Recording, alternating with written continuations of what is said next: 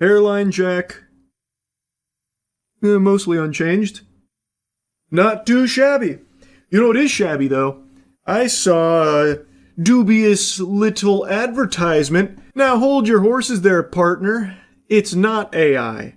I know you are already getting that idea in your noodle, so let me put that to bed right now. This is not one of those dog shit, ridiculous AI commercials that are becoming extremely popular. In fact, this is just some good old-fashioned, old natural false advertisement. Almost brings a tear to your eye. Scummy company still deceives customers the old-fashioned way. It is a misleading ad run by a company that I think a lot of you watching this have probably heard of. Restream.io. They right now are apparently running an ad that has me in it. And Matt sent me this wondering if I had given them permission or if they paid me for it or something like that. If this was some kind of agreed upon thing for me to appear in a Restream ad. And get a load of this. No. I had no idea. And in fact, I don't like Restream.io. I've talked about multi-streaming a lot. I think anyone who has any iota of interest in streaming or any current streamer should absolutely be multi-streaming. But I've never recommended Restream.io to anyone. I tinkered around with it when I was first dipping my tootsies into multi-streaming, and I didn't like it. It was always preached about as the gold standard, so I even bought an extremely expensive subscription to it. The lowest subscription offer is $16 a month. Now, there is a free option as well, but since everyone was hyping it up and all these incredible features, I did do the subscription, and I just really didn't like it. So instead, I used a free plugin called Sorayuki, and that's always the one I recommend to people for multi-streaming, not Restream.io. Yet, here I am in a Restream.io ad, and even though I don't mention Restream by name, anyone watching this ad is going to have the takeaway that I am endorsing that product, because otherwise why would I be appearing in a pitch for it? It's a very interesting scenario. Every single person should be multi-streaming. Should you multi-stream? Of course. Should you take my word for it? No, listen to the experts. All my streams have been multicasted. I've been having a blast with them. I stream on both YouTube and Twitch at the same time. Now, if somebody was to come at me and ask you to consider streaming on YouTube, I would say yes. Whether you want to do it as a daily stream or you want to multi-stream it across platforms. This reminds me of when that fraudulent One Piece game on Facebook was using me as a spokesperson for it, and it was cleverly trimming around videos to make it seem like I was excited for the One Piece game, even though I never even mentioned the game or anything. That's kind of the same vibe I get from this, where I'm not saying Restream or anything, but I'm talking about multi-streaming and this and that, and since it's in a Restream video, the obvious perception is that I am advocating for Restream.io that you should be downloading and subscribing to in order to multi-stream. When the reality is, the truth couldn't be further from that baloney. I just plain old didn't like Restream.io. I didn't like the green eggs and ham, I'm sorry to say. I preferred a simple plugin. Sorayuki was free. It's been real efficient. I've had no issues with it. It's been smooth sailing, whereas Restream.io, I had plenty of problems. So I just am not a big fan of the product, but if you're someone who's been fed this ad over the last 8 months, you would probably think I'm a goddamn Restream.io partner, a huge enthusiast, I'm sucking my own dick and pumping my fist going, Restream.io, you gotta get it now, that kind of thing. This ad has 460-something thousand views as of me making this video, and apparently it's been run elsewhere too. That's pretty lame, Restream. But I will give you a small thanks for reminding me of something very important. I never canceled my Restream subscription. So I went into my email in order to do the deed, and it turns out I've been paying for this longer than I thought. 2 years, it's been auto-renewing. At $190, 190 clams a year I am forking over to Restream every October like a terrible Halloween trick-or-treat surprise. Oh my god, I was actually pissed. I was actually disgusted. I didn't remember it being that expensive. I didn't remember the yearly was almost $200. Oh my god, what a waste of money. But you're welcome, Restream, for the easy fucking $600 basically that you squeezed out of me. I did a double take and then immediately went to their website to check their pricing to ensure I didn't somehow subscribe to the premium fuck me in the butt package, and luckily that wasn't the case, but then I saw this eye-opening business plan of $200 a month or $23.90 per year for their business tier. That is hefty. Feels more like you're the one getting the business if you signed up for that one. They are giving you the business into that cock in your wallet, my lord. Like I said, I didn't remember it being this expensive, so I do appreciate the ad reminding me that I needed to at least cancel the subscription, because otherwise I would just be losing $200 every year to something that I completely forgot about. But yeah, about the ad, is it the biggest deal in the world? No, but it is a little bit shady.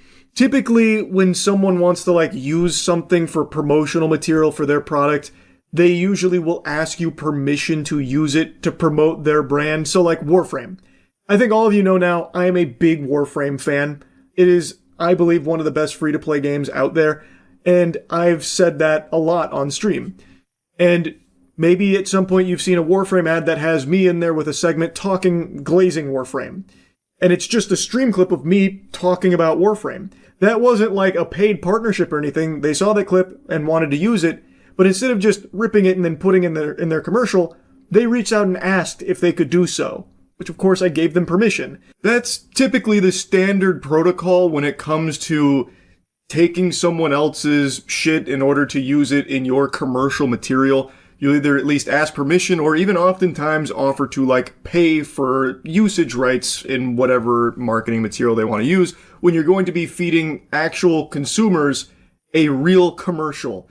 It's just very odd that they wouldn't even at least ask if they could use clips. For example, if for Cheeky Soap we decided to run an ad where we just started taking other people's clips oh man, if only there was a soap I could use that leaves me feeling moisturized after a shower, and we just start taking all of that shit in order to promote our product without paying them for it or asking if we have their permission to utilize those material, that would be pretty scummy. It's a bad business practice. I don't know if it's full-blown illegal or anything like that. I don't think Restream founders are going to be in handcuffs or anything for it. It's just pretty scummy is all. I don't know if they asked Tim the Tatman or Swag permission to use their clips or anything like that. Couldn't tell you. Maybe they both use Restream.io and are really, enthusiastic about it, so they don't care. And that's totally fine. And like I said, at the end of the day, it really isn't that big of a deal. But this standard does exist for a reason. In this case, it was used for a service a lot of people do like. But if this was the norm, then companies could just willy-nilly be grabbing all kinds of people's content and using it to promote some complete, utter trash. Maybe Bored Apes wants to have some kind of big revival. They just start taking Tim the Tatman clips to make it seem like he's endorsing them and trying to rally his community to buy some fucking Bored Apes or something. It's just misleading, and it's not very good. So I was surprised to see this from Restream, is all. But I mean, heavens to Betsy, could you have at least taken my shit and then promoted something I actually like with it, like a product I actually enjoy? I don't like Restream.io. I don't want to be appearing in a Restream.io commercial. Anyway, though, that's really about it. So yeah. How dare you doubt Gameshire's Stop Away? That's a banger. Hey, man. Hope it works out for you. I am not a stock market player, so I couldn't give a fuck less. All I know is that GameStop acquiring eBay is going to completely ruin TCG Player. Because eBay owns TCG Player.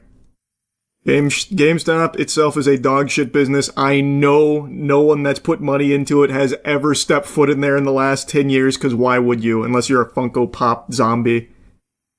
But if you want to hype it up for your portfolio, I get that, and that makes sense. Where does GameStop get their money? They got a huge influx of cash because of the meme stock pump, and they have a billionaire that's kind of a loose cannon, which is really good for meme stock enthusiasts. So yeah, they're offering $56 billion to eBay. They scam everyone on Pokemon packs. Their prices suck, their trade-ins suck. Everything about the GameStop business itself is trash. You pay significantly more money for a product from GameStop than you would anywhere else. You get significantly less value for any of your trade-ins on cards or games than you would anywhere else. They're a terrible, terrible, terrible business. but they have a lot of liquidity right now, and they have Ryan at the helm who's willing to do shit like this in order to reach the threshold to unlock his $35 billion compensation. Which is good for the, again, meme stock community, but bad if you actually care about the quality of the products. And make no mistake, TCG Player would go down the shitter, I bet. One good thing is the grading. No, no, it's not. No, they're actually really shit at that too. The PSA grading service through TCG Player? You should look into that a little bit more. You have no idea what kind of business GameStop is becoming. Why even speak on something you're completely ignorant about? Brother, your name is Multi-Cool Dude. All you do is just browse Wall Street bets. What do you mean? Are you in the shareholders meeting with Ryan? You don't know what it's becoming either. It's just a bad business. It's been a failing business for years. It's done nothing to change that. Every decision it's made is bad. It just got really lucky with being a fucking meme stock that they were able to capitalize on. And now they have Ryan at the helm gluttonously looking to consume in order to reach his compensation package milestone. What are you talking about? You read Reddit comments. Do you think GameStop will actually succeed at this buyout? Because let's be real, an $11 billion company buying a $56 billion one, even though I have $9 billion cash on hand, makes zero sense. That's not how it works. So eBay is valued at, what was it, $48 billion or something? GameStop is $12 billion, but they have $9 billion liquid. They have a $20 billion investment or something. I already forgot. I read it earlier. But they do have the capital for this offer, even though the business itself is declining. And people always point to the profitability that they finally achieved. They didn't achieve that through being a more successful business. They achieved that by shutting down oodles of stores and laying off employees and getting rid of product. Their Funko Pop adventure failed. Their collectible figurine adventure failed. Their fucking memorabilia adventure failed. Their game selling and trading has failed. The only thing that hasn't is TCGs, because TCGs blew up across the board. They are a failing business. The profitability is just from aggressive cost cutting. So stop getting that shit twisted, first of all. But yeah, their money comes from that meme stock pump, and they have Ryan. They also have a massive billion-dollar investment from a bank, so they can make this offer. I think there's a very good chance they succeed. And that's going to ruin eBay and TCG Player in the process. Now, if you can make a lot of money off this, then all power to you. That I have no problem with. But at least just be honest about it. Stop being delusional, saying like GameStop is a great business. You don't shop there, and I know you don't because nobody fucking shops there. It's a ghost town. So just be honest. I'm trying to capitalize off the pump. I'm trying to capitalize off the hype. That I respect. I get that. But I'm tired of these fucking booger-eating goobers coming in here about like GameStop's actually like my favorite store. It's not, and you haven't stepped foot in there in 10 years. Stop lying. Last time I was in GameStop, a homeless man was asking an employee to use the bathroom. That's kind of sweet, though. Do you think eBay will actually take the deal? That'd be very silly. I think they absolutely will. I personally think that they will. People seem to forget eBay was struggling for a little while, too. They've also had a pretty convenient turnaround as well, with online shopping going the way in eBay's favor. So I think they are going to view this as a very positive and enticing offer. Unsolicited, but I think they're going to be pretty excited about it. That's my personal view of it. I think they probably will end up taking it. My husband likes eBay for his Warhammer figures. I like eBay too. eBay's got a host of problems, but it's been very convenient for the shit that I get there, which is Warhammer, which is also some of these statues. It's been very convenient. More so than like Craigslist. Why is Craigslist catching a stray? I've never had a good experience with Craigslist. It's always been trash. Actual trash. I'm not a big Craigslist fan. If that's true, I think some crazy shit will happen to every TCG soon. Oh, for sure. And like I said, I think it would actually tank it. I think it'd be terrible for TCG Player in particular. But that's the way she goes sometimes. You saw Saudi Arabia release massive box office flop with Anthony Mackie called Desert Warrior. Yeah, it was fun. It was Saudi funded. I don't think it was produced in Saudi Arabia. But it was a allegedly $150 million budget, and last I checked, it has raked about $490K in the box office. So that's pretty rough. It was produced. They were hoping it was going to revive the Saudi film industry. I still need to watch it. I was gonna go try and watch it the other day and then didn't get around to it. I saw Hokum instead, which was very good. I liked Hokum. I made a whole review on that yesterday. A surprisingly enjoyable movie. IGN would disagree. They gave Hokum a 4. What? No way. What is up with IGN? Oh my god. They did give it a 4. What is up with IGN reviews recently? It has to be out of spite. It has to be out of spite. What did they give Kevin? I bet this got a 9. If they reviewed it. I don't know if they did. They did not review Kevin. I bet that would have got a 9. It's Big Mouth. It's basically just Big Mouth. This can't be real. A 4 to Hokum? Finally something like a little bit different in horror and it gets a 4 from IGN?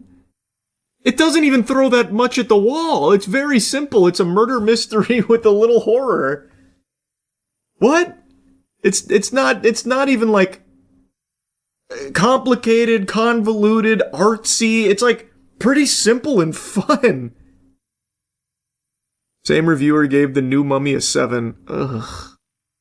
It's like he didn't even watch it. This is like one of the most important factors of the film is his guilt.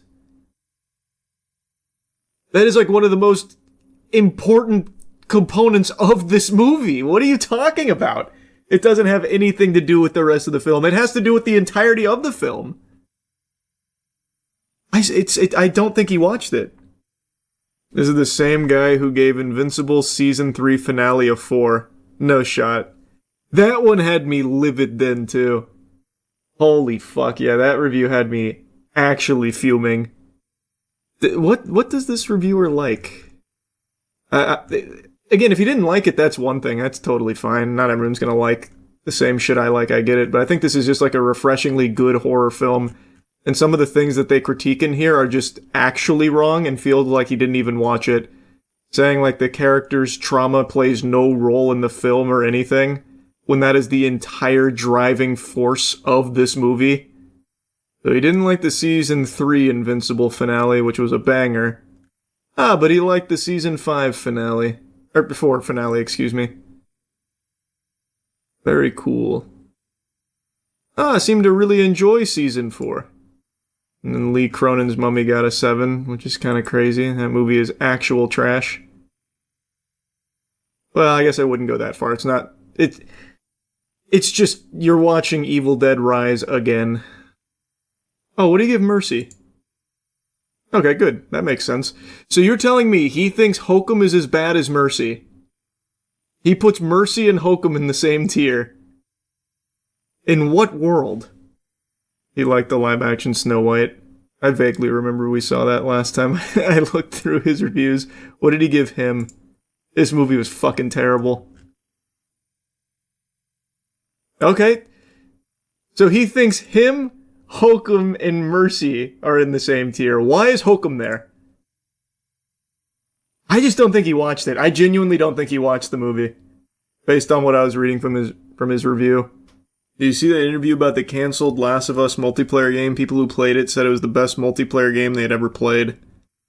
I thought we talked about that. I usually don't take those kind of testimonials with a ton of stock put behind them. Because I feel like a lot of the people that are playtesting games aren't exactly like the best gauge for the quality of a game. But that's just my perspective on it. Never played the original Last of Us multiplayer, had crazy sauce. It was fun. Yeah, it was good. I definitely didn't dislike it. Smoke him out! Damn, this guy's cooking. Nice!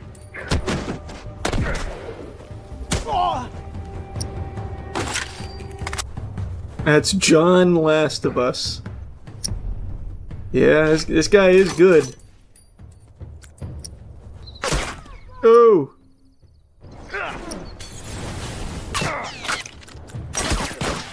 Mom's arm, careful.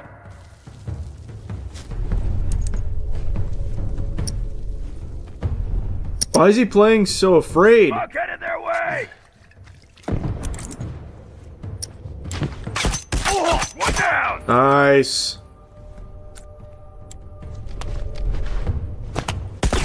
He's on his last life. So what? Be a Worry man. about it. Smoke's away! No one keeps back on that. Ice! The 1v20 video is still so legendary. Is it?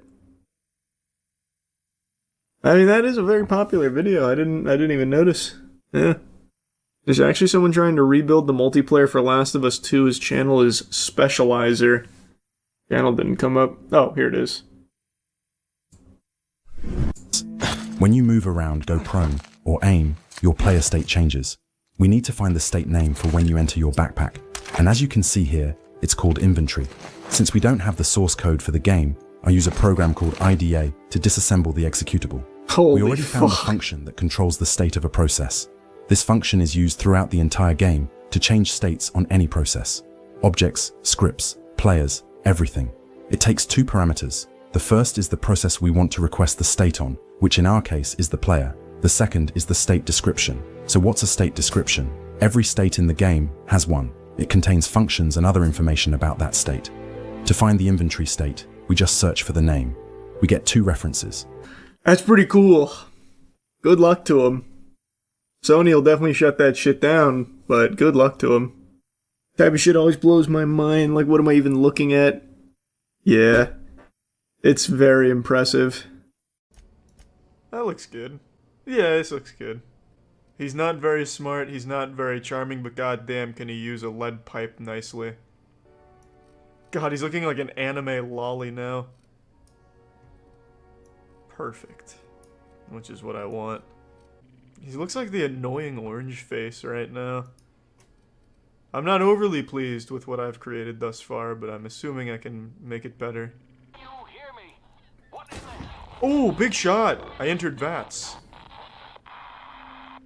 We're going to be eating good for all of 3 seconds with that space meat. Hiya! Wow. Fucking annihilated that guy. Can I intimidate the AI? Can I just be so imposing that even artificial intelligence trembles in fear? I understand. I will require some time to process Jesus, this a information. robot that grieves too? Fuck, what does it also do? Sleep, fart, shit, I come? am programmed. That was easy. Who's this old bitch? You a bad guy? Oh, it's a bad guy. Thanks to the Prime page. Yeah. God, I'm strong. Don't do it. You'll regret it. I told you. Their best bet is to just not engage me if I don't see them. No, thank you. That's quite all right. I've seen enough body parts in my line of work. Aren't you a barber? I'm Conrad. What are you, like, will sucking report dick to for me free if there haircuts or fails to something? What do meet you mean? spacers. I do apologize. I was given no forewarning of your arrival, or I might have welcomed you at the gates myself. That's fine. Cool derby hat. Fucking dweeb. What, are you going to a horse race or something? Space horses? Well, let's do it. Oh, it can be really racist, I guess. Do just a full racist playthrough. Hey, mister, can we talk? God, what? What do you want? Sing along. You should try some of my tobaccorn tea. I brew it in an old spittoon, but it's been cleaned. I'd prefer if it was dirty. Sound more appetizing. Here they come! Oh, Parvati's getting blasted. At least I'm safe.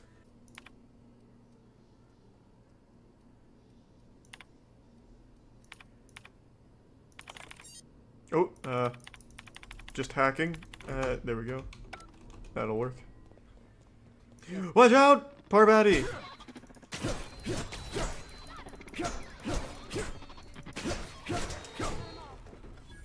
Close call. Follow me. I can get Adelaide to take over the town. Fuck that. If anyone's taking over the town, it'll be me. I'll march into Reed's office, slit his throat, and then I'll own the Spacer's choice. You offering to cross Reed off, huh? Well, it's not an offer. I'm telling you I'm going to do that, and you're welcome to come along for the ride if you'd Just looking like. for a chance to sow some. You got it, Adelaide. All I know is violence. You're gonna love the birthday present I got you this year, Adelaide. I'm charging it up, Reed. If you get hit by this, it's your own fault. Reed! I quit. No, You just killed yeah, I told you I was going to do that right in front of Adelaide. Remember? You were in on this plan the whole journey here, and now you're acting, like, surprised that I did it. You have a peculiar comfort with violence. Killing off my garden, gunning down... Gunning down? No, I walked in there with a machete and cut his fucking head off. Time our flock made our way Don't back spread to a rumor. Edgewater. I need some time to gather my personals. Long walk back to Edgewater. Got a considerable burden to carry. What do you mean you have a considerable burden to carry? I murdered a man for you. Yeah, tell me about your burden. Oh no, my plants.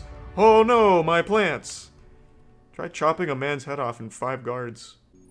Why did Parvati level up? I feel like she should have got a lot, like, D-leveled or something. She hated what I did. Oh, cool melee weapon. I'm stealing it from her. Fuck yeah, I stole her weapon. Thanks, Parvati. Hey, great news, everyone! You have a new home! You can say thank you and build statues with me later.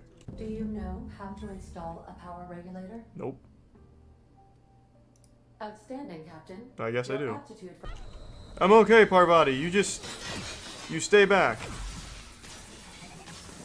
No, just stay here. Yeah. Thanks for the resub, the man of trash. Okay, maybe stay over there. You just really, well... Shit. Nothing. Just the wind. Don't open it. You should have never trick-or-treated over here. Don't open it. Now that you know it's on the other side. You don't want to do that. What? Jesus, how did he open it from so far away with his fucking mind? Berkey! What's up, Berkey? I done had enough of this shit. I'm just the fucking tarmac guard. No one said nothing about fighting no raps. Jurassic Park malfunction again? Let's have 2 macho men square off against each other here. Your vagina hurt or something, soldier? You're powerful free with that tongue of yours. Yeah, I'll tongue that butthole if it's in a second if you're not careful. You got me. Just testing your mettle. What are you gonna do about it? Make me Not fuck much you? fight left in me anyways. Yeah, I didn't think so. You couldn't handle me fucking you. If you've come to end my life, let's be on with it. Perfect!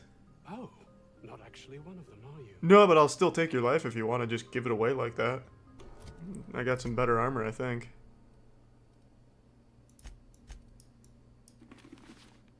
Oh, yeah. Oh, yeah. Now I'm looking like an old school, like Mad Max pirate or something. Downright friendly with the outlaw leader. What? I reckon we got nothing to say to each other. You best back yourself. I've murdered everyone I've encountered in here. I don't want to kill any Raptidons, if I can help it. Luckily, my companions have murdered every single Raptidon we've seen. So, they'll surely love us soon. Hey, you boys seen any gas canisters? I like how these guys can just let bygones be bygones even after I killed like a ton of their friends. I respect that, just being the bigger men. I feel like doing these dialogue options is very easy progress. Then I never have to make any choices, everyone's happy. Though I do like making choices like slitting that man, or cutting that man's head off for no reason. Occasionally there's moments where an entire community bands together to accomplish a single goal, collaboratively working towards something truly wholesome, positive, and special. And this just happened in the most unlikely space. Crypto. Yesterday a story blew up about a man who has cancer who was streaming to raise money so he could pay for his treatment to fight against it. And while streaming to raise money for his cancer treatment, someone convinced him to download a game called Block Blaster. And when he did, he lost all of the money in his wallet. It made like my nuts and drained it. It, like that, took away all the money he had raised for cancer treatment, approximately $32,000 or so. It turns out the game was malware that was disguised as a game. It had a ton of fake reviews. It had like hundreds of fake positive reviews, so it looked legitimate. Plus, no one expects a Steam game to have this kind of vulnerability in there where it could have some kind of malicious things go on in the background, but Unfortunately, that's exactly what happened here. It is 100% confirmed. I made a video going deeper in this topic here if you want to see like the entirety of what happened. And that brings us to the latest chapter in this story here. Overnight, the community tirelessly worked to find those responsible and also prove that it was the game, because this is pretty unheard of for the most part. It was like fucking Batman trying to squeeze out the Riddler here.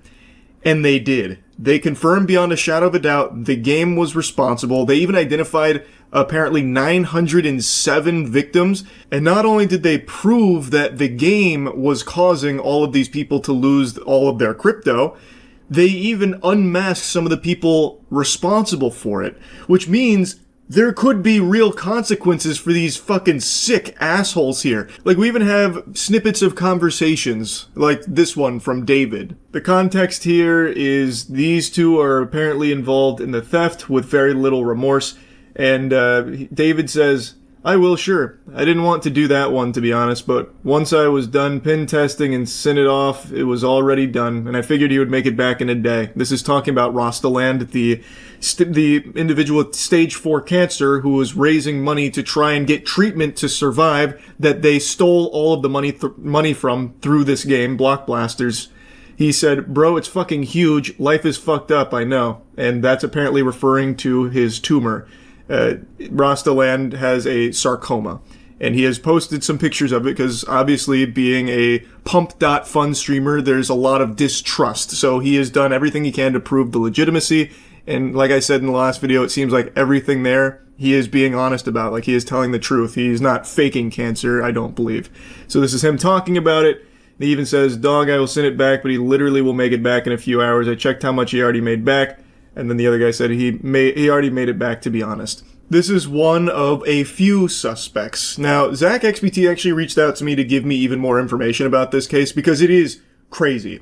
So real quick before getting into like more of the suspects, I would like to show you the evidence they compiled about all of the malicious files in Block Blasters that was leading to all of these people losing their money just from downloading a fucking Steam game. So if you check the Steam charts, it only ever had like a peak player count of 8, but it had 6.4 thousand downloads. So Steam charts are good to get a metric of like how alive a game is, but it doesn't tell you the whole story of how many people have played the game. And of that 6.4 thousand, it seems 907 victims were identified, people that maybe lost a lot of their crypto because they downloaded this.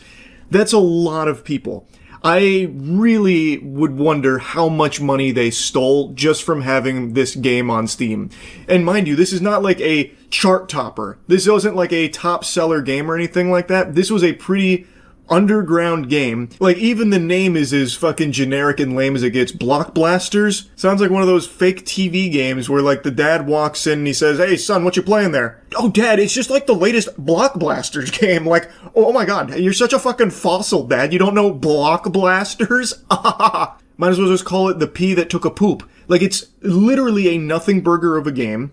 Yet because of the fake reviews, and because they were like spreading it around, I even saw evidence that they had like compromised Twitter accounts trying to do paid promotions to people to stream Block Blasters to get more people to download it. I'm unsure if anyone ever actually like took that bait or not, but they even tried to like get it exposed to more people like that, so that way more people would download it, they could steal more people's wallets. It is a crazy scheme that still had 6.4 thousand downloads. Imagine this on a bigger scale if this becomes a more widespread problem.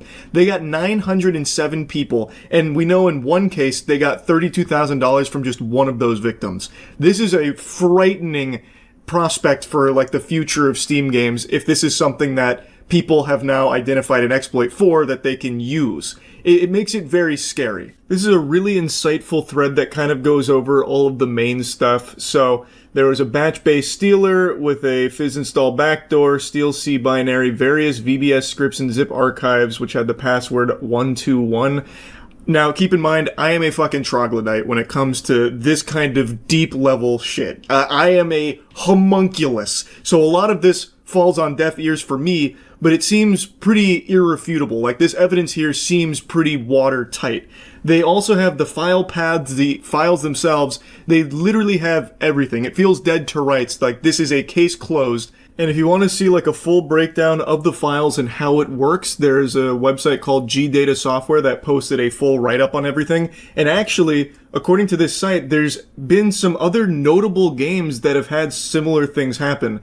So, perhaps the most notable case is that of PirateFi, a free-to-play game that comes with an information-stealing malware. The most recent malware infection in a game was Kimia, an early access title on Steam which was compromised by a threat actor known as EncryptHub through the injection of malicious binaries. These threat actors bypassed initial security screenings from Valve, which allowed the deployment of malicious patches and infected multiple users of the platform. And then they talk about how they observed it with block blasters. So this was reported by G-Data Software, and I didn't know about the previous cases here. So it seems like this isn't an isolated incident. This just happens to be probably the biggest one so far. And this one, they actually did apparently unmask some of the main suspects. They stole from a person with cancer. It actually doesn't get lower to that. They're going straight to hell. 100%. And people were so outraged that they all worked together so they could try and bring justice and try and help him get his money back, which, as I reported in the last video, Rostaland did get reimbursed the money that was stolen from him, which I think is amazing. Someone named Alex Becker reached out and sent him the $32,000 back, which is great. It's really nice to see something positive happen in a community that's become synonymous with like dog shit and terrible things happening. But job's not finished here. We still haven't gotten the good ending here, the happily ever after. The people behind it aren't behind bars. They aren't sucking farts out of assholes or anything yet. But it looks like that might happen. It looks as though the people that have stolen from 907 victims, including someone with cancer, have been unmasked. Apparently, in their Telegram, which Telegram might even be worse than Pump.Fun when it comes to like nefarious activities. I have never heard Telegram in a sentence that wasn't preceded by some of the most foul shit you've ever heard of. It feels like that platform is exclusively used by criminals. But real quick, here's a nice TLDR from VX Underground, who directly was involved in reporting on this, and it's been quite an adventure. So here's like a lore recap in case you got lost here. So Rostaland had his crypto wallet drained because he downloaded block blasters, he has stage 4 cancer, and he was targeted specifically for the cancer treatment money. He lost $32,000. Alex Becker donated $30,000 to him. People came together, they found the drainer infrastructure, pulled all the victim data from it. They will be notifying the victims. The malware has been flagged. And then even more people came together. They found their info from Telegram IDs, and then found their info from their Steam IDs. So now that you're caught up, how they got the info on the main suspects is one of them had joined a Telegram that they were alerted to, and it turns out it was actually hard-coded with some signatures. They then had the names, and they were able to cross-reference that with things like Steam IDs, and they were pretty much able to pull the fucking Scooby-Doo mask off of these villains here. This post kinda lays it out step by step since a lot of people were very curious. So the shitty malware sent all the stolen data to a Telegram the scammers made. We connected to the Telegram channel using the same credentials that were inside of the shitty malware. Inside the channel was the scammers. We got their Telegram IDs, and then from there, they cross-referenced with like public-facing chat rooms, stuff like that, and they were able to just start connecting all of these dots and finding the main suspects. And the main one that's been getting clowned on is this guy, Valentine. Now, Valentine has gone dark. He is fucking going off the grid. He is moving himself into the back rooms right now. He's deleted all of his socials that I can find. Apparently, even his girlfriend has done the same. That I haven't confirmed myself. I haven't gone to, like, any of her pages or anything. But Valentine likes to think of himself as an influencer. So there are tons of posts with him flexing very expensive things, seemingly off the back of stealing so much money from so many victims through his malware block blasters on Steam. Now again, it's not like he did this alone. He wasn't the solo person responsible here, but he is one of a handful of suspects. He is kind of becoming the poster for it though, the mascot, because he's such an insufferable douchebag apparently. What a nice guy. When he's not stealing money from cancer patients, he loves hanging out with his girlfriend and doing cringe TikTok dances together. Look at how cool this guy is. This really was an extremely thorough and just crazy investigation the community banded together to conduct here, all for the sake of bringing down these fucking vile worms responsible for stealing money from over 900 people, including, of course, Rostaland. That was really the spark that ignited this. And VX Underground gave a list of like the most notable people who worked this, so you can see like the credits here. Huge hats off to all of them for their work on this, because if there can actually be like some justice here, not only with, of course, Rostaland getting the money back, that's amazing, but also the people that did this being held responsible and facing real punishment for it, that would be amazing. Now, apparently a lot more information was uncovered about the individuals seemingly behind this, but this is all I'll share publicly here. Apparently the people that conducted this investigation have already turned over all of their findings to authorities. So, there is a very real chance that these people will not get away with this. That's amazing. That's fucking incredible, because in crypto, there's a rug pull every minute. There's a scam every second. There's always someone losing their money in tragic ways in the crypto space, and very rarely does that go punished. And in this case, I thought for sure that was going to be the same song and dance here where they just delist the game and vanish. But the community did not let that happen. This is the result of a community motivated by a single goal of getting justice for someone that was wronged. They stooped to a level lower than you'll normally see, stealing from someone with cancer. It ignited a spark in the community where they worked together to catch these evil people. And I think that is great. I can only now hope that the authorities will do their job and actually deliver some consequences to those responsible for this attack. And hopefully all of the other victims will get their money back as well somehow. I don't exactly know what that'll look like, but I'm really hoping the other 906 people that downloaded this game and perhaps lost a lot of money because of it will be made whole again too. Anyway, I had to give you the follow-up here. This has just been nuts. And I do think that this maybe needs to be some kind of wake-up call to Steam, that there is something that needs to be changed, so that way this kind of thing can't happen again in the future. They need to like revamp their like screening protocols or something, and I understand that it's like just a complete open market where people can just dump their bowels on there willy-nilly, but having this kind of possibility on the table is very scary to anyone on the platform that might see a game from a small indie dev that looks interesting. They download it, all of a sudden they have some really harmful shit on their computer. That is something that needs to be explored and fixed. Hopefully this isn't like the first of many to come. And anyway, that's really about it. See ya. About 2 weeks ago, a group of thieves made off with over $100 million worth of jewels that they stole from the Louvre. You might have heard of that place before. It's pretty well known, nearly as famous as the Florida Citrus Center. The Louvre houses innumerable, priceless art and jewels. Now, I don't know about all of you, but for me, whenever I hear the Louvre, the first thing that pops into my head is that episode of Courage the Cowardly Dog where all the art starts coming to life. And kind of similar to Courage the Cowardly Dog, the way that they stole these items is actually cartoonish. It's like actual Neanderthal mode thinking here. So what they did is they got this big ladder, this lift, they drove it up, and then extended it to the second floor, broke in through the second floor window, equipped with angle grinders, and then just went to town on the displays.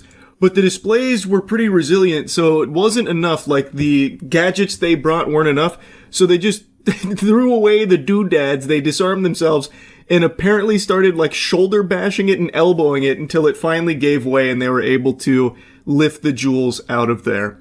And security guards did actually arrive, which is why we have this footage here, but they were worried that the thieves could have been armed. So they did arrive at the scene, but it didn't turn into like an action movie moment or anything where they started doing like fucking martial arts on each other trying to stop the thieves.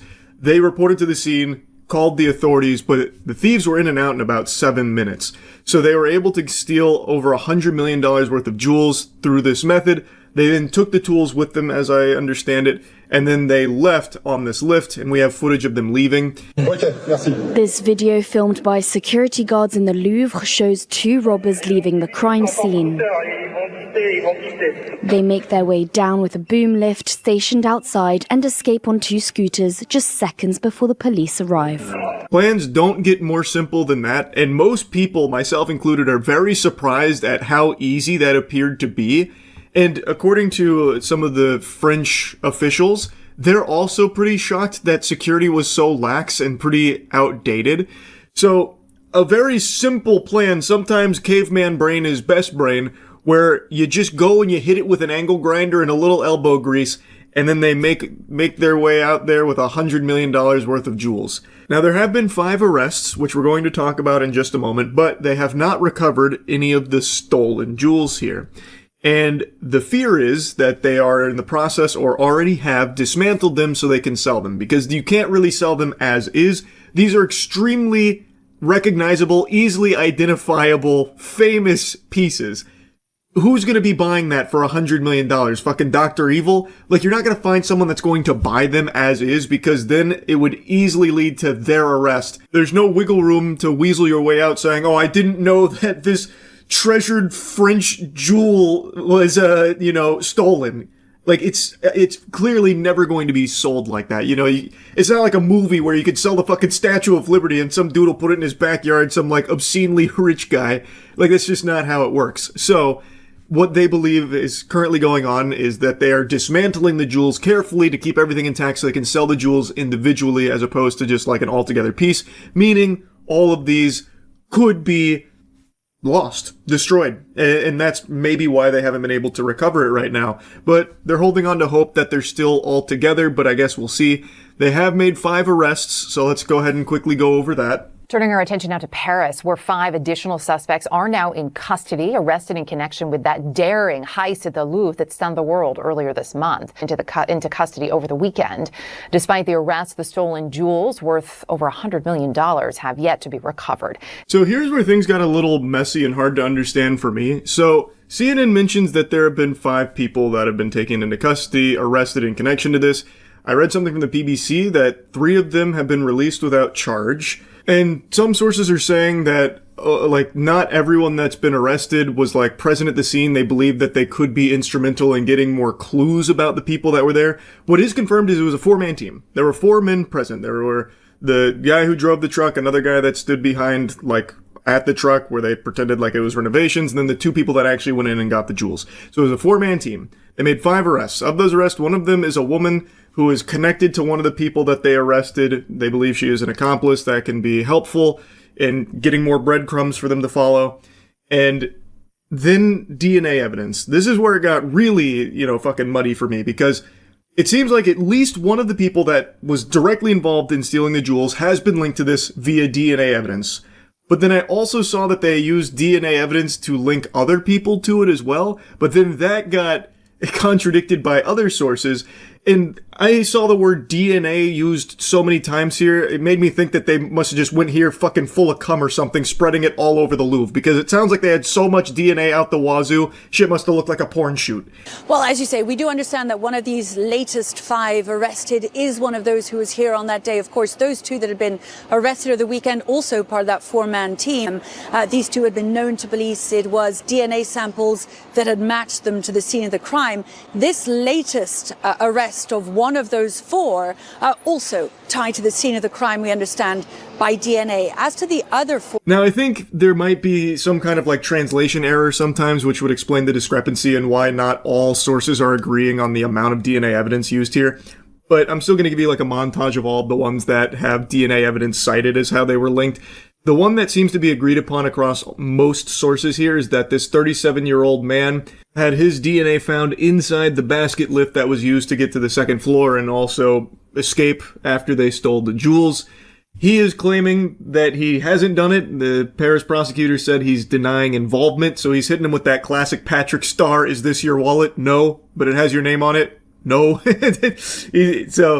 But across most sources I can find, they all agree that his DNA was found inside that basket lift. Another person arrested in connection to this heist was a 34-year-old Algerian national who was arrested while trying to fly to Algeria.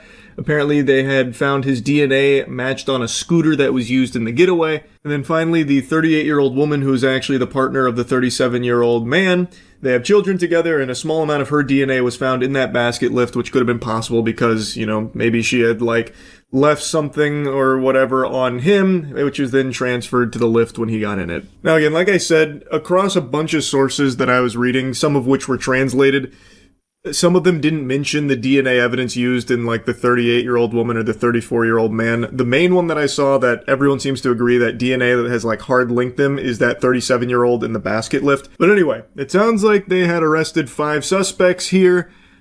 Some may have been released, but it looks like they're hot on their tail, but have yet to recover the jewelry. They continue to search for it and try to get all of the items back. I guess we'll see how it goes, but what a crazy fucking heist. Over $100 million worth of this jewelry. I have to imagine that they haven't sold any of it yet, would be my guess. Pretty much every official is saying that this is not a professional, ordeal. This was not carried out by, Ocean's 11 style geniuses, galaxy brain scheme or anything. These are petty criminals that just did a very simple idea that worked. And I think they're right. This does not seem like the work of some highly organized professional crime unit or anything here. This really does seem like a group of goobers got together and said, what if we took a lift to the Louvre to get to the second floor real quick and then take some angle grinders to the displays?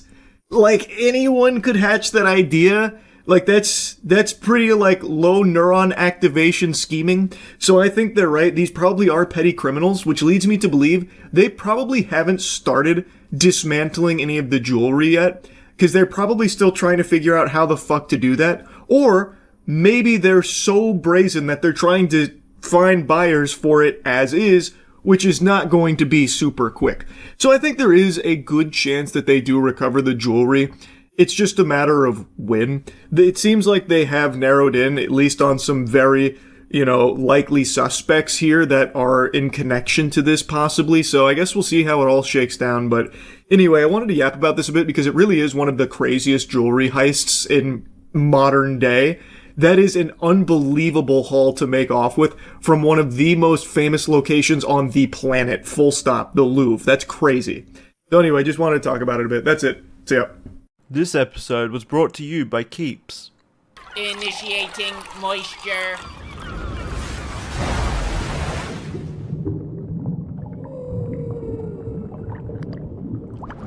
When it comes to blockbuster franchises, none are more mediocre than the Terminator series. There's only 2 good entries into the franchise, the first and second movie. It's not exactly brave to say that, not controversial, it's pretty well accepted those are the only 2 good things Terminator related.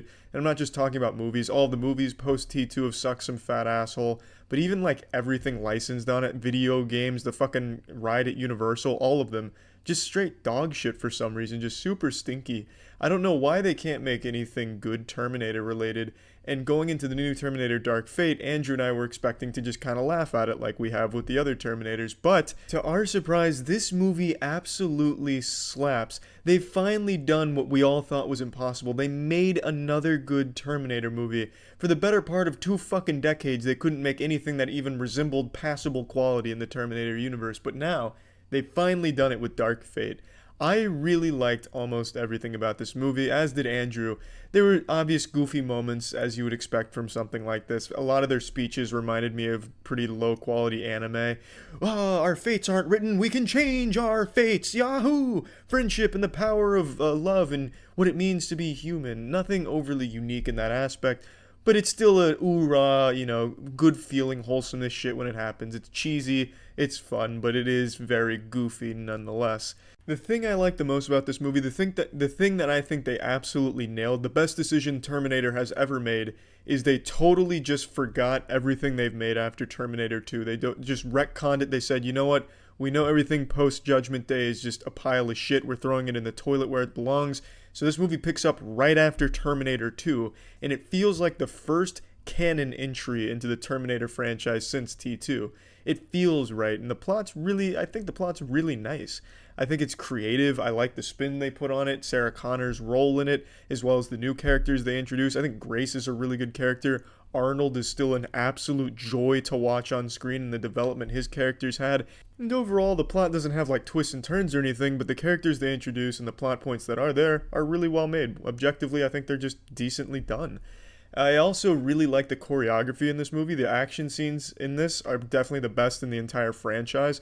At times, it reminded me of Jackie Chan. One of the new characters, Grace, will often use improvised weapons where she's grabbing fucking car doors or something and using them as shields. She grabs a chain and spins it around. She's often using all kinds of weapons and trying to fight off the new Rev that's trying to assassinate another main character. I'm trying to do my best to avoid even the smallest spoilers because I know I often do spoil things by total accident in some of these. But just know that Grace is an augmented human who fights a lot like Jackie Chan would if Jackie Chan was a future robot fucking awesome kung fu master assassin. I really enjoyed the choreography. It wasn't just shoot at this thing that immediately heals itself, shoot at this fucking water metal thing. It was fight this water metal thing and beat some ass in. I just really enjoyed the action overall. It was very, very well done and creative. But that also leads me to another complaint. There is a lot of action, and not all of it is as high quality as other scenes. For example, one scene that really stood out to me in the beginning is the first fight between Grace and the new Terminator trying to kill Danny, the new main focal point of the story. The movement feels weird to watch. It feels stretchy, like every character is Mr. Fantastic. They'll have scenes where they're stretching out like Michael Jordan in Space Jam going for the final dunk, which obviously aren't meant to be there. It's just when they're going from frame by frame and they're breaking down the movement, you can kind of see that elongating shit. Kind of reminiscent of DC's movies back when their CGI was really bad, like Justice League. Their CGI is still kind of bad, but that's the most obvious example. It just doesn't look right. It doesn't look natural or fluid. It looks kind of shitty at times. Really only the movement, the impact and everything, it looks about what you'd expect. But just specifically when they're going from point A to point B during a fight, like they're jumping and everything, it looks like shit sometimes. Not that it's the biggest issue, nor is it that like glaringly obvious, but when you're trying to focus on the action and that kind of shit's happening, you're like, oh, what the fuck is that? Is that an action figure flying around? What's going on with the physics here? Just something that most people will probably notice but trying to brush off. I know I did, because everything else is just really cool about it when they're fighting. I also think the acting in this is surprisingly good for Terminator.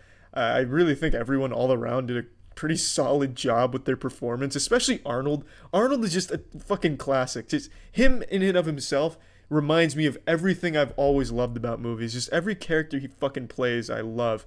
And in this movie, I really like what he does. Again, I don't know. I'm just a huge Arnie fan. Sarah Connor's actress, she does a great job as well. It's just a good movie, which is super surprising to say about anything Terminator related these days.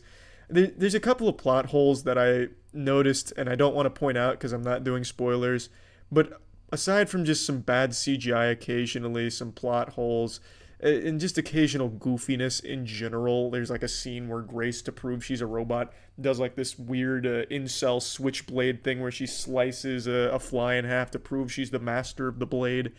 So there is definitely some goofiness there for the sake of goofiness, but I don't really have many bad things to say about this movie overall. Plugging the new Terminator Dark Fate into the moist meter, I'm giving this bad boy a nice 80%. And it makes me optimistic for what comes next in the Terminator universe, because they've set it up for more. They've completely redone the whole universe of what's going on in Terminator now, and I'm excited, which I didn't think would ever happen again, because Terminator seemed like just such a throwaway franchise with nothing going for it. Good movie. You know what a super scary statistic is? 2 out of 3 guys will experience some form of male pattern baldness by the time they're 35. That's horrifying. Right now, for 66% of men, there's a ticking time bomb of hair loss ready to blow at any point. The good news? Let me tell you about Keeps.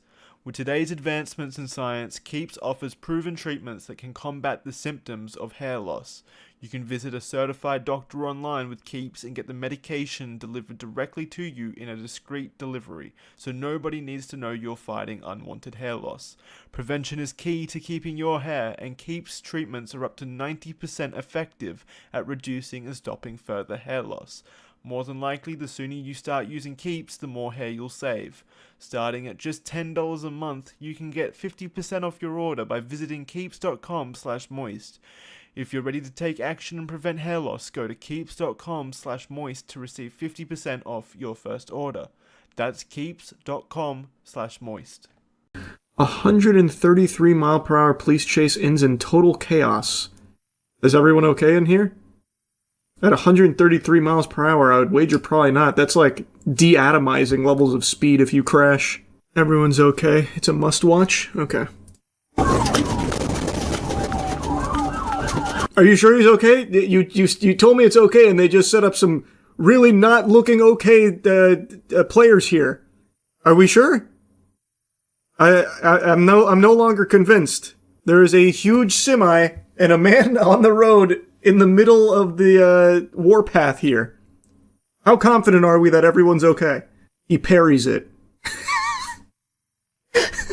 Okay, if you say so. I don't know how he squeezes his way out of that one. In Escambia County, troopers with the Florida Highway Patrol were conducting routine traffic enforcement 1 mile east of the Alabama-Florida Sounds like it's out of Seven Deadly Sins. A trooper noticed a vehicle with illegal window tinting. Now throw the green shell behind you.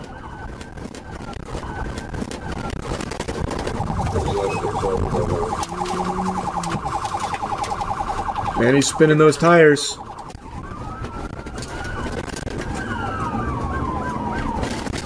Man, we're just doing donuts out here.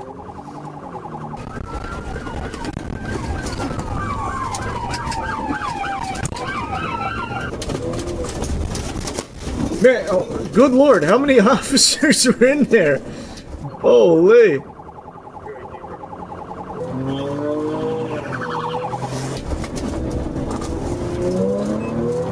That sign just barely got away with its life. Sorry, I can't talk right now. I'm in the middle of a 133-mile-per-hour pursuit.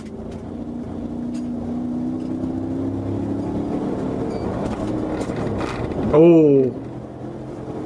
Oh, they're scaring him. A pit maneuver at that speed would probably send that fucking car to space.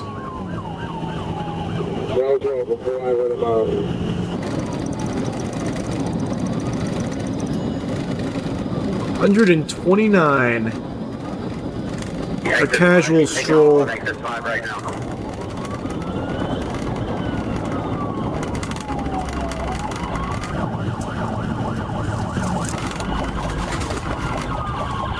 Oh shit! 1031. Oh, there's not a whole lot of space there. Yep, he's gonna have to go in the grass.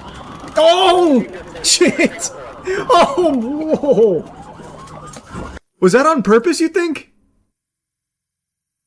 I bet that guy was just like peeking over like, man, what's the holdup up there? Son of a bitch! Holy!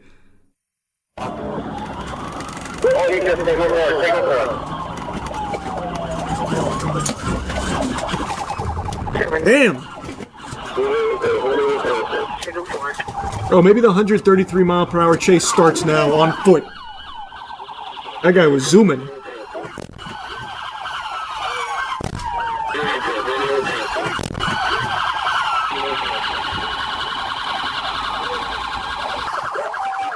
Oh no! Oh, it was a miscommunication! The officer forgot he had cocaine in his fucking chest pocket. Oh, it's chaos. It's chaos.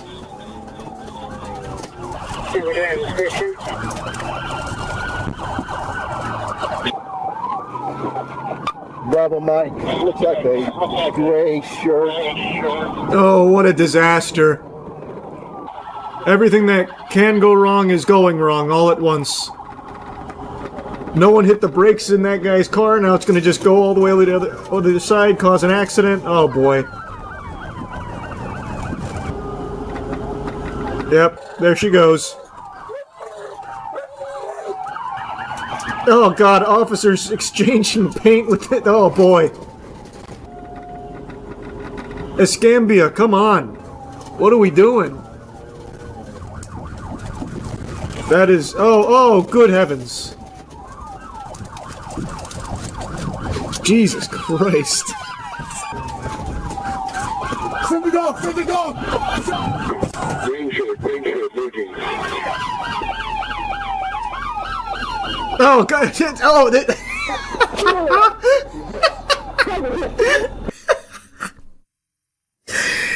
Oh for 2 on the K9 unit today, unfortunately. That's gonna be a turn in your badge and gun type moment right there, I think. Attacked one of the officers and then went straight to the something over there by the tree. Oh boy. Then they had to get a different dog on the case. This guy came in there with like the pseudo Goldberg spear technique. A little high though.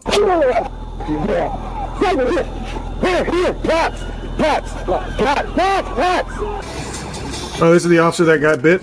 10-15. This officer that got bit.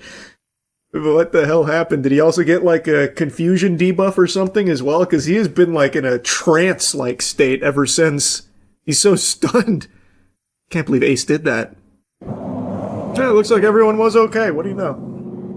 Good news!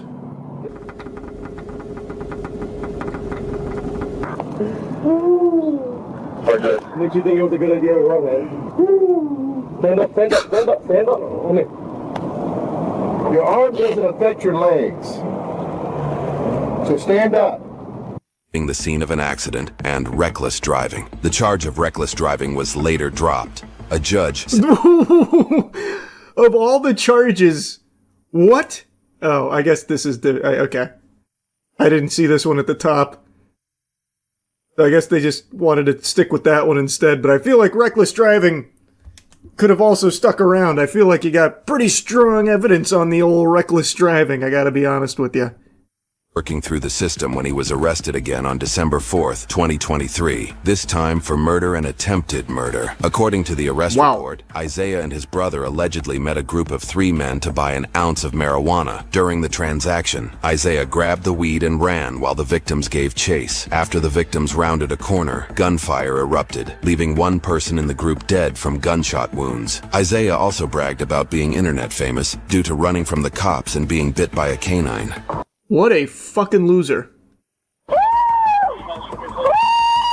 Isaiah and his 18-year-old brother, who was accused of firing the shots, were both arrested and are currently awaiting trial without bond. Isaiah Colley is innocent unless proven guilty in a court of law.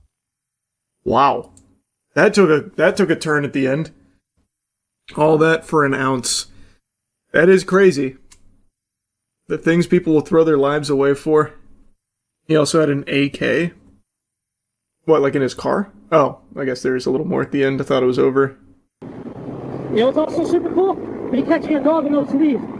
Man, you just gotta let that go, brother. Accidents happen. It was the heat of the moment.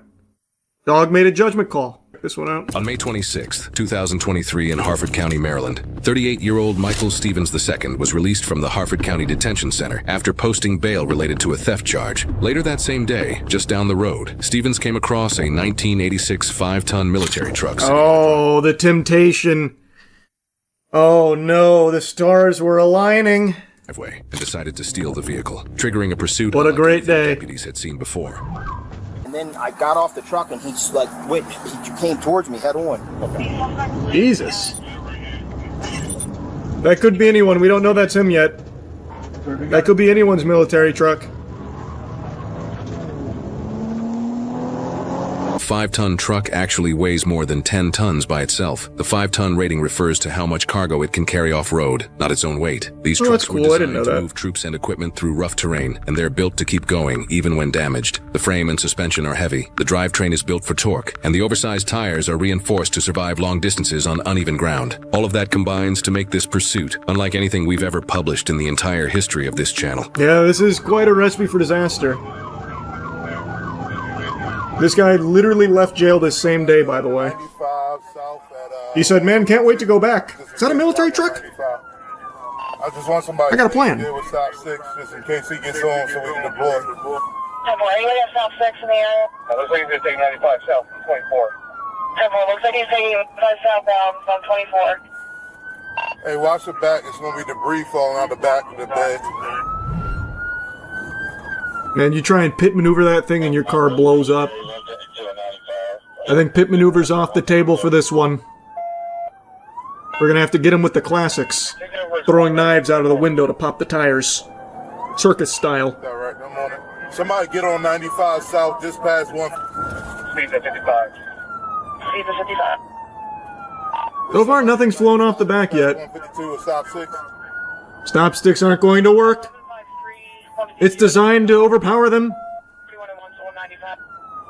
Yeah, get one unit on 95, and everybody that's behind them, let's try and slow the traffic if we can get the Stop 6 deployed. I don't want this vehicle to hit anybody else. All right, we're coming up underneath of 152. If somebody's there with the Stop 6, be ready. All right, it's game time.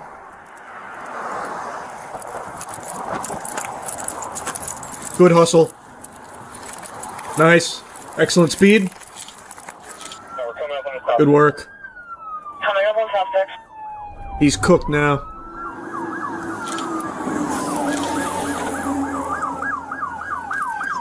How'd we do? Looks like you hit one time. We got one tire. Not bad, not bad.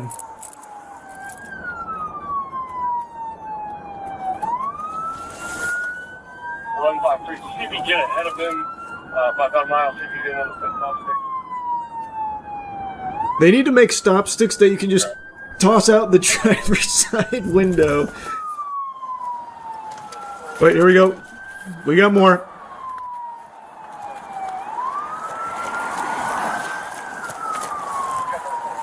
Phase 2 boss fight, yeah. Stop 6 deployed, They gotta use the harpoon more often. That doesn't get enough exercise. Did we get him? Oh no, just missed. Just missed. Just be ready to jump if he comes at us. Be ready to jump. Watch yourself, he might try and hit you. Get out the road, get out the road, get out the road. Oh wow, wait, he actually is just going for, oh my god. He scared him away. Where are we heading? He's swerving a little bit. He might be getting tired, he's falling asleep. Unit up, a couple units up ahead with the Stop 6. We'll head to Jersey, we'll have to keep y'all safe. Let's try a different tactic. Oh, wait a minute. Oh, shit!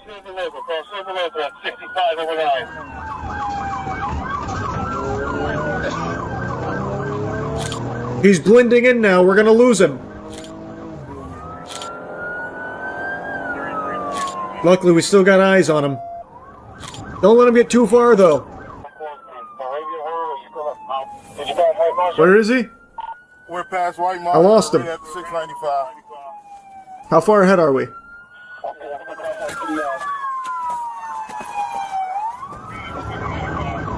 Oh, it's game time. Oh, he's taking cover behind the civilians. Oh, they got him. Big stop stick moment.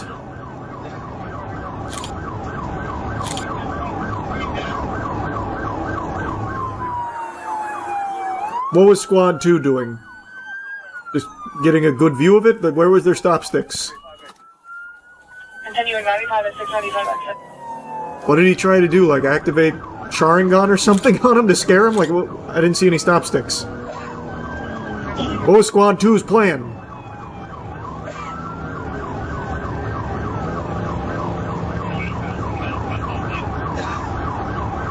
His Conqueror hockey failed. Got it. Yeah, no, that's a damn shame. Squad 2 AFK. Yeah, that was unfortunate. They were in a great position as well.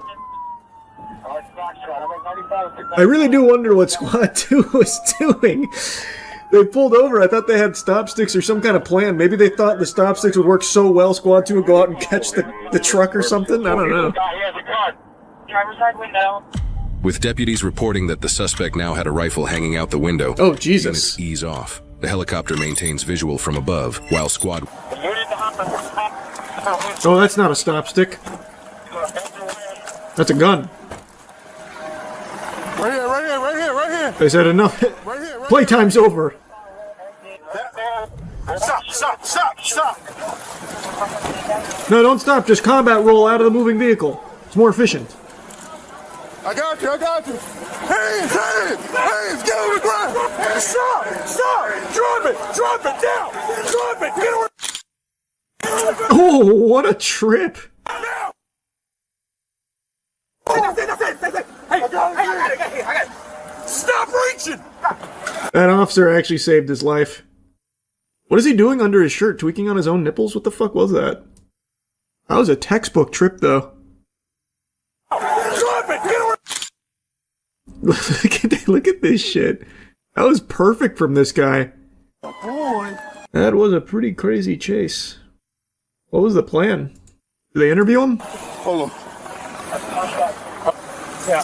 What happened? Huh? What just happened? What do you mean, what happened? You're running from us. What? What are you talking about? Well, you took a truck. I just got out of jail. We got released from the detention center. Maybe he's been framed. That's a good boy. Maybe they really did get the wrong truck. Where'd they end up catching him on foot at? Imagine they see another military truck just drive by. He broke. They got him right at the mouth of the alley. Okay, I didn't see it. How the fuck do you mistake a rifle hanging out of a truck for something? What else could it even be? That was a crazy call from the officer then. He's got a rifle hanging out of his truck. That false alarm, actually. That was his arm. The stolen military vehicle was returned to its owner, and no bystanders were injured throughout the pursuit. As of the latest available records, news. Stevens has not been sentenced in this case, and he is innocent unless proven guilty in a court of law. Oh, yeah. Still not. They're still gathering evidence. It could have been anyone in that military truck. Huh. It's a tricky case. There's a lot of factors to consider. Maybe he really was framed. That would be perhaps one of the most unbelievable things to ever unfold in human history. Backing projects on Kickstarter or Indiegogo is a lot like sticking your penis into a glory hole. You never know what you're gonna get, or in most cases, what you're not going to get.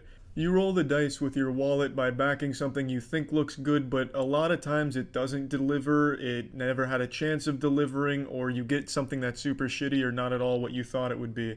But Indiegogo, I think, is far worse than Kickstarter in this department because a lot of the projects that go up there just seem like they have no vetting whatsoever, where they'll have these products that aim to cure climate change by making you put a butt plug in your asshole or something for $50 on their campaign.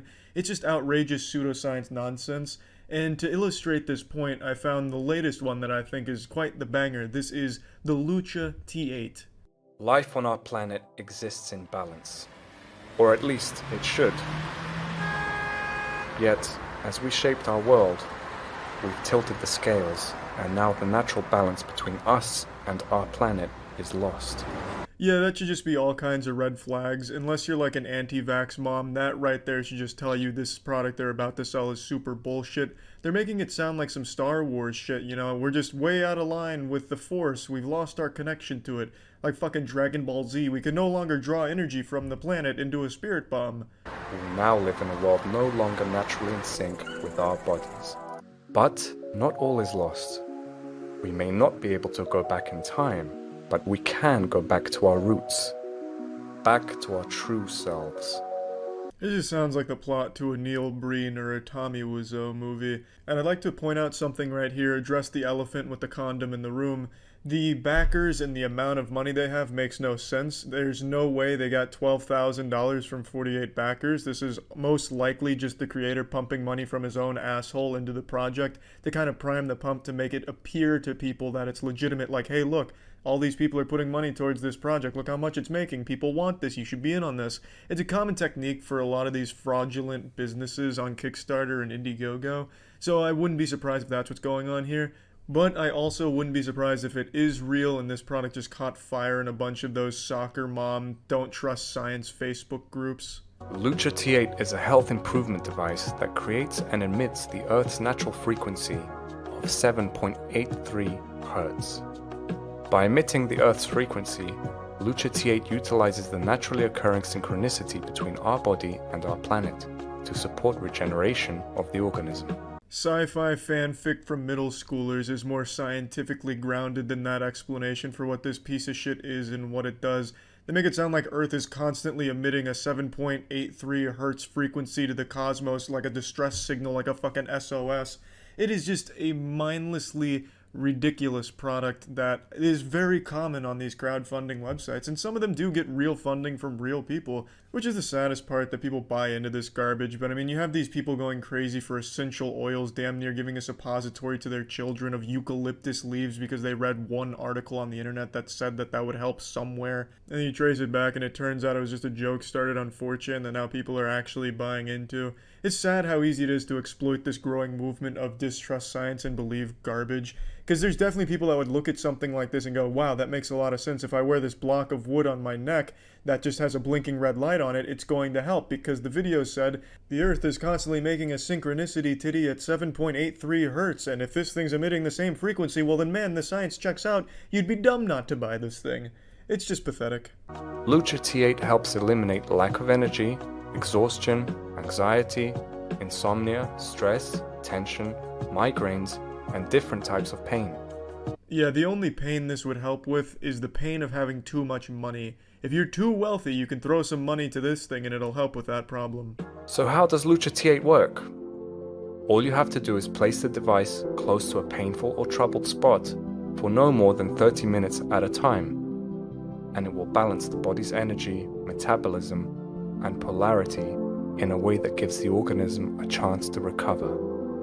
It's just a blinking red light. You could get the same effect if you have a wireless mouse. Just put that on some painful spot on your body. You'll get the same effect. And it's also very evil from this creator to say to hold it there for 30 minutes. That's fucked up, man. You know some dumb fucking idiots are actually going to hold that thing there for 30 minutes. I mean, you could have just said 10 seconds, they'll believe it and do that, and that's a lot less time consuming. But maybe this guy hates his customers, and to be fair, you'd have to be pretty goddamn dumb to buy this in the first place. You may as well just laugh about it, like, haha, made this guy actually hold that thing there for 30 minutes, just wasting their time. Could have said 5 hours, and I guarantee someone would have done it. Lucha T8 is made to be by your side all the time. It celebrates the fact we only thrive when we align ourselves with the forces of the planet to which we owe our existence. Lucha T8 is not an instant cure or miracle medicine. It's a symbol of where we've been and where we're going. Yeah, but you just said it helps actually cure some of these things and work towards making them better. You're calling it a regenerative device. That means you're saying it is helping to cure those things and improve those things. But now you're just saying it's a symbol of where we've been and where we're going, so it's just a fucking souvenir from a gift shop? It sounds like they're trying to cover their own ass. If someone actually buys this tries to use it on an injury and it doesn't help at all, they can't come after them legally because they said it was going to work and it didn't. I get that they're trying to do some legal talk here, but it doesn't work when everything else in the video contradicts what you're saying.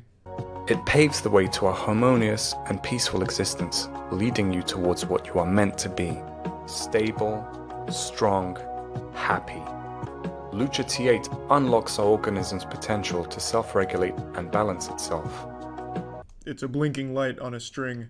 But that's Indiegogo in a nutshell, baby. That's what you sign up for when you're looking on Indiegogo for something interesting. You get shit like this. There's also one I saw a while back that was about water, a special kind of water that they hyped up as like this panacea that would cure anything because it was water that they made listen to Mozart for a month before selling. It was as dumb as it sounds. But yeah, that's Indiegogo. Just the kind of shit you find on there. That's it. See ya. Initiating moisture.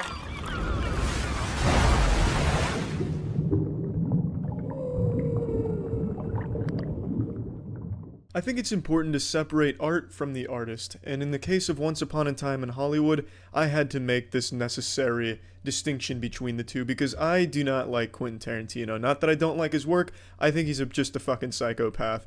And saying you don't like Quentin Tarantino on the internet is like committing suicide because he's so revered, which I find super odd, especially in the current climate of things with cancel culture. This dude has done everything shy of rape and murder one of the actresses on his sets.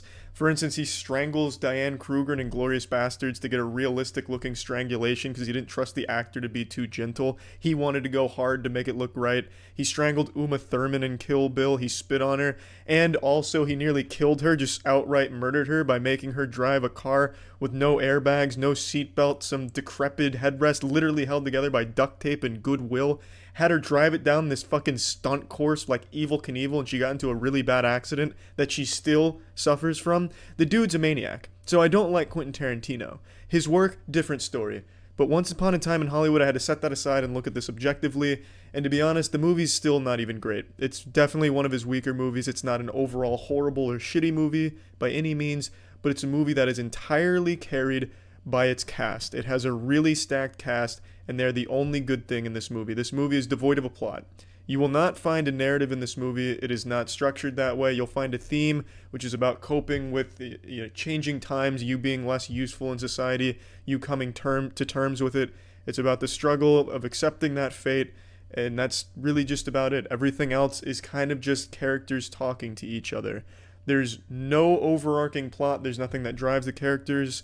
There's really just not a whole lot here in terms of substance. That being said, there's a lot of cool shit in the movie too. I like the way a lot of the scenes are shot. I like the set design. It really does feel like you're watching an old movie. This doesn't feel like a modern movie in even the slightest bit. I really, really like when they got into like an actual old Western because the movie takes place basically around this character whose bread and butter was old Westerns. And he got a new role and they're filming it and you're getting to watch this old Western being filmed while you're watching the film from the outside. So you get to see them saying like cut and shit in the scene, and then it goes right back to the movie. So you're watching like a movie within a movie. It's very nicely done, and I enjoyed that. Brad Pitt, I think, was phenomenal in this movie. But overall, the entire first 2.5 hours of this movie, because it's nearly a 3-hour movie, is just uninteresting, boring. It's just not enjoyable. You'll have things that seem like they're going somewhere. For example, tension will start building up on a ranch. It's starting to build up, reaching the crescendo. You got your dick in your hand and you're ready to see anything at all happen in this movie. And then nothing happens. Walks away. End of plot line. You never see those characters again. Nothing ever comes of it. Until like the last 15 minutes, you have nothing. No plot lines get resolved. Really nothing happens. There's almost no conflict or tension past that point. There's just literal nothingness. A void of entertainment. It's supposed to be heavily reliant on comedy, but Brad Pitt is the only one who does comedy in this movie and does it well. He is the only character that executes it in a decent fashion. Sometimes Leonardo DiCaprio's character comes across comedic, but that's just because of how serious the character is, and I think they do a good job with that sometimes, but overall the comedy doesn't land either, so it doesn't have that crutch to lean on either. The last 15 minutes, though, is spectacular. Absolutely spectacular. That was the only good part of the movie, and it was a really fucking good part. All the comedy works in the last 15 minutes. All of the actual shit going on works. It's shot so well. It's grisly. It's really, really enjoyable. But was it worth the tiresome journey to get to that point? Absolutely not. And in addition to this, there's a character in this movie who has a lot of screen time. Margot Robbie's character, Sharon Tate. She has a lot of screen time in this movie, but she doesn't do anything in the movie. Literally, the entire character could have been non-existent and the movie would have done the exact same thing, gone the same places. She influences not a single thing in this entire movie. I don't understand what the purpose of her character being there was. I understand it's maybe working the angle for Charles Manson because Sharon Tate was an actual figure, but Charles Manson doesn't have a role in this movie at all. He's just kind of hinted at occasionally. There's just nothing. This is a movie of actual nothingness, just hanging out. They show you a lot of movies, though. There's a lot of movies within this movie that you get little glimpses of and you get to take peeks behind. I appreciate that, But if there's nothing to hold that together, no narrative to get us there, no reason to see these things, it's uninteresting. It's just downright unfun. And now I understand what Tarantino probably wanted to do is completely break apart what a movie is, because movies are structured. You have a story, narrative, character, tension, climax, resolution. Those are simple ingredients to this fucking stew that we call movies. And there's a reason those ingredients are there, because that leads to a satisfying experience. You can play with these ingredients in all types of different ways. And I think it's unlimited the possibilities you can do with those things. But to just get rid of all of those things and make a movie where it's nothing but inside jokes, if you work in Hollywood, I guess, and sometimes occasionally something happening, it doesn't work. Because most people aren't in the movie making business. They don't understand the inside jokes you're making. This seems like a movie that only Tarantino and the higher up Hollywood elites, his buddy Weinstein, it seems like the only kind of people that would enjoy this are the people that get that understand, oh, haha, movie making humor. It really just doesn't work. If this had a narrative to hold it together, or any semblance of anything happening or building up to something that actually happened, the movie would probably be pretty fucking good. Because, like I said, there's a lot of elements in this that do work well when they're showing you a movie within a movie.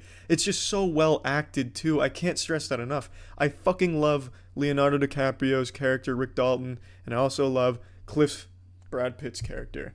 It's just the problem is there's no reason or no drive for these characters to get to where they get to in the movie.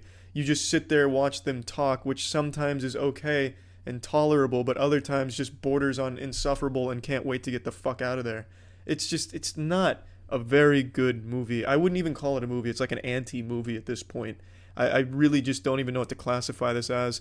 The last 15 minutes, I think at the end he decided, yeah, this is kind of sucks. I'm going to do a little something to make this interesting.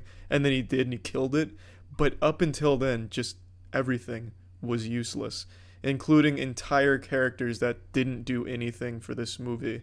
I just really can't stress enough how disappointing and just how outright robbed I feel of 3 hours. If you're going to do this like pretentious take on movie making, at least have the decency not to make it 3 hours long. At least make it something short so I don't have to sit there fucking finger up my ass waiting for it to end or waiting for anything to happen, and you're not going to give me that. You're not going to give me anything. You're just going to dribble a little bit of breadcrumbs occasionally and then slap them off the table. Nothing comes of it. At least make it short so I don't have to sit there for that long waiting for nothing. Plugging this into the moist meter, I'm giving it an even 50%. Now, I know that's really low for Quentin Tarantino, and the rampant, ball-sniffing Quentin Tarantino fanatics are going to be up in arms. Oh, Charlie simply just didn't get the message. This simpleton couldn't derive the remarkable theme and message behind Quentin Tarantino's pristine work. Oh, a sterling job done yet again from Tarantino. Once Upon a Time in Hollywood is a classic. It's not. The theme isn't that deep. In fact, the theme is beaten into your skull pretty goddamn early on in the movie. It's not a deep movie. It doesn't want to be a deep movie. You can probably pick it apart and try and find some shit that I don't think the movie ever meant to represent, because, again, the movie is more of just a breakdown of what a movie is expected to be. I think it was meant to subvert expectations, to really change how you view a movie, kind of just be this anti-movie. And it just doesn't work at all. Maybe if the writing was better, I really don't know what would have changed it around, but it just doesn't work. It's an overall disappointing movie. I think there's a reason why movies try and tell you a story, try to make you laugh, try and really do anything at all besides just have you look at characters talk to each other, because it doesn't come across as fun. And also, it doesn't tease you with things that might happen, because that's just always a letdown. That's like me going up to you and saying, hey, here, look at this car. This car might be for you. It's your birthday, right? Maybe it is for you. It's not for you, and then you fucking drive away in it. That person's obviously disappointed. They're not, oh, that's great. He subverted my expectations. He got my hopes up, and then he got them down. Solid work. No one's going to celebrate like that, because you go to a movie to experience something, to feel something, to be entertained. This doesn't do any of those things until the end. The end is super entertaining and really fucking fulfilling, but up until then, there's just nothing. And that's my biggest complaint. Incredible work from the actors, though. The acting is fucking nuts. That's about it. See ya. For a handful of years now, I've made an effort to occasionally tune in, try and keep my finger on the pulse of wacky stories coming out of Australia. It's been a bit of a guilty pleasure of mine. I've just noticed some similarities between some of the crazy stories here in Florida and the weird and wild stories of Australia. One of my favorites being this almost Lord of the Rings style plot and adventure where there was a business that was illegally dumping trash. And what would happen is the service would be called upon, like in one of the cases, they were tasked with getting rid of a huge refrigerator. And the guy shows up, takes the refrigerator, walks it down the street, and then just dumps it on the street. Basically just like fucking timber tips over the fridge on the street. Just like illegally dumping their trash everywhere. And then there was a huge investigation as well as like an attempt to scam the scammer. Just stuff like that I find to be endlessly fascinating. So I like to check in occasionally, see if there's any, quirkiness like that going on there. And today, during one of my check-ins, I found something mind-boggling that I've just got to yap about. Police have taken a young Meadowbank woman to court, alleging she left an anti-Semitic voice message for a well-known nutritionist just days after the Bondi attack. But the accused's lawyer says it was an accidental pocket dial, and the charges are a massive overreach. Yep. In a nutshell, there is a nutritionist claiming that an empty voicemail she received was actually an anti-Semitic voicemail. She reported it to authorities because she believed in this voicemail, which has no words, no nothing, mind you, she believed she heard gunshots there in the emptiness, in the void. So she contacted authorities. Authorities showed up at this woman's house the next day and are now attempting to charge her with an anti-Semitic hate crime. Serena Tanuri charged with harassing Mandy Sacker, a nutritionist of Jewish faith she'd never met but seen on TV and social media. The alleged offending contained in a voicemail 1 week after the Bondi massacre. Obviously, the Bondi massacre is a tragic, fucking horrible thing. But it's also entirely unrelated to a completely silent voicemail that was accidentally left on this woman's phone. It was, by all possible accounts here, a butt dial. It happened at, I believe it was 1:30 a.m. And she didn't even know she had called her in the first place. So when authorities arrived at her house, she didn't even know what was going on. She immediately gave them access to her phone, everything like that. And this whole story just seems fucking absurd. All of the circumstances of this case point in one direction. It is an accidental call. Serena's lawyer noting his client, who works at Bunnings, has a severe intellectual and cognitive disability supported by the NDIS. She's not anti-Semitic. She doesn't even understand the conflict. I also don't understand the conflict. This is actually a fucking nothing burger that is now positioned to maybe ruin this woman's life, all because of accidentally calling someone that she was attempting to get nutritional advice from. I can't even imagine a world where there'd be gunshots on a voicemail to intimidate her. Like, what would that even be like? She calls her up and then lets the voicemail play for 4 minutes, and then I guess at one point just like Yosemite Sam breaks out fucking, akimbo revolvers to scare her. Like, what the fuck is that? That would never happen. Or like maybe she's assuming that the gunshots she heard in the voicemail was her maybe playing like a soundboard of gunshots, or like, I don't know, playing audio from Apex Legends or something for gun sounds. Like, why would she think that there's gunshot sounds on her voicemail? That doesn't even check out logically. Why would she start shooting a gun on voicemail as a means of intimidating her? Someone she has never met before, and someone who had just previously, earlier that day, sent her text messages very politely asking for nutritional advice and seemingly looking to pay her for nutritional advice after seeing that she has successfully done that for others. So why would her conclusion that she draws from an empty voicemail that's like 4 minutes long be, this must have been gunshots to intimidate me and scare me, this is an anti-Semitic hate crime? That's just fucking unhinged thought process. It's alleged Serena sent a text to Mandy, writing, "Hey, how are you? Is this Mandy? I saw somewhere that you helped Katie from Married at First Sight with her nutrition. I was wondering if you could help me as well, Serena." Around 5 hours later, a call from Serena's number went to Mandy's voicemail. No voices were heard on the recording, but Mandy claims she heard sounds she believed were gunshots, causing her immediate fear and nervousness. It could be a bed creaking. It could be someone snoring. It could be a million things, the least likely being gunshots. It sounds, by all evidence here, to be an accidental butt dial. And guess what? When an accidental call comes through, you're gonna hear some weird noises and some creaks and moans and stuff like that, like you're playing fucking Amnesia, the Dark Descent or something. Because, again, it's a butt dial. It's an accident. My dad sometimes forgets to hang up the phone when we're done talking, and I'll sometimes, I don't know, out of curiosity, just continue to listen to hear what's going on around him. And that shit sounds like I've just taken a trip into his fucking gullet through the magic school bus with Miss Frizzle. I'm hearing all kinds of weird noises. But I'm not under the impression that my dad just then went into a fucking firefight or something. Like, I don't know how you even jumped to that conclusion that those noises that you were hearing in the background of an empty voicemail were gunshots. Like, I don't know how in the silence she's getting gunshots and whatever going on there. I so desperately wish they released the voicemail to the public. That is not accessible as of this moment. I don't know if it ever will be, but oh my god, fingers crossed they eventually release that. I am so curious to hear it. And the woman here that's accused of an anti-Semitic hate crime does not appear to be an anti-Semite. This appears to be a woman who had no idea of her faith or anything beforehand and had no idea what was even going on here, why she had like agents at her doorstep demanding her phone in the first place. Saka contacted a community security group who alerted police. Serena claims the first she knew about the voicemail was when detectives arrived on her doorstep the next day. She willingly handed over her phone and gave them access to everything on it.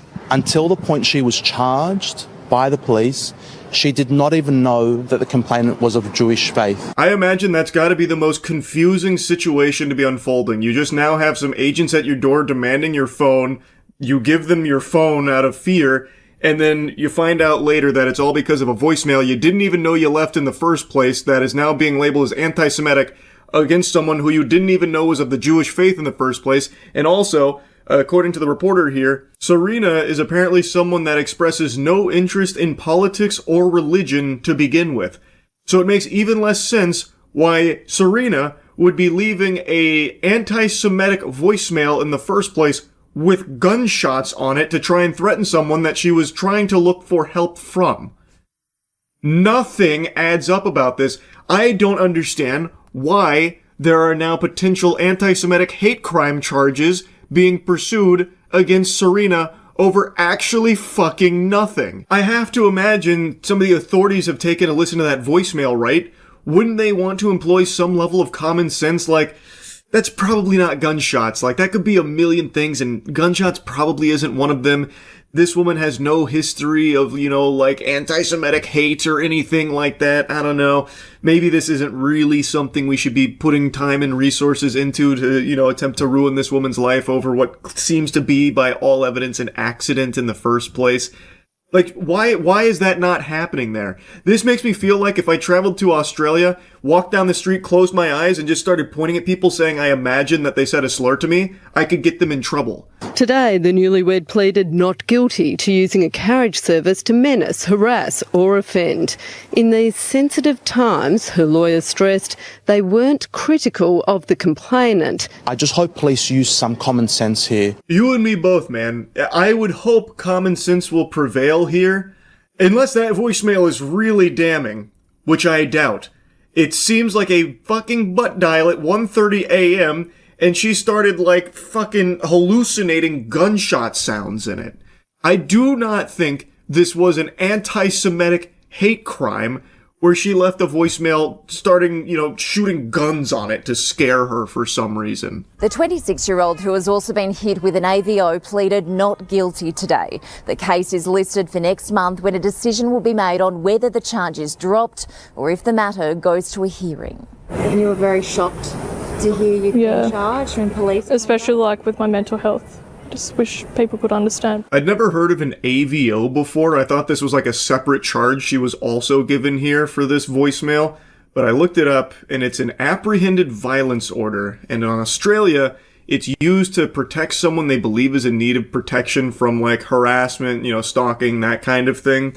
So I'm assuming, based on the way the reporter presents it, saying that Serena got hit with an AVO, it means that they believed Mandy was in potential danger from Serena doing something. So now they've served her an AVO to protect Mandy from Serena, all because of an accidental fucking butt dial at 1:30 a.m. when she was looking for nutritional advice. Quite the circus, I would say here. I'm hoping the charges get dropped and that it doesn't go to a hearing for some reason, because I truly cannot imagine a world where this is an actual anti-Semitic hate crime, where she was shooting a gun on voicemail to scare a nutritionist she was looking for advice from.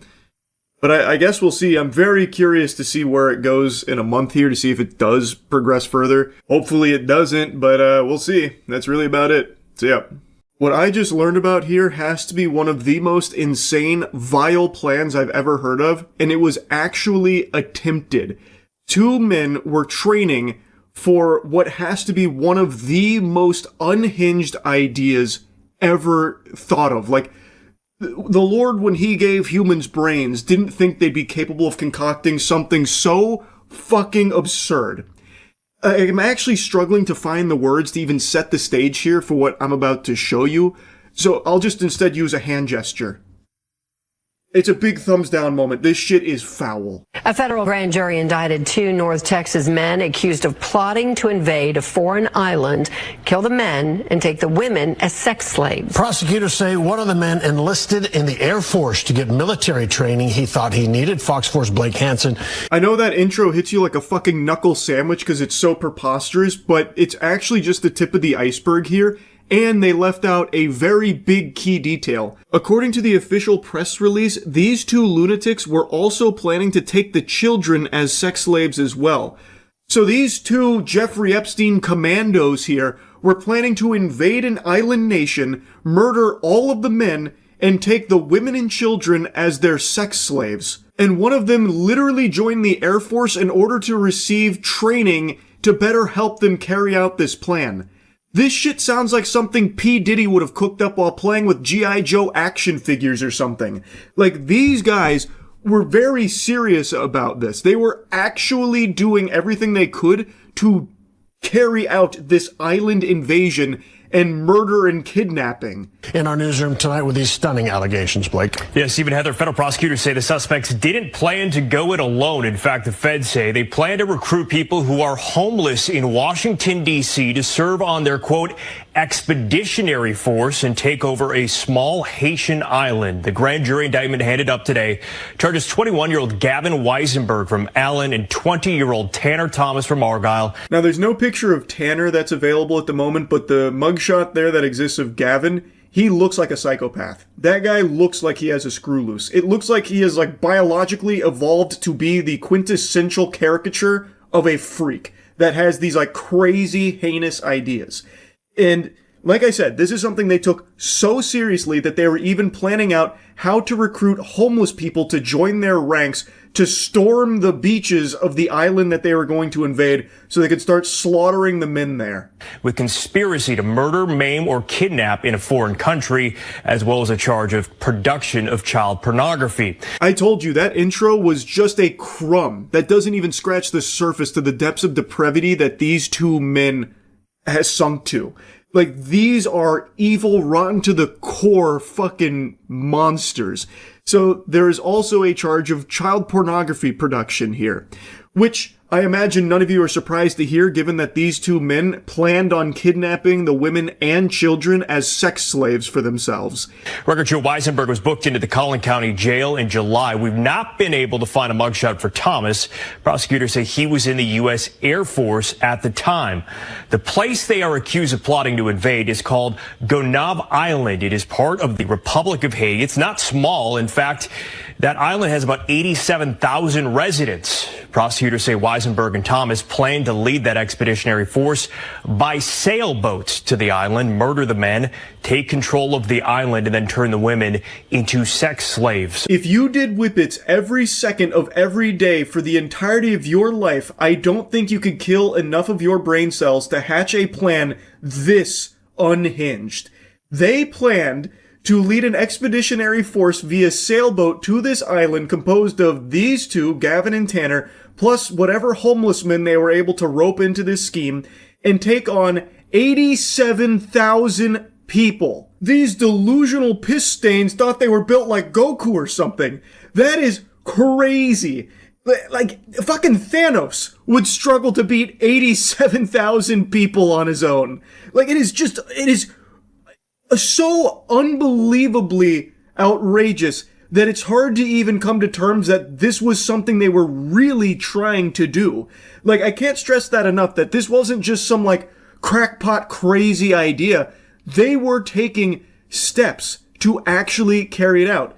Like, one of them joined the Air Force. And you know how they just mentioned that their plan was to go via sailboat? Well, get a load of this. They had planned all of that, too. They were legitimately dedicating their lives to this invasion. According to prosecutors, the feds say the plan dates back to August of last year. They say Weisenberg enrolled in a Rockwall Fire Academy to learn command and control protocols, but flunked out in February. And they say he then traveled to Thailand to learn how to sail, but didn't enroll in the school due to the cost. Dipshit Gavin may have been unsuccessful in all of his endeavors, but he did try to learn things to contribute to the invasion effort that they were scheming. So he enrolled in a fire academy to try and learn command and control prompts.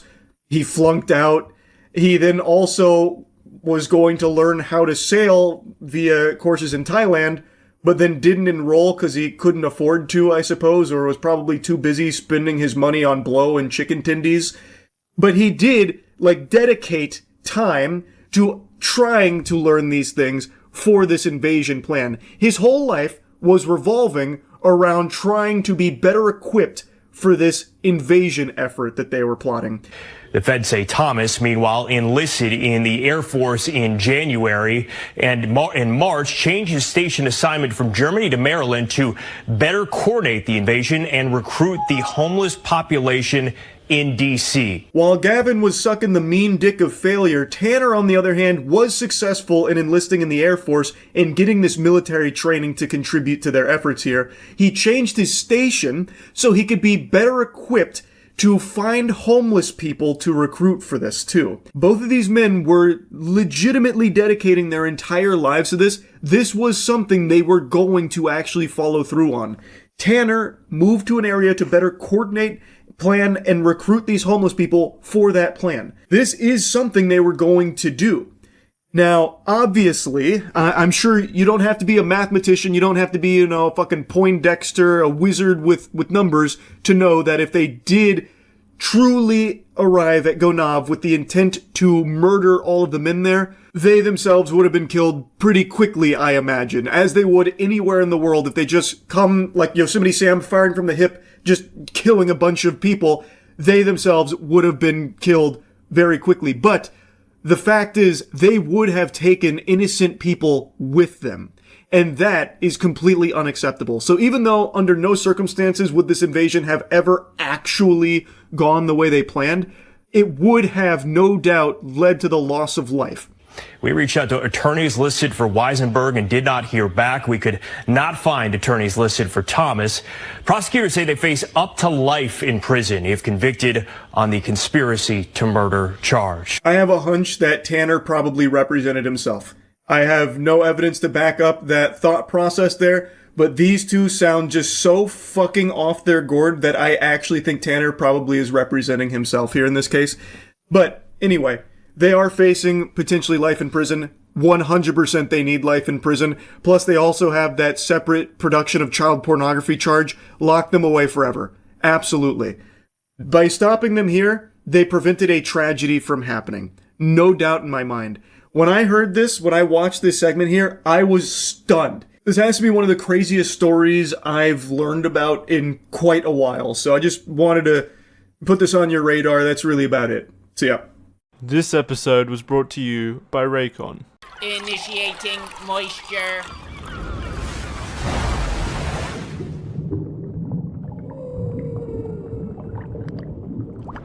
Frozen. Whether or not you've seen it, you've definitely fucking heard it. I promise you that. Let it go. a song that was everywhere. That song was more popular in America than the fucking Pledge of Allegiance, more well-known than the Bible. Let It Go was a fucking phenomenon, and I'm happy to say in Frozen 2, there's nothing that's going to reach that level, so you won't be absolutely ass-blasted by the same song ad nauseum and everything ever. That's not to say Frozen 2 doesn't have good songs, but it doesn't have nearly as good a songs as the first Frozen. The only two, like, actual shine-through songs in Frozen 2 are Show Yourself and Into the Unknown. Other than that, they're very forgettable musical numbers. Overall, the movie's not bad. By no means could you ever say Frozen 2 is a bad movie. It doesn't come close to the first movie, which I'd only just seen recently for the first time, and it was a good movie. But Frozen 2 doesn't even really come close to that. This does feel like more of a cash grab than an actual project of passion with something to tell you and something to teach you. It's a cute movie. The story is a real grasping at straws. It's about Elsa's power and its origin. It's a movie that doesn't even have an antagonist. It doesn't have a villain. Without spoiling anything, characters get separated. Characters end up in a very bad situation, a real fucking bad pickle. And it seems like it's going to be a really important moment where a lot of bad things are going to happen as a result. And there's this big obstacle they have to overcome that's going to have a lot of consequences. And for about 5 minutes of the movie, that's the case, until it is all peacefully resolved almost immediately after coming onto the screen. It's really underwhelming, because what's supposed to be and what seems to be a moment that's going to have a lot of build-up until it's solved is solved almost fucking instantly. It's just it's a very low-stakes kind of movie, which isn't necessarily bad in and of itself, but when the movie is talking about how high the stakes are, you know, the elements are at odds and fighting, but then when you see the elements, they're just kind of minor inconveniences, and it's just, I don't know, underwhelming, for lack of a better term, especially when you have the scope of Elsa's powers and the extent of what she gets to use it for is just walking across water. It's a far cry from what you saw in the first movie. And there's some decisions, mainly towards the end of this movie, that I just can't believe made it to the final cut. This movie feels like it's missing 40-some minutes of actual content. Without spoiling anything to tell you what I mean, there is a scene where characters are separated, characters make choices that should have massive consequences, and for all of 5 minutes they do before it's just resolved peacefully. And nothing has really changed as a result of making these incredibly impulsive and without thinking type decisions that should have had dire consequences but didn't, because they didn't feel like making more of the movie. And I think that's kind of what this movie's about. They wanted to make a movie that is passable for Frozen, but not great, and that's what it comes across as. Of course, the animation is beautiful, breathtaking at moments. There's beautiful scenes, especially during the Show Yourself musical number. All the things they show you look great, sound great. Of course, you're getting that with Disney animation. You already knew that was coming. But what it's missing is a soul. And to a kid, that's not going to matter. I get that. This movie is 100% geared towards children. If you're an adult fan of Frozen, you're probably not going to find a whole lot to like about this movie in comparison to the first. You'll probably end up a little disappointed unless you're really just a huge fan of the music and don't really care about much else, except the visuals, because the visuals are even better in this movie than the first one for sure. But, you know, if you're going there expecting something like Frozen 1 had, you're not going to find it. They just came up with something that is good enough, not really anything great, which is kind of a shame, but to be expected. You know, hate him or love him, Olaf's in the movie. Kristoff has been reduced to just kind of being like a comedic relief presence occasionally. He doesn't really do anything at all. He's just kind of there. Then he has like, I bet if you put the script, if you like printed out the script, you'd find maybe 15 lines from Kristoff across the entire movie. He's not really a huge player in this one at all. But that doesn't really matter that much either, because again, the focal point is on the relationship between Elsa and Anna and their little personal adventure into Elsa's origins. But anyway, plugging this in the Moist Meter, Frozen 2's, it's a 70%. It is a good movie, but it really is just a soulless one. I don't have a massive problem with it because, again, to a kid, that's not going to matter. And I myself was not the hugest fan of Frozen when I saw it recently. I get for its time, it was probably lightning in a bottle, some shit like no one expected to be as good as it was. But for me, going into seeing it so many years later, I found it to just be ordinary, decent, good, not incredible or great. And this movie isn't even up to that level in my opinion.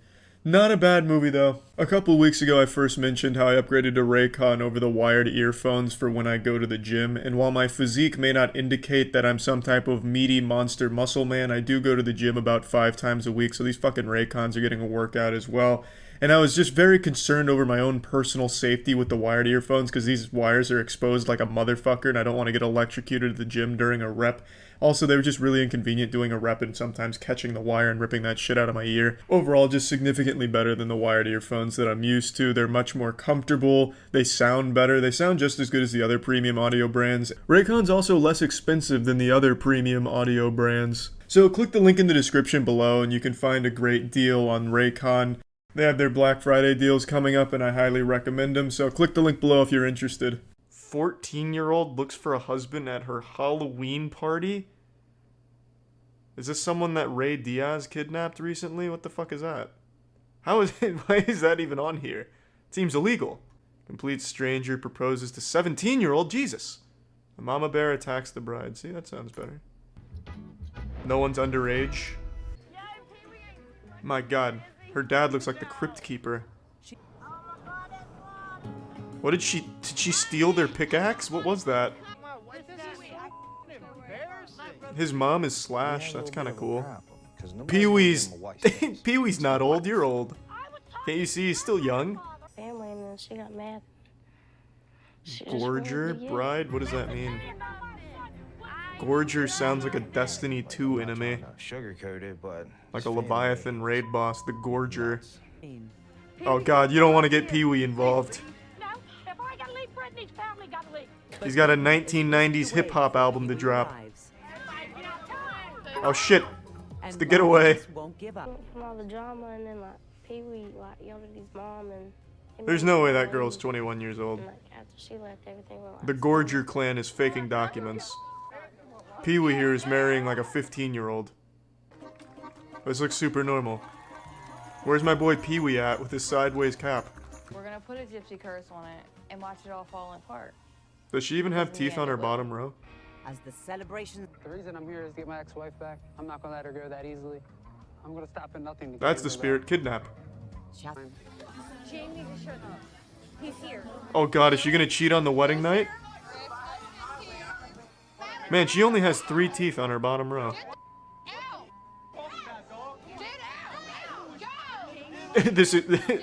This rescue mission hasn't gone very well for him. Where's that tough talk from earlier? I don't want him. He knows that. He knows that. I chose you over him. Go get them away from me. What the fuck? She just kicked him out. Just that Amber's been cheating on you with her ex-husband. Basically since y'all got together. And now you're married. Prove it. He just looked Or he just takes it at face value. considering we are a family. Newlywed Dustin needs Oh wait, to what? decide They're to related? leave. Wait, this is incestual? Oh, that changes everything. That explains the teeth. We're still seeing each other. I would have left like hours ago. Listen here, swag master, neck tattoos. Your wife is the only one with a full set of teeth in this entire clan. You should stick with her. For real, I really don't cut this cake or what. Oh, damn. He blew it. Oh shit! It's super fake. Grab the cake and smash. Do it never. Because if I wanted to be The show's fake, but the incest is probably real. somebody like it. So now he's gonna fuck his sister? She's already in your family. I know, but she's your cousin. Nice. Which makes it his cousin too, baby! Alabama. Bang.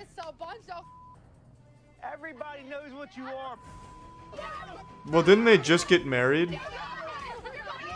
A guy came in there with a cigarette as a weapon.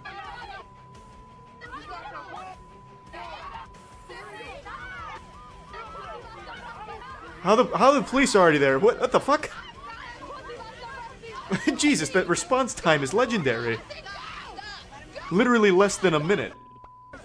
Me and Chess university or back at my mom's house. So, what? Amber's not there anymore. Is he fucking his sister and again? It's just really become a happily ever after. I'm glad you came to your senses. Family's all that matters. Yeah, when it comes to I got what I breeding, yeah. Dustin. and Nothing better than the that's all he Targaryen needs approach, keeping the bloodline family. pure. I'm on a losing streak in League as my elo's being terrorized by criminals left unchecked on Summoner's Rift, so I'm not really in a good mood and I'm not feeling really nice, but I took a breather, and the first thing I see on YouTube's recommended is this puppy right here from Ned Fulmer about him trying to address the backlash to his podcast. This was posted 5 days ago. I don't know why it's getting recommended now. Maybe because I made a video on the podcast like a month or two ago. I don't know how long it's been now. About how it's like one of the most awkward podcasts ever filmed. So now YouTube decided, Charles, we know you've had a bad day, but don't worry, we've got your medicine right here. It's just what the doctor ordered. A nice dog shit apology from Ned. That's not his wife in the bed, Fulmer. Joy. Can't wait. Hello. I've heard a lot of the commentary and reactions to my podcast episode with Ariel, and I wanted to take this video to address some of them. That episode with Ariel was mostly about her story, and now in this video, I'll tell a little bit more of mine. Did we watch the same podcast, Ned? You sure about that? Was it really mainly her story? Because it seemed like you were the one kind of guiding the whole conversation, that you were kind of steering the ship here, which is one of the major complaints. Not only was the whole thing a terrible idea from the get-go, bringing in the wife that you cheated on with one of your employees, to just kind of talk about it in front of everybody, which is just always going to be weird to hear, just being the fly on the wall for a very uncomfortable conversation like that. But the conversation also went with you in the driver's seat, which feels like the antithesis of what it should have been with letting your wife air out everything. And if it was supposed to be therapeutic for your wife, why wasn't she the one that was kind of in charge to lead this discussion? It was you. Pull off the mask of the villain here for the Scooby-Doo episode. It's Ned Fulmer. It's just, you're not even, digesting the comments that you're supposed to be addressing. There's a lot that we wanted to keep private, but some things I'll touch on today. Hey, bud. I personally think all of it should have been kept private. You don't owe the internet an explanation for what's going on after your cheating. There's no reason to invite everyone inside for all the dirty laundry and everything behind the scenes. Just keep it private. I think that probably would have been the healthiest thing for all parties involved. That's just my personal opinion on the matter, but I gotta tell you, I think a lot of people shared that sentiment because this is something so personal and so devastating that putting it all out here in the public just doesn't make a whole lot of sense, especially when it seems like the main purpose of it was to launch your podcast, the fucking rock bottom podcast, whatever garbage that is, which, by the way, nobody's watching that. First episode blew up because nobody could believe that you would actually bring on your ex-wife to discuss you cheating on her with one of your employees. That is just an unhinged idea.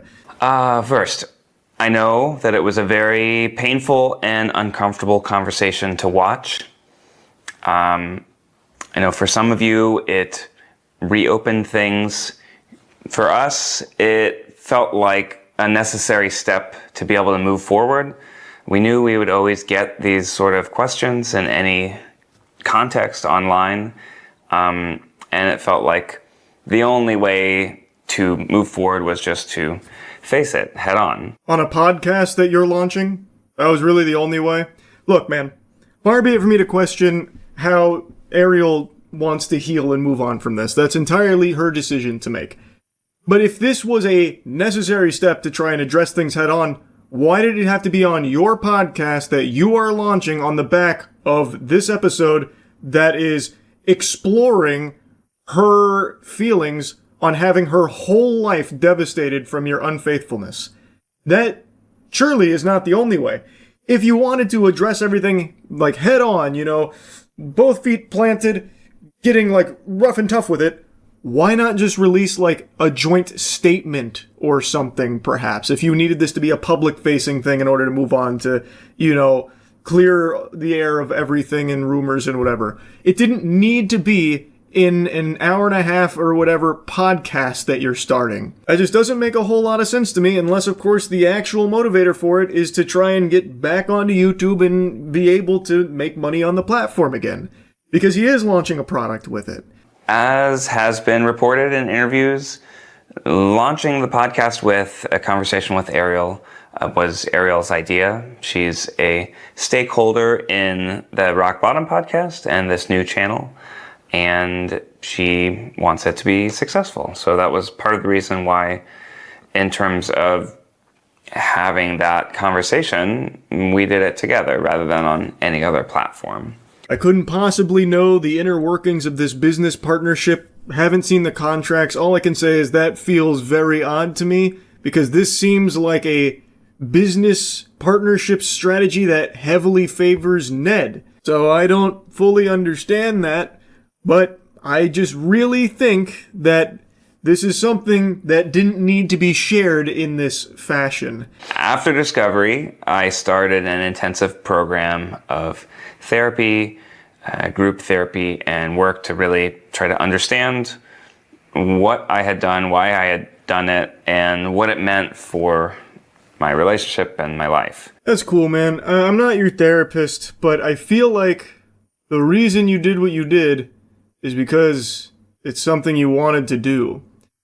In the podcast and in here too, he keeps making it seem as though he didn't know that this would be painful for his wife to be fucking one of his employees, which I think is so odd, especially the way he presents that.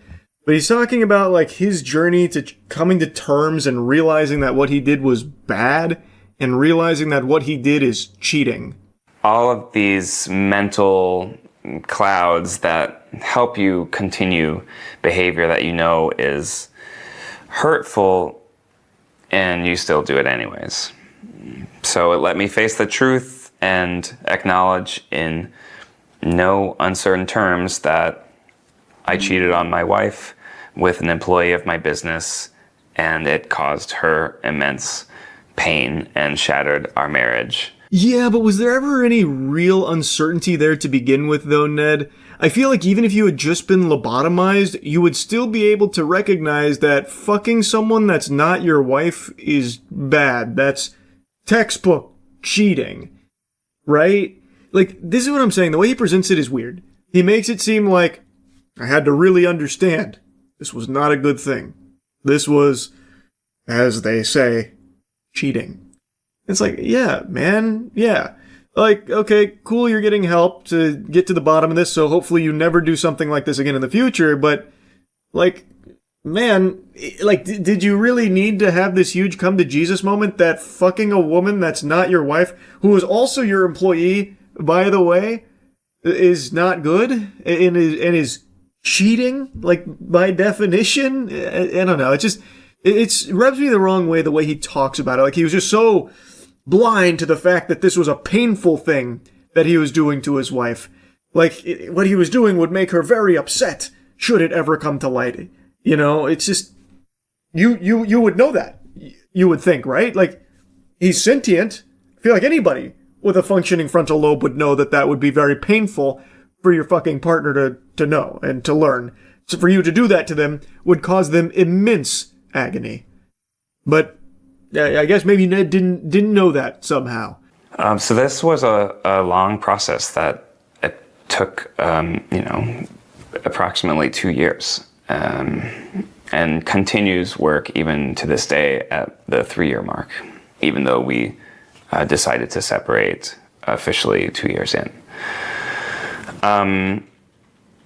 It's something that I'm really proud of. That's really changed my life, and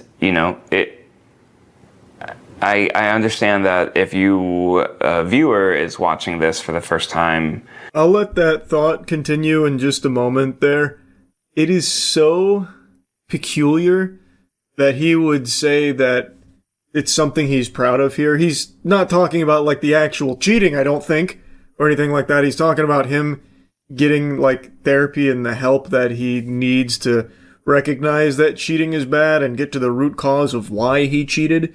But to even say something like that in a video like this is very odd.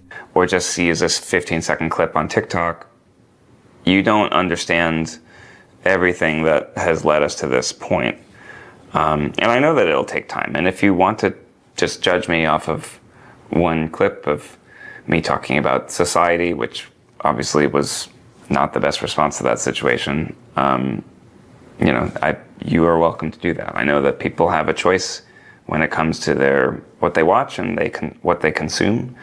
And if people don't want to continue engaging with me on the internet, then that's a consequence of my actions and something that I have accepted. Ned frames this as though the majority of the opinions people formed on him from that podcast are just off of TikTok clips or like 15 seconds out of context snippets of the larger conversation, but that's just not true.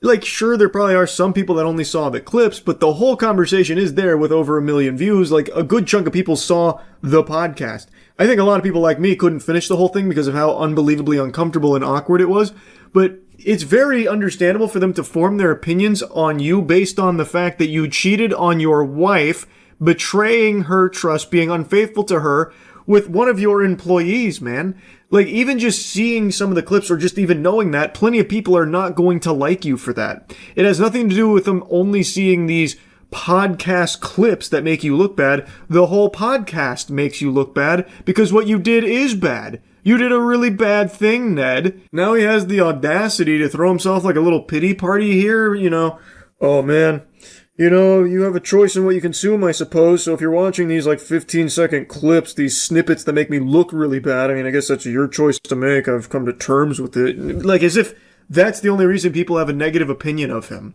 Even if it is just those clips, the fact of the matter is you did a bad thing and people aren't going to like you for that. Even if they've only seen clips from that podcast, everyone else who's seen the whole thing is still going to have that same opinion because you look like shit in it. It paints you in a horrible light. Because what you did cannot be painted in a positive light. I don't know why he tries to weasel this here statement in about, like, people only seeing the clips, the snippets from the conversation, if only they'd hear the whole thing, go along for the whole ride.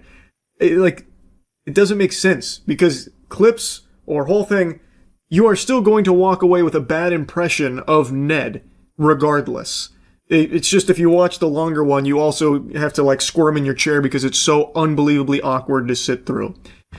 Anyway, though, most of this is him talking about, like, what he's done to try and grow from it, like, as a person, become a better person. It's very weird because this is him bringing up his cheating again. It almost feels like he's doing it because he knows it's going to get eyes. Like, it is a very weird thing to do again, to bring up him being a cheater. But, it's getting some views for him, and maybe that's the goal. I don't really get it. But anyway, that's really about it. Yeah. See the video of the New Jersey man breakdancing at town hall meeting to protest property taxes. Chat kept mentioning that yesterday, and I forgot to look it up. Let's see. How good are his moves? Oh, that's awesome. Glad you're liking the cheeky so much, Chunk. Town council candidate in Cranford, New Jersey, breakdancing at a public meeting to protest a property tax hike.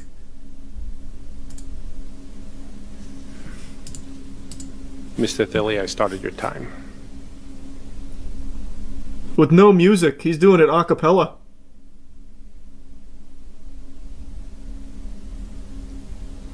Stand the fuck back. This guy is serving. Hold on. Wait a minute. Now he's looping animations now. He's hitting the same emotes.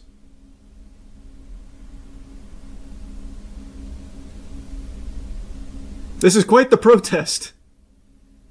And no one's standing up and clapping? Hello? Guys? Did you know I can do the backspin? Anybody? You want to see me do the backspin? Yeah! No? Yes! Fucking do it! I'm gonna do the backspin. Can I do it up here? The world is your stage. Hit it. Woo!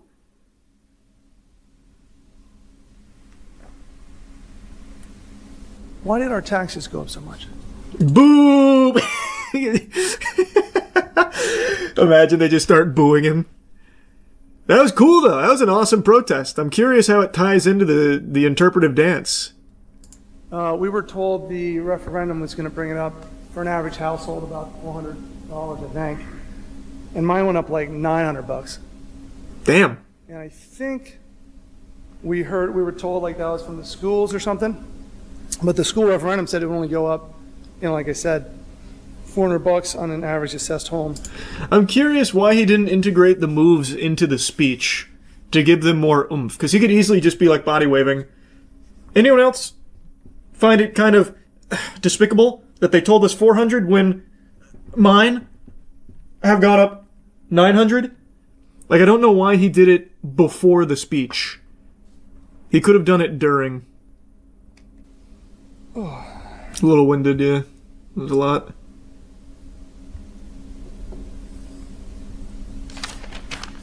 Counselors, your response? Oh, hey, oh, just when you thought you were safe? No, he's cutting the rug again. Thank you, Mr. Thilly. I like the interpretive dance. Man, what a joyless place. Really? Nothing at all, Terrence? God. Fucking, it's like subhuman going into a town hall meeting. No fun allowed. Don't these town hall meetings last like 10 hours? Asking the wrong guy. I have no idea. I am under the impression that they're normal length. I've always assumed that they were just like an afternoon thing. You get the community together, you guys are like, hey, here's what's going on. Any grievances? I don't know. Maybe it is like a 10-hour thing. Thanks for resub, Grimes. This one lasted 1.5 hours. Well, yeah, this man shut it down with his moves. This guy burnt this bitch to the ground with this shit. See, like, I can understand the counselors having no soul left, but why, out of the audience here of, like, normal people, is no one appreciating this? Like, Howie Mandel's having no fun, but at least binging with Babish is. Like, at least he can appreciate it. And nobody else in this crowd. Well, except maybe her. She's, like, biting her bottom lip. It's just weird to me. Complete silence. No appreciation for the traditional arts. I think he's done it before, according to the news article. No shot. That's what he's known for? Let me see. But from what I'm reading, he is like an actual candidate. I don't know what he's a candidate for. Maybe head of breakdancing of New Jersey, I have no idea, but that could earn my vote. Holy shit, look up that name on YouTube. He has a channel all with town hall meetings doing the same thing. Will Thilly? Oh my god, you're right. Wait, this is... Wait, what? Dance protest number 1, too hot for TV. Oh, thank you, everybody. She already knows what's coming. She was smiling, seeing him coming down. She's like, holy shit, that's Will Thilly. Hey, residents. Committee. I wanted to try something fun, kind of, we talked about ending divisiveness and building community and stuff. Can we hit the music? And, we had a dance video that looked great, the Thriller video. Oh, excuse me. Mr. Thilly, And so... Please address your comments. You're allowed to make comments. Mr. Thilly, please, God. You're not allowed to make a spectacle. Don't do it. No, I'm sorry. So we can't handle another serving. Comments, you can make comments, but you can't involve 10 other people in your comments. Oh, I'm gonna talk to whoever I wish. I appreciate it. I think thank you so much. And so I thought for fun, as a community building, that'd be a really fun thing for us all to do together and show positivity in our town. If you would join me in standing up and a little awkward at first. Hey, wait a minute. This is a much more energetic crowd. Yeah! Let's go! Get it with the hokey pokey.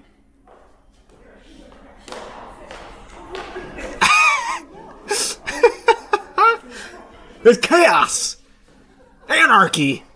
Oh, wait! Oh, baby! I can only see out of the corner here. Hey, are you writing this down? I don't see you taking notes. Your time is up.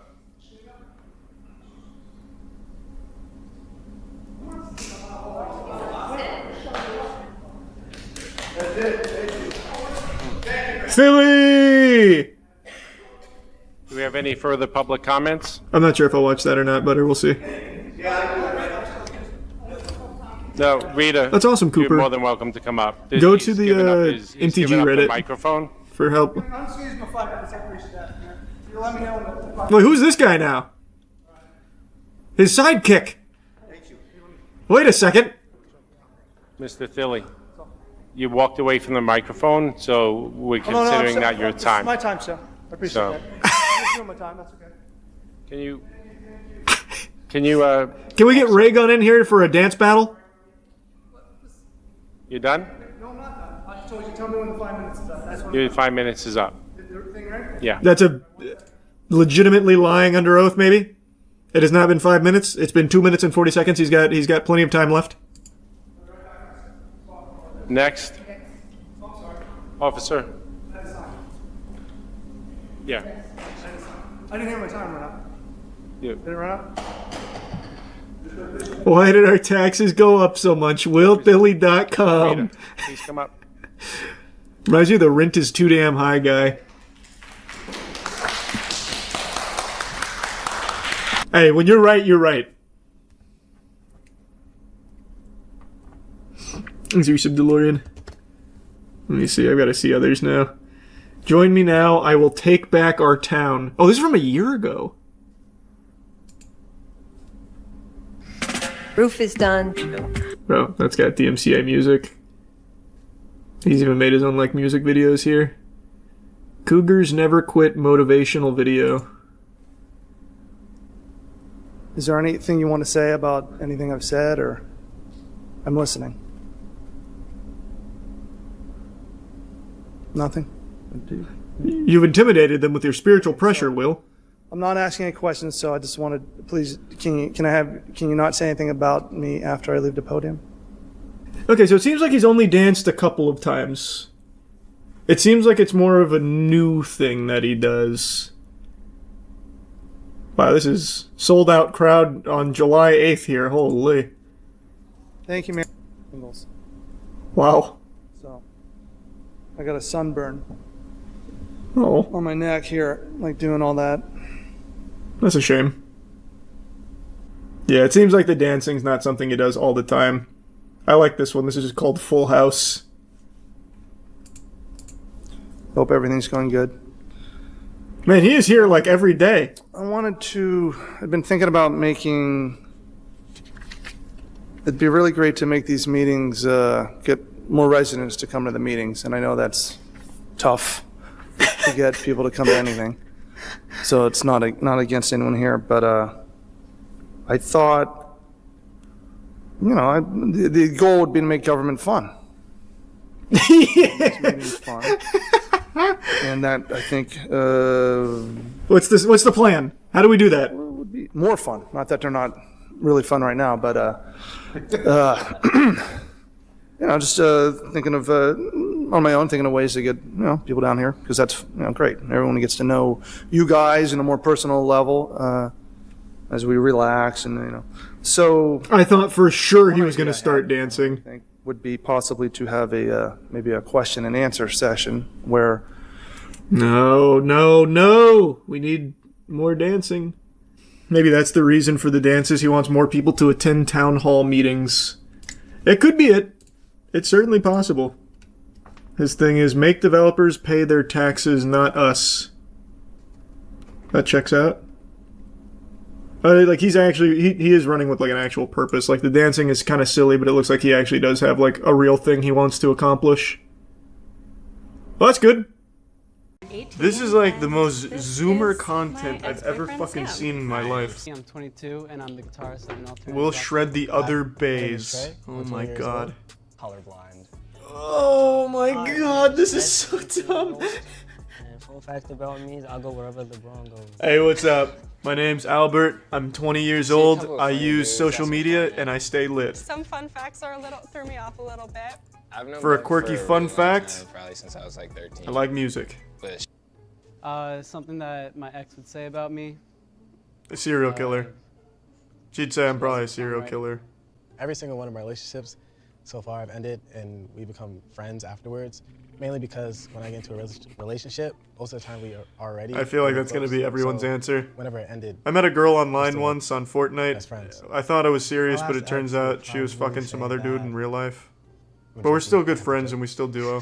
That's what she would say. I'm honest, but I be lying. But I'm honest most of the time, but I be lying. So it's like, you know, yeah. So, you know, what she would say about me is that I'm like also a liar. Yeah. I've actually Was that never like I really can't been tell if that in was supposed to be a relationship joke or before. not, but it didn't Like a land. girl that I would probably rather that my future bae stays. Stop saying bae. Jesus, how old is this? I made this decision because A month I old? think the dude's little. It's not gonna work, man. I'm sorry, Brian, but you gotta go. It was a good try though. Like you won, but you lost. You lost, but you won. Yeah, it was pretty And your ex would say that you probably lost. Into like the whole like smushing faces kind of thing. Now you come kiss me on the lips and I'll It's tell all you if subtle Bev and would to like the that point. kind of kiss. when it comes to kissing, I'm very slow and gentle. Tongue. And I like to be like strong and passionate. I only kiss on the pussy I'd lips. say I'm Or romantic butthole. and responsive. Depending on the mood I'm in. I don't kiss I human guess, lips. I just kind of go with Face the lips, flow. that is. I'm known to do like a little lip bite, but that's it. Mmm. And I use nothing I'm but tongue. actually saving my first kiss for marriage. What? But when it comes Well, to you kissing, lost. I'll say I'm decent at it, but I refuse to touch a woman unless I'm getting married to her. In fact, I won't even look at you. But I'm here anyway. Let me be your bae. Are you telling me that? I don't really have an explanation for this one. It just didn't really sit right. So I'm sorry, man, but Steven, you're out of here. Racist. You just don't like Redditors. Fuck you, man. I was a bit surprised. You're at the beach. And you're kissing right? me. Seagulls all over the Bev's place somewhere, coming but in. you're kissing They're me. coming in, they're stealing What do you Bev's do? French fries. Option 3, let's just go in the water. Whoa! What about the French fries and the ice cream? What? French fries and ice cream, I'll just buy more. Yes. What? Okay, so I would say the first option would be to buy more, just in case. You never know. If Cheater, it's you're something copying that's his gonna answer. cost- Cheater. You don't want Cheater. that. To another part of the beach. Go in the water. They're not gonna come in there. He stole two of the other guy's answers. Boo, buy her more plagiarism. Boo, boo, boo. Number 2. I think number 1. I'm waiting for is, marriage to talk to obviously, get the seagulls. food, throw I'm it, waiting for marriage to run away from seagulls, Yeah, and I would never touch water unless I'm married to it. 2. If not the third one, we call backup. Call back up. Yeah. He called the police on the seagulls. Anyone around? Well, I hope that guy wins who called the cops on the clouds for being too cloudy or something. Do I would totally like protect her first and then go buy her food, but you know, that's just me. Okay. You lost This is because it looks very like you're there to sell drugs Are instead all of you guys fuck Bev. organ donors? I am an organ donor, and Yeah, baby. yes, I don't see any He's point waiting for in marriage to not die. donating if you're- Once I die, I can start donating my my stuff. Until I die, I won't. That's one of the I have creepiest no answers you could have given, So to I'm be not a honest. donor. Bev's not trying to harvest the organs while you're still alive. An organ donor. I'm not saying it will. I hate but if the whoever opportunity edited this. does arise, I hate whoever made this, to be what honest. are your thoughts on having to shave Jesus Bev's back? Christ. Stop. No. God, everyone's so quirky. So quirky. It takes a Oh, lot the to XD change my mind about quirkiness. things, no matter what Such you do. personality. It's a beautiful big chungus. Really like I'll a chungus solid her person, back so with if I my need to shave it memes. back, I'll shave it back. I'll say that. So the massage is a good thing. You win. Just give it to him. Huh? I said I'll do it. Oh, word. Yeah. I'm gonna run. I'm a butt fucker on the I know tree. you're probably like, how you gonna run down the Straight tree? doggy styler up there. Don't even worry about that. I'm an upcoming rock band, so she'll get backstage pass to everything. Who doesn't want to live the rock star life? And also, she'll Little get a did you whole know that song that band was Foo Bev Fighters. and all her friends. You just wanted to promote your rock band. What's its She would have name? been my rock star. She Nirvana would have been on V2? stage with me all the time. I did not. Dang, it's great. He's a good looking dude, but Premarital premarital hug? Hey, well, I use you because I think he I knows don't that I care. have like a big personality and someone God, that just kiss is thoughtful, fucker. Tell me something about Jesus. I don't know. Okay. Are you wearing contacts? Dr. Lupo? No, I know Not that. that I know. Yeah. That's actually quite the scandal. So, That might be there Dr. is a Lupo. wonderful. Like, I probably want to see, like just like an epic concert, I feel like would have been like Elton John, like in the prime. What the fuck is Aaron gonna do? Call up Elton John to Like, with the perform for you in a costumes and basement? Yeah. What do you want him to do with I'm that? just gonna watch that. And for more videos like this, subscribe to 17's YouTube channel. Yeah, I'll pass on that for sure. Maybe if I like get hit with a younger Ray, like a de-aging Ray, and I go back to like 14 years old, I might consider subscribing to 17. But for now, I'll pass. Man, that was like super hard to sit through. Usually it's not that difficult, but that was something special. In the world of video games, there's a single word that'll make most elite gamers erect, or even in some cases prematurely ejaculate. That word is Valve. To some, Valve is just a video game company that's responsible for some fucking bangers, great games, and a really good platform called Steam. But to others, Valve is a fucking church. It's a holy sanctuary, a metaphysical entity that gives their life meaning. They view Gabe Newell, co-founder of Steam, as the goddamn savior, and that Steam was his gift to the plebeian gamers, where he put our mouths against his supple titties and demanded we suckle, and thus we do, Steam being the most popular platform to play games on. There is competitors such as Epic Games Store and Origin, but for the most part, people are choosing to use Steam. And Valve launched that in 2003, and since then, it's just become the gold standard. But Valve's known for more than just Steam. They're known for really good games as well. They don't really develop shit anymore, but what they have developed have always been fucking hits that are timeless. Half-Life, Half-Life 2, Counter-Strike, and all forms of Counter-Strike, Dota. The list goes on and on. Left 4 Dead, Portal, all of these games that everyone loved universally, massive successes. But there's one game in their entire catalog that absolutely flopped and ate some of the fattest shit I've seen in a long time, and it's their most recent game, Artifact. So let's dive into the history of Valve's biggest and most shameful stinker, Artifact. So the game was a multiplayer card game that was a little different from most card games out at the time. Instead of one central board where the card game's being played, there's 3, and each guarded by a tower, borrowing some elements from MOBA Dota 2. By combining elements from the MOBA and the elements from something like Hearthstone, they were hoping that they could carve out a unique identity for the card game that players would absolutely froth at the mouth for. Because MOBAs are so wildly popular, as is Hearthstone, and Hearthstone is an incredibly lucrative game because you buy card packs to fill your deck, and you can get a whole bunch of duplicates, end up spending $1,000 and never get a single rare that you were looking for. That's a really profitable business plan for a video game. So it makes sense why Valve thought if they combined the most addictive gameplay from MOBAs with the most lucrative type of game, card game, that it would be a huge cash cow for them. And Valve has a track record of all of their multiplayer games having a long-lasting and really high-level community, such as games like Team Fortress 2. Team Fortress 2 is over a decade old, and it still has a decent-sized community with its own economy. Every multiplayer game Valve has published has had these long-lasting communities, every single one, and they've all been very profitable for Valve, with the hats in Team Fortress 2, the skins in Counter-Strike. These have all just been really successful ventures, so if you could have the same thing with a card game like this, it could have been massive for them, and I believe that was the goal. However, the game just wasn't fun. And it certainly didn't help that it came at a time where people were really getting tired of being abused for their wallets by video game companies. This game was pretty much dead on arrival. This was basically a fucking abortion of a video game announcement. At the International 2017, Valve decided it was a good idea to hype up a huge new release. You know, Valve's back in the business, baby, we're making a new game. So they show the teaser trailer at the International, expecting huge thunderous applause, people to be fainting over themselves and going wild, already throwing money on stage like panties at a One Direction concert, but instead they get boos and loud sighs of disappointment and disbelief. Look at the clip from the announcement.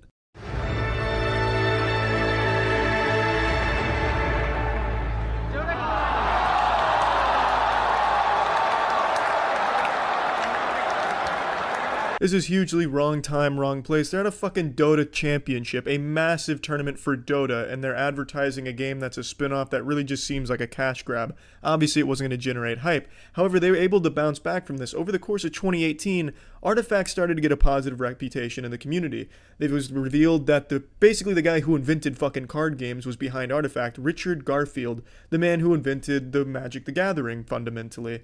He was the creative mastermind behind this game. It started getting this hype, this ain't a game for your mom. Your mom's too fucking stupid to handle this kind of card game. This is a real man strategy card game, but you can't even look at it like a card game. It's reinventing what a card game is. It's like a real-time strategy game for generals of the US Army. This shit is super complicated, and people loved that, and it worked. And interest in the game grew steadily, and by the time the next international rolled around, people were looking forward to more information about Artifact. And then fast forward to its release in November of 2018, and the reception was super lukewarm. Now, lukewarm reception is a big deal because all of Valve's games get universal praise. You see, in video games, there's certain companies that when they release a game, you're genuinely not allowed to criticize it negatively or have a negative view of it for at least 6 months after its release. You are not allowed to, or you'll be outcasted by internet communities, called a loser, clout chaser, and just trying to be edgy with a different opinion. You're not allowed to have a negative opinion. Companies this goes for is Nintendo properties such as Zelda, Super Mario Maker, Mario Odyssey, Bethesda games you can't criticize, Elder Scrolls or Fallout for a good period of time, except for Fallout 76, that was just a punching bag across the globe. Rockstar games, you're not allowed to say anything bad about a Rockstar game until at least a year. And Valve. Those are the main ones that you are not allowed to have a negative opinion of, so people feeling confident enough to give a lukewarm opinion on a new Valve release, and Valve hadn't released a game in a long time, that's a big fucking deal, and Valve felt it. Because you see, on launch, Artifact had a major problem that wasn't even gameplay related. It was the economy. Artifact did what Hearthstone didn't. It wasn't free to play. Hearthstone is free to play, and you can grind for cards and card packs. However, most people do elect to buy the card packs because the grinding does take a long time, and it's only for the really committed and really good players. But Artifact had a $20 price tag, and the only real way you were going to be getting cards building your deck is through buying them with real money. You weren't going to be able to efficiently grind this shit out. They had a ticket system in the game that was suboptimal to say the least, and the economy was just extremely expensive for most players. It really is just a confusing model why they would think this would ever work. $20 upfront and then additional costs just to keep playing the game to get packs and stay competitive. It really makes no sense when the other card games are free to play. Now, the $20 was probably enough to make people not buy it in the first place because the launch at its absolute peak had 60,740 players. That's abominable by Valve standards and just bad in general by Steam standards. Any big budget game on Steam that launches is easily getting over 100,000 players on launch day. That's typically the norm. To put this 60,000 in perspective and how low it is, I compared it to Team Fortress 2's concurrent player count, and Team Fortress 2 came out in 2007, and in any given 24-hour time period, there's 53,000 concurrent players playing that game. So on launch, which is basically prom for video games, that's when you're getting the most activity, Artifact was just barely able to beat out a 12-year-old game on any given day. That's fucking wild. So not only were the responses to the game lukewarm from the few people that did buy it, but really no one bought it in the first place. That bitch was left alone out in the cold streets as the rain poured down on it. And it only took a week for the player base to drop 60%. By the time 2 months had passed, it went from 60,000 players to 1,500 players. So everything that could have gone wrong for Artifact was going wrong, pretty much from the get-go. And now, as of today, September 2019, the most players that have been on in the last 30 days is 150. The game is beyond dead. I'm sure Valve has already washed their hands of it. They're trying their best to forget about it and trying to erase it from the internet's history, but it's not going to happen, I'm sure, because Artifact lives on in infamy as a lesson to all video game developers on how not to launch your game, how to do research about what your audience is looking for, and how to, get them excited for your upcoming titles. But also, Artifact has another legacy, a much more recent one that I talked about, where Artifact had a second life on Twitch. You see, during its death, its spiraling demise, Artifact was comically pulling 3 viewers, 5 viewers every day on Twitch, which is lower than pretty much any game you can imagine. Even shit like the official Burger King Xbox 360 games were pulling more viewers than Artifact was on Twitch. However, when people started making fun of how low Artifact's viewer numbers were, they started to hijack that category on Twitch for Artifact streams and play their own shit. On the Artifact section on Twitch, you would always find porn or Avengers in-game. You'd find all types of incredible shit because people started to use it as this hub to dump all kinds of illegal content on, all things that go against the site's rules, and just this wild, wild west of video dumps and streams all just taking over Artifact because no one respected it, no one was watching it, and it was a good joke. And man, there was some good fucking content on the Artifact section. If you scrubbed through like all the weird porn, you could find entire streams of John Wick and John Wick 2, and you got to interact with the chat. It was fucking great. So Artifact, while no one liked the game, no one played the game died within 2 months, people fucking love the category on Twitch, I'll tell you that much right now. As a fan of the old Artifact category, I'm glad the game at least got made for that week or 2 weeks that Artifact was killing it on that. It was fun. That's the only good thing Artifact ever did, and the only thing that justifies its existence on the internet, I'd say. The game is by far Valve's worst game, and it probably always will be, because Valve probably won't ever fucking develop a game again.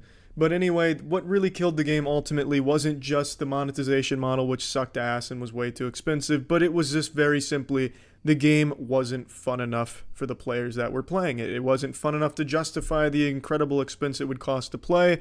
It was too RNG heavy for some people while not being RNG heavy enough for others, and it just wasn't a well-liked game by even the very few people that had unfortunately subjected themselves to playing it for any meaningful length of time. So they didn't recommend it to anyone, they couldn't recommend it to anyone because they didn't want to, and they stopped playing it themselves within 2 months, and thus the game died. Now, again, I don't think Valve is going to top this in any way. I don't think you could, because this game was just a perfect storm of everything going wrong, from its announcements to its design and its timing. So that's the end of that story. Valve will probably not top this anytime soon, and I don't think we're going to see an Artifact comeback if they're even still acknowledging the game's existence. So yeah, that is Valve's worst game. So yeah. It's only been like a month or so since I took a bit of a dive into the cesspool of Kickstarter. After learning that it's been inundated with fraudulent AI-generated products, it appears the site is just fully plagued, and the main thing that gets pitched on Kickstarter these days is just phony baloney nonsense AI slop, all designed to try and squeeze a couple of clams out of gullible people that don't recognize that it's not real, that it's all make-believe. However, Matt just sent me a Kickstarter project that does seem to be real, and it's looking to dust off an old novelty from way back in the day. Raise your hand if you remember Smell-O-Vision. This whole idea, the final frontier of entertainment, the fourth dimension, where you can smell your movies, your TV shows, and in the case of this Kickstarter project, specifically, your games. Games get more realistic every year. Higher resolutions, faster refresh rates, even full virtual reality. But one sense has always been missing. Our sense of smell, the most emotional sense we have. At some point, we've all wondered what it would be like if we could actually smell what we see on screen, what it would feel like to step into a world, not just look at it. Have we all wondered that? Is that really something every gamer thinks at some point? Because I would imagine the only unifying thought across all gamers' minds at some point in their life is, could I possibly suck my own dick? I don't know how common it is to really have this intense desire to smell the game. I can only speak for me personally, I suppose, but I just feel like that'd be such a fucking nuisance. I would hate to be playing Call of Duty and smelling the body odor and sweat and gunpowder as I'm vaulting over something about to, drop shot some dumb asshole, right? I think that would suck. I would really not like that. And there's a huge difference between smelling the game and stepping into that world.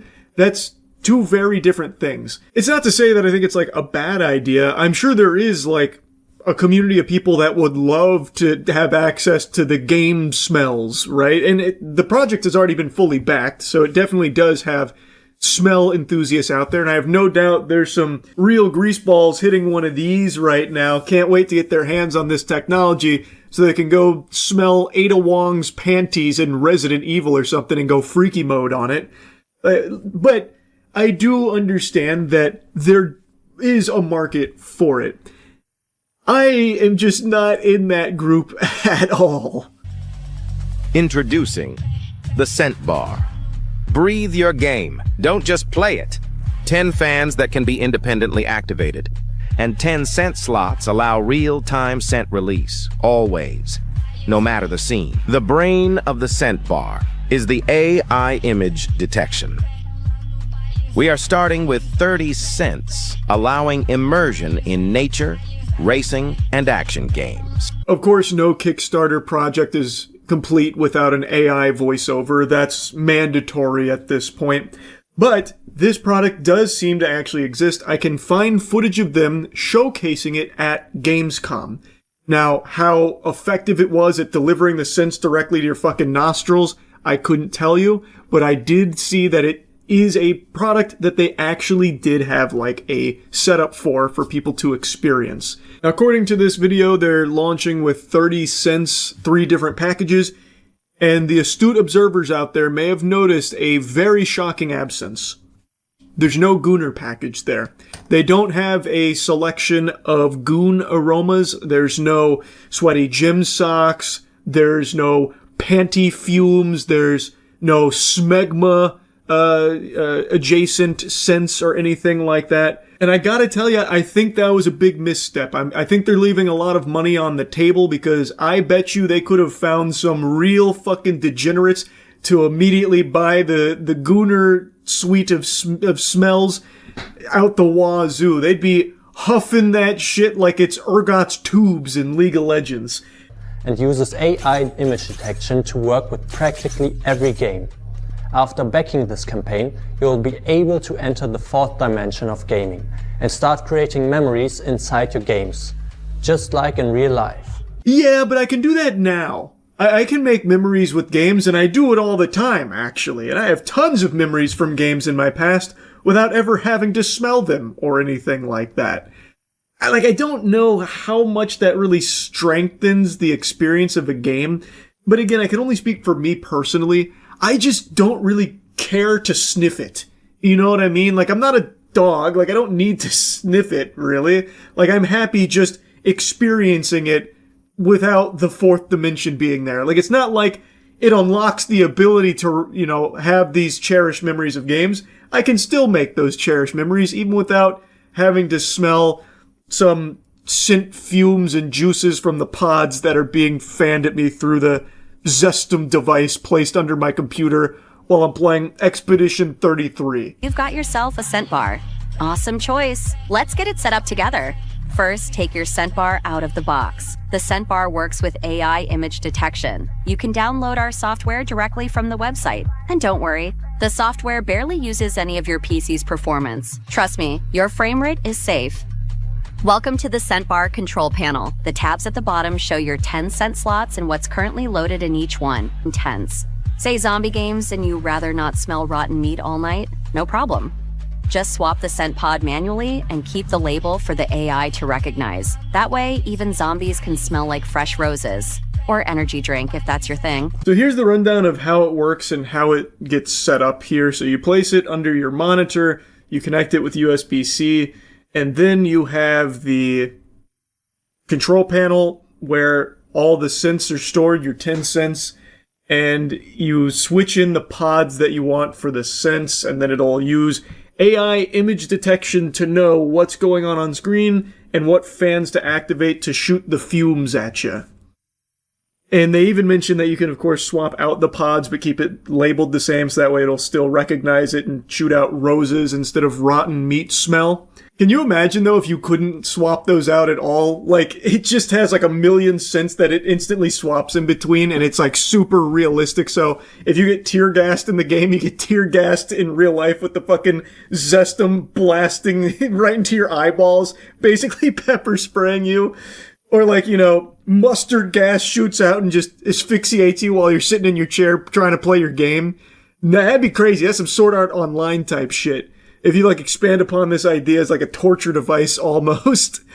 But I mean, again, it seems like this is something that does actually work. I just don't know how many people are like really salivating over the ability to smell the game that they're playing. I feel like it'd be cool for a couple of minutes, but the novelty would really wear off when playing for a long period of time in like an extended gaming session, which most people are playing for a couple of hours usually. And I feel like if you're smelling shit the entire time, it's just going to be a bit of a headache. And you're probably going to like really go through the smell juices, like the potions they've got in there, because they're tiny pods. They show you in the video here in a moment. They're like this big, maybe. They're not huge at all. So I feel like you'd probably run through a ton of them very, very fast, which would then mean that you're constantly reloading and repurchasing pods, because I imagine they're not free. I don't think you can just replace them for free. Maybe I'm wrong. But you would be spending quite a bit of money to keep the scent bar fully stocked on smells. And if you're using it daily, I just truly don't know how long these pods are going to last you. Once your game's running, simply share your game window with the software. Don't worry, nothing's recorded or stored. The AI just analyzes your screen in real time and nobody else can see it, not even me. And that's it for the setup part. You're ready to dive in. I highly doubt that's true. Whenever it comes to anything AI, I have to imagine that it's a full-blown fucking red alert lie anytime they say, don't worry, it's like super secure. No one else can see it. Not even us. Because time and time again, that's been proven incorrect. It is just a lie, like 99% of the time. So perhaps the scent bar is also collecting data on you. It's entirely possible, I suppose, since you have to share quite a bit with it. One scent pod lasts up to 3 months, depending on your gameplay, of course. I just truly don't see how that's possible to claim that the pod lasts up to 3 months. You can see the pod is not that big. It's pretty slim, too. So how the fuck is there enough aroma fluid in there to last up to 3 months with daily playing, like hours of game time? I don't know. I just, unless it's like really frugal with how often it fans out some of the smells. But from what I saw in their like booth at Gamescom, it seems like it blasts out smells pretty frequently. Like I just truly don't know how it could possibly last you 3 months, a single pod. So whether you're walking through a forest, speeding down a racetrack, or fighting dragons, your world actually smells like it. Furthermore, because we're committed to bringing scent into the entire digital entertainment world, streaming works too. Everything you can share via screen share becomes scent enabled. We're working hard to make it compatible with all the places you love to watch.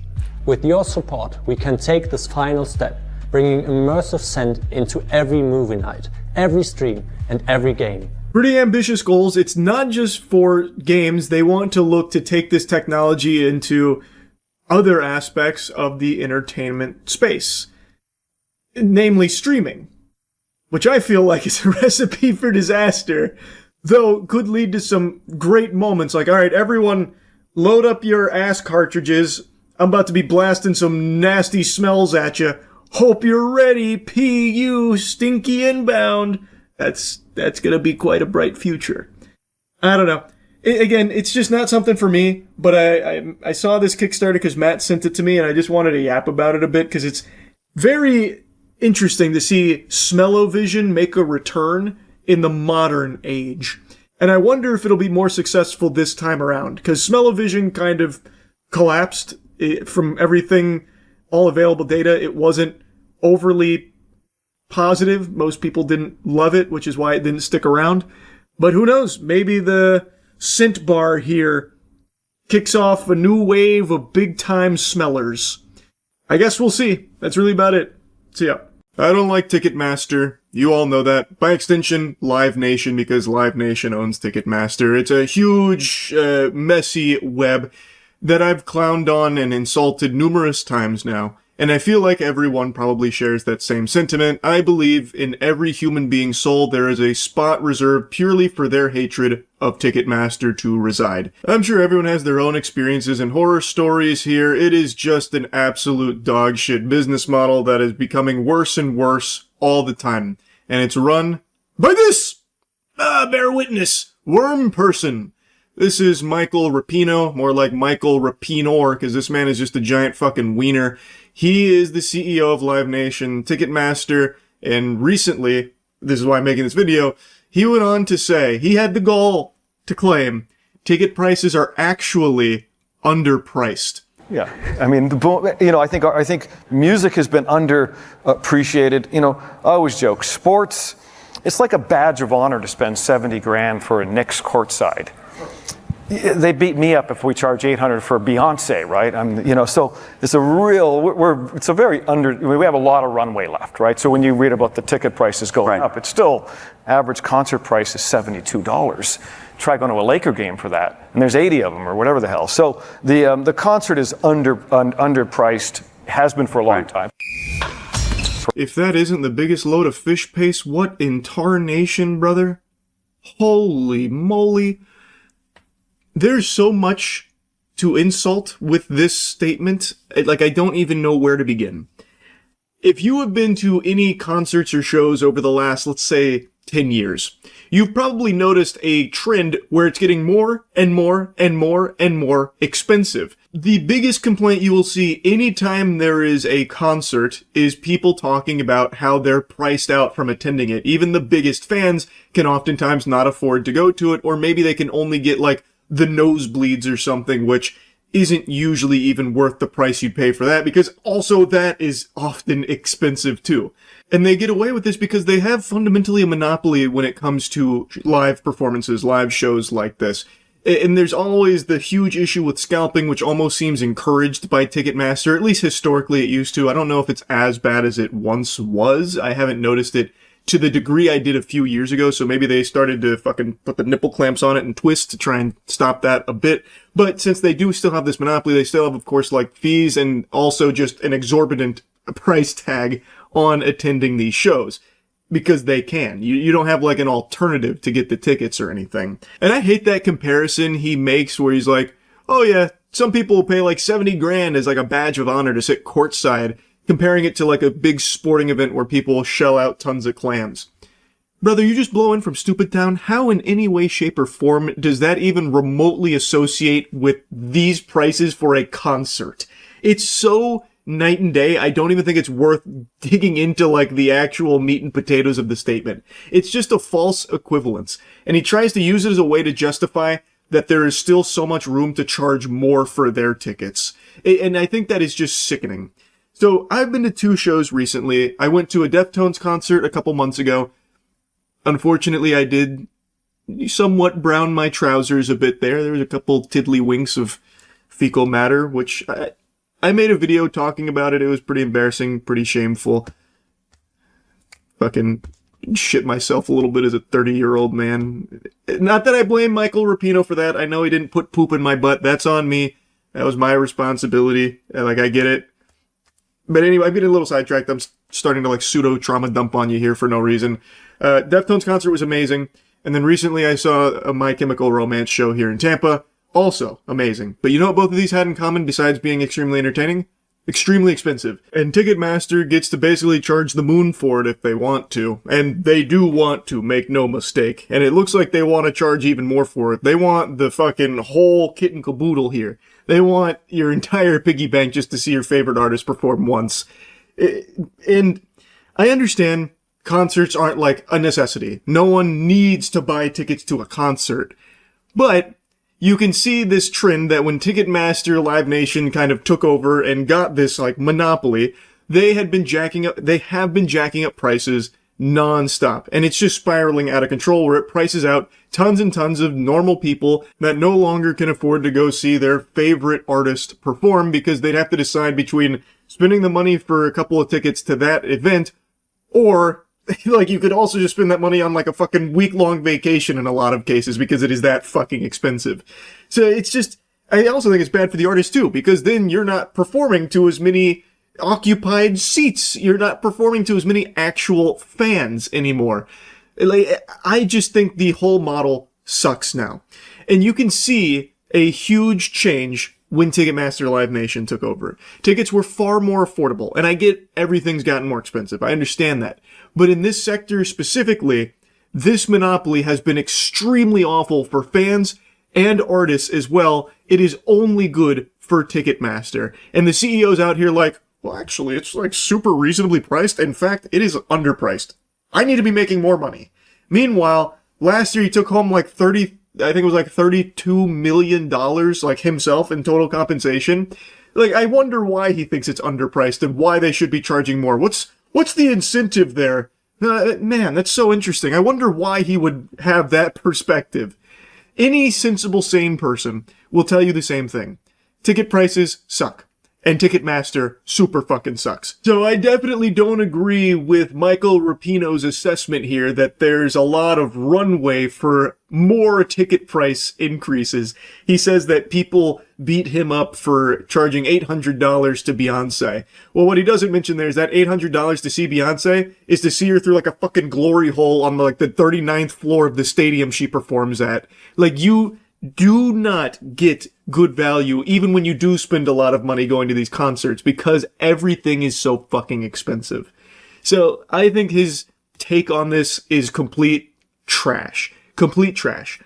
But he does say something during this event that I think is an important thing to mention in regards to how important shows are to the artists. Well, the live show is, become, the artist is going to make 98% of their money from the show. The record label, all the other ways they made money is irrelevant now. The show is where they're making their money. Now, in this section, he is actually correct. He did pin the tail on the donkey here. Record labels take the lion's share of what an artist makes, or what a band, group, whatever makes. I have heard some, what I believe to be, or should be, criminal contracts in the record industry where they will take sometimes like 90% of like streaming revenue, record sales, merch sales, that kind of thing. And thus the band needs to survive off just tours alone because that's where they make their actual money. The record label makes the rest through them on other things. They only see like a small percentage of it. It's fucking terrible. The music industry itself is so unbelievably corrupt. Ticketmaster is just a small component of that.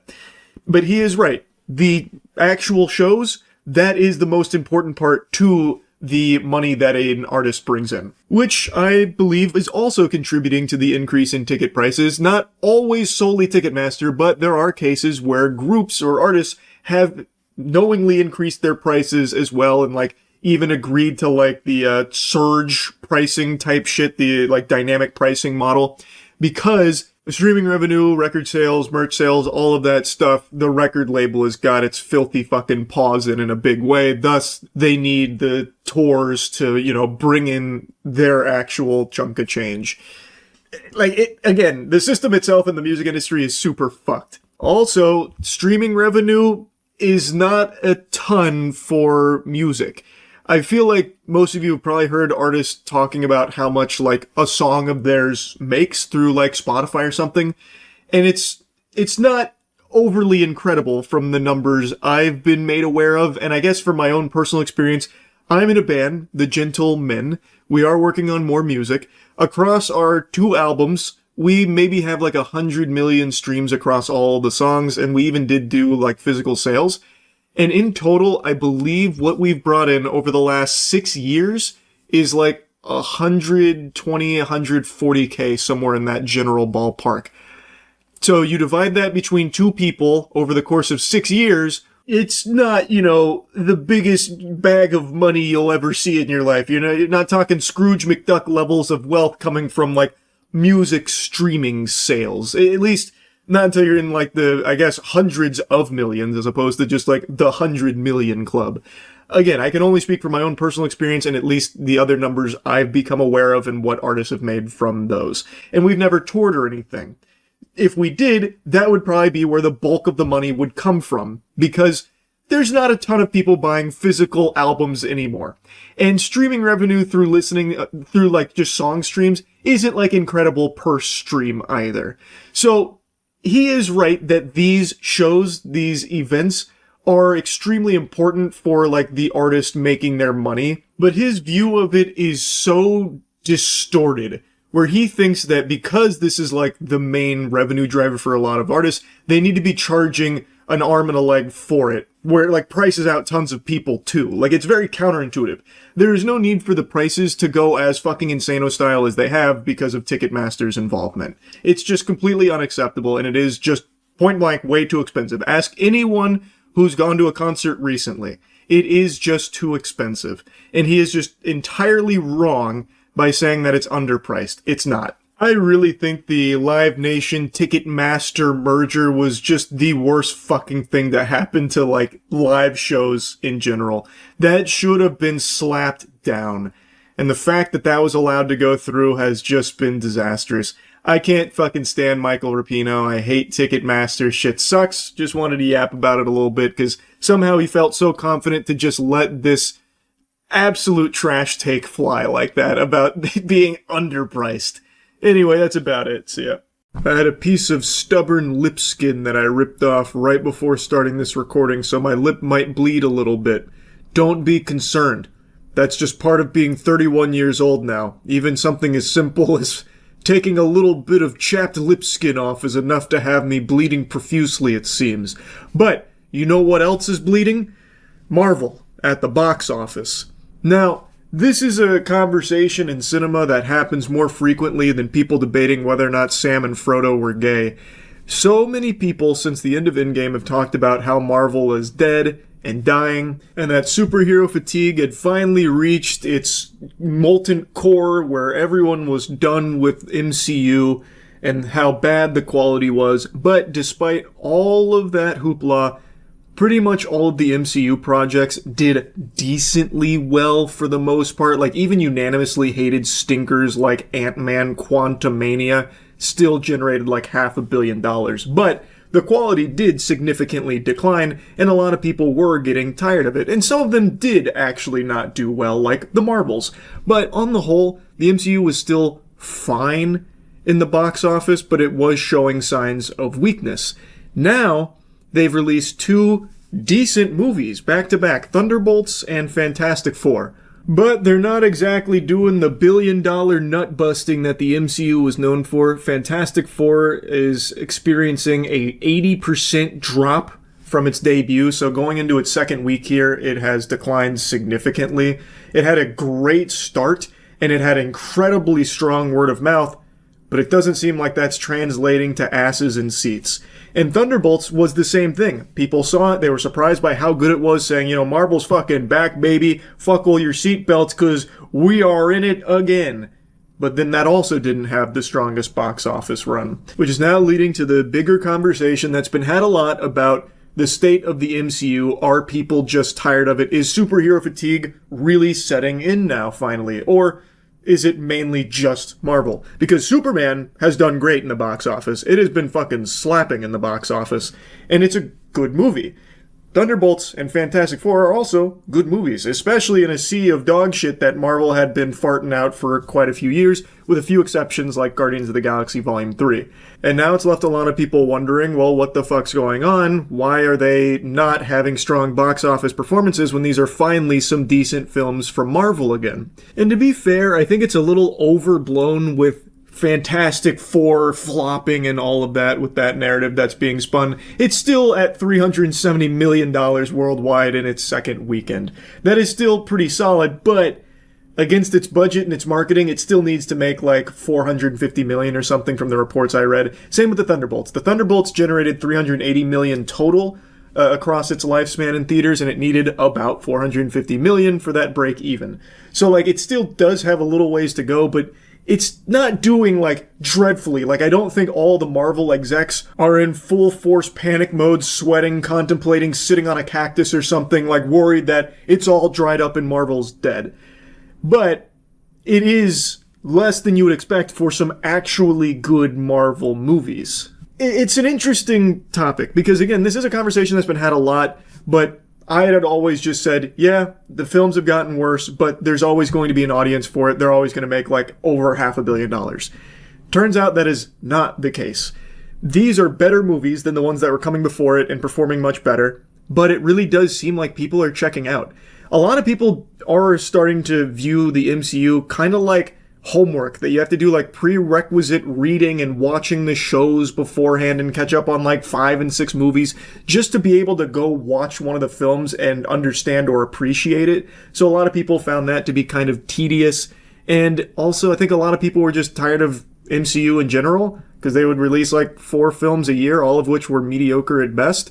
And now they've finally got 2 like pretty strong films, but a lot of people just don't really care about the word of mouth. They're just kind of done with it, it seems. And to be honest, it's kind of hard to blame them. I can totally see why.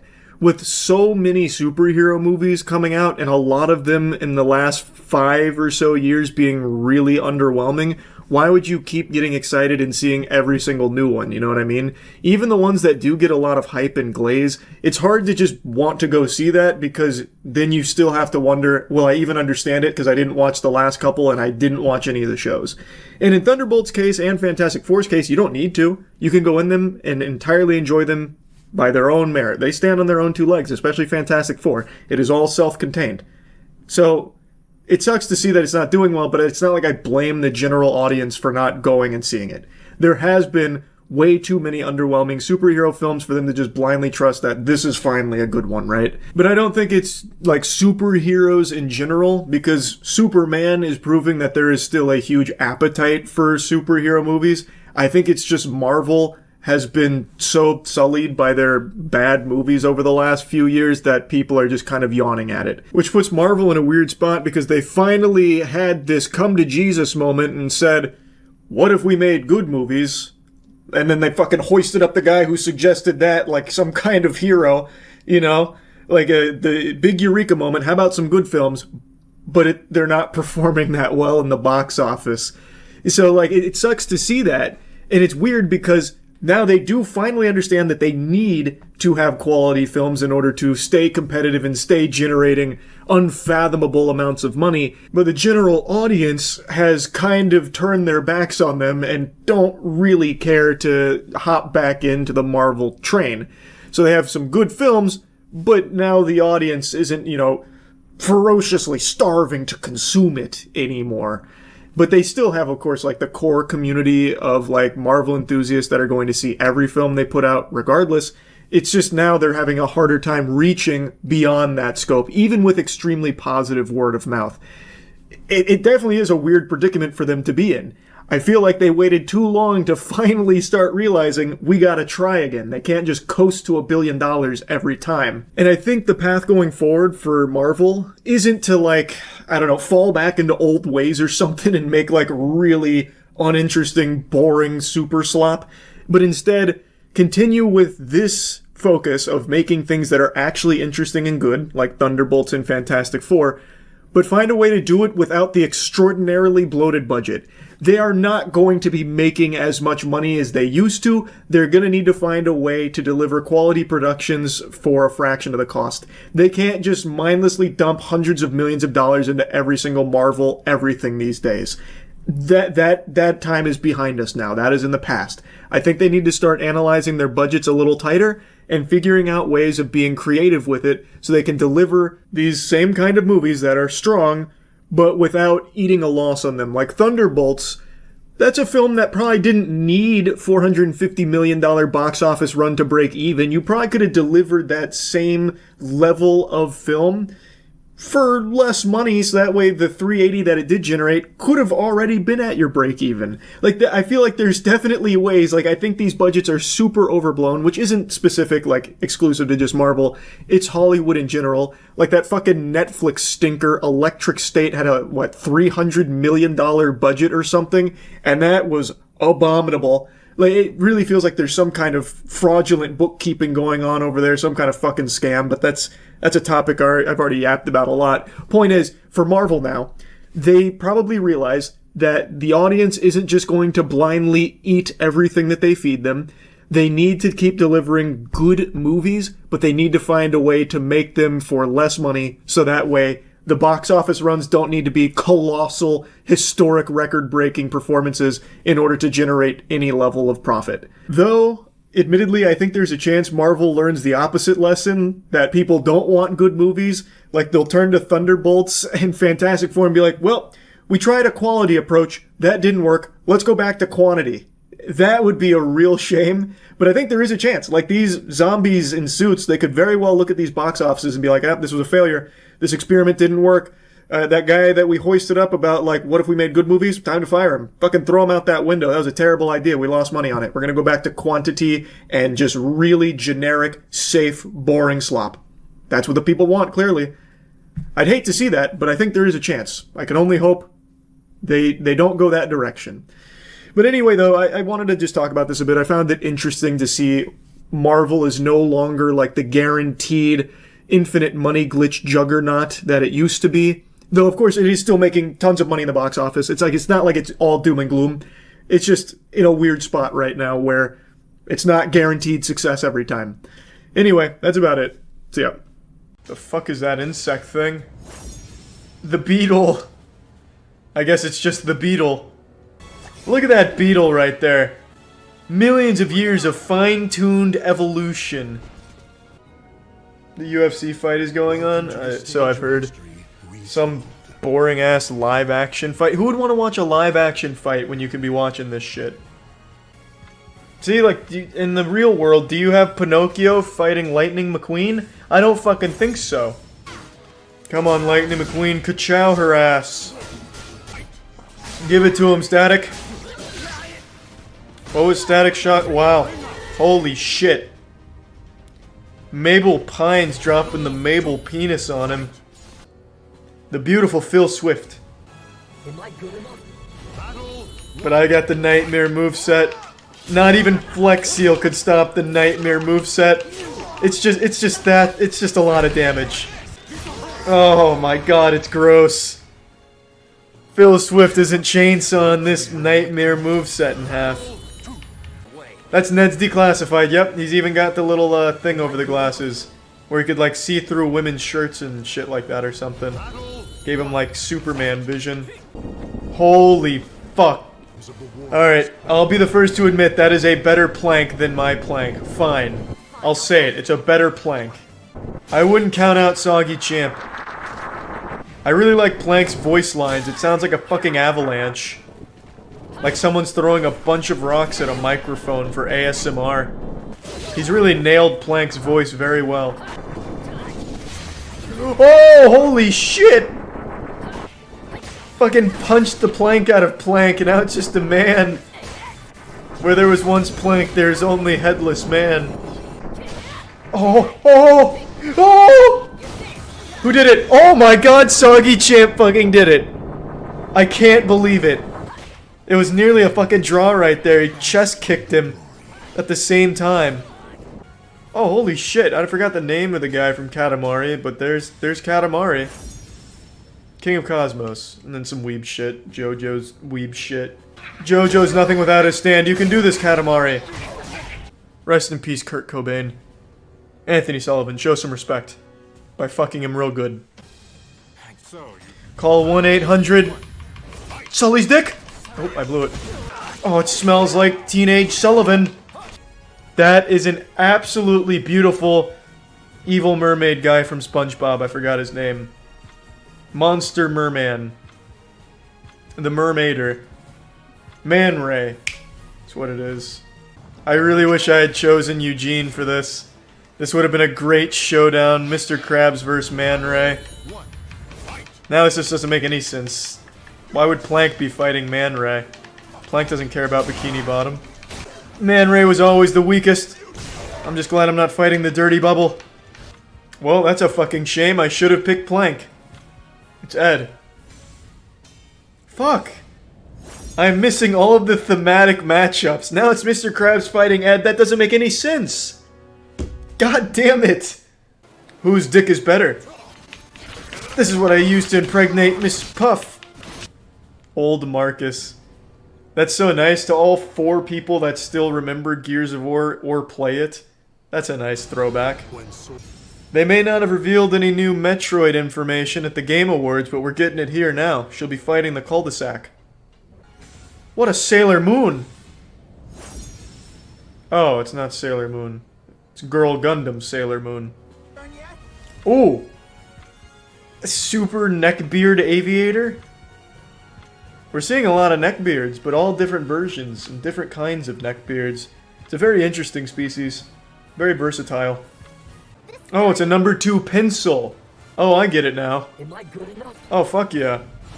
Alright, time to take the SAT. Oh, it's the Lincoln Memorial versus Bad Dragon, so it's gonna be a furry dildo. This is exciting. Some say Lincoln wanted to be buried with his Bad Dragon dildos. That is a great sword. Oh no. It's too beautiful. This is what Lincoln fought for. Well, he just put dildos out of business. They've gone extinct now. This Patrick Star looks more like a pink crayon. Flying roach. Don't worry, pest control's here. Anthony Sully Sullivan. Fucking your wife when you're not home. God damn it, Rob Zombie. No one liked the Halloween movie you directed.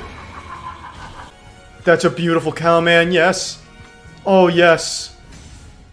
Finally. Oh, it's a beautiful fucking it's a beautiful fucking cow, man, that's making me wet. Is the statement I was trying to get. Alright, this is... in true cowman fashion, he's getting fucking obliterated. I like it. Sticking with the theme.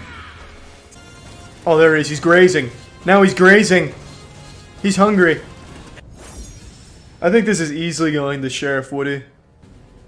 Just far more powerful than Goku could ever hope to be. There are plenty of things I don't like.